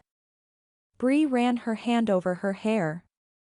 It was a mess from running from booth to booth and from her car to the barbecue. Hello. Owen waved to the crowd, and many waved back as if he'd singled them out. His smile was tight, his teeth barely showing. He looked so good in his Titans shirt and athletic shorts. His hair was perfect, as usual, and his skin was all tan and beautiful. Bree ached to be held in those strong arms just one more time. Tears stung her eyes. Why did he have to look so good, and why did her heart have to ache so bad? Being in front of everyone was not a place Owen wanted to be, but he'd come even when he'd made an excuse not to be here. The big jerk had to go do something heroic. She could kiss him and punch him all at the same time. I'm not one for crowds. Bree laughed painfully. She'd pegged that just right a moment before he did. So I'd like to have someone come up here with me. He shielded his eyes with his free hand. Bree Phelts? Honey, will you come on up here? Honey? Audrey placed her hand on her hip, offended on Bree's behalf. He's calling you honey? It's okay. Bree hurried through the crowd, feeling people track her progress. She climbed the 3 steps and met Owen on the concrete slab that served as a stage. Hi, she whispered. This close, he smelled so good. The duct tape peeled away from her heart again, leaving her raw and open. Bree Phelts, everyone. Owen spoke to the crowd and motioned to her. The amazing librarian who put together the summer reading program for your children, planned this carnival, and is responsible for convincing the mayor to roast hot dogs. Bree smiled, her face turning red as the library patrons chuckled and clapped. The applause wasn't as big for her as it had been for Owen, but she spied Brax in the back clapping loudly. All the work was worth it to see the happiness on his face and know that he'd found his way into the library, and the library had found its way into his life. He was a strong reader now, and that was better than all the applause she could get in a lifetime. As soon as the clapping died down, Bree turned to go. Owen grabbed her hand and held her there. There's something I need to say to Bree while she's up here. She tried not to look at Owen, but she could see him watching her out of the corner of her eye. Bree. He tugged on her hand, prompting her to turn to look at him. Bree, he said, softer and with feeling. You shouldn't like me. Bree cut a glance at the crowd. Every eye was on the stage and no one spoke. Smoke wafted up from the barbecue and even the mayor had stopped to listen. It was like the park had been frozen in time. I'm rough around the edges and I pushed you away because I was afraid to let you break my heart. In the process, I broke yours. You shouldn't like me, Bree, but I'm praying you do. Bree's free hand covered her mouth. Tears blurred her vision, making it difficult to see Owen. Give us a second chance, give me another chance to prove to you that I love you more than my fear. I promise I won't let my fears win out again. He dropped the mic away from his mouth. Please, Bree. I don't want to be lonely anymore. She sniffed, moving her hand from her mouth to his stubble-covered cheek. He was afraid? Him? I don't like you, Owen. I love you. He threw his arms around her and lifted her off the ground. I'm going to kiss you in front of the whole town. I'm going to kiss you back. She tipped her chin up, and when their lips met, all the love Owen had professed to have for her rushed through her body like warm tingles and musical notes. Owen was back and he loved her. "All right, you two, this is a family event." The mayor pried the mic out of Owen's hand and bumped the two of them with his hip. Owen released her just enough that she could touch her feet to the ground, though she wondered if she'd ever feel the earth beneath her feet again. Owen loved her, said so in front of 100 people. "Who's ready to play catch with Owen Mattox from the Texas Titans?" The mayor's voice boomed through the park. Owen grinned down at her. "I guess I have to go play." She giggled. "If you must, you must. Will you be here when I get done?" A note of vulnerability came through. "We should talk." Bree ran her hands up his nicely formed arms. "I'll be here." He pressed a kiss to her cheek and then jogged down the steps to land in a group of eager football fans, children and adults alike. The lines around his eyes were tight, this wasn't easy for him. But when he caught Bree's eye, she could see that he was willing to do it for her. He was here for her. If ever there was an act of love that proved how much he cared, it was the Lone Ranger working a crowd. Later on, after the children had eaten every last hot dog and the parents had taken all the selfies they wanted, Owen and Bree sat on the edge of the stage. Their legs dangled over the edge, his much longer than hers. He took her hand, tangling their fingers together. "I'm sorry." She leaned against his arm, soaking in the sturdiness of his body and his newfound determination to be a part of her life. "I know. I should have shared my past." She shook her head. "You don't have to, Owen. I have things buried too. A girl doesn't grow up without a dad and come out without some issues. I think, as long as we understand that those are in the past, and that we are building new memories independent of those, we will be okay." He put his arm around her and pulled her onto his lap. "You can tell me anything you want, or you can lock it away. It won't change how I feel about you." She cocked her head to the side and trailed her nails up the short hair on the back of his neck. He shivered. "How's that?" He pressed his forehead to hers. "I'm in love with you." She breathed in as if the words were particles in the air and she could absorb them into her cells. "I love you too." He cupped her face and brought his warm lips to hers, kissing her slowly as if drawing out the moment to last forever and hold all their love inside of it. You've been listening to The Guardian Groom, a Texas Titans football romance novel. Written by Lucy McConnell. Read by Christina Dimmick.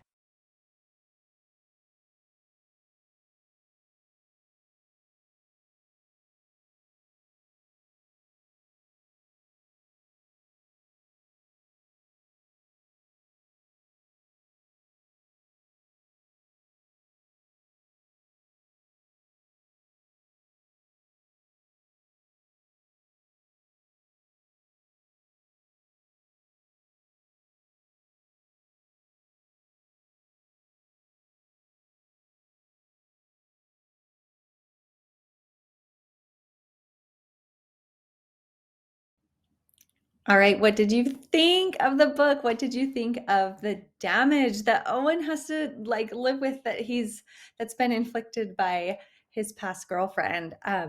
It's just so interesting to see people living their lives out of fear and then overcoming that fear. I love it. I love it so much. So let me know what you think. Give me a comment, a like, a subscribe, all those wonderful things that help this channel be found by other listeners. I was going to say readers, but listeners who want to find great audiobooks. And if you have any questions, comments, concerns, leave them in the comments. I read all of them. I try and respond to all of them. And I really appreciate you being here. And I will see you on the next audiobook. Bye.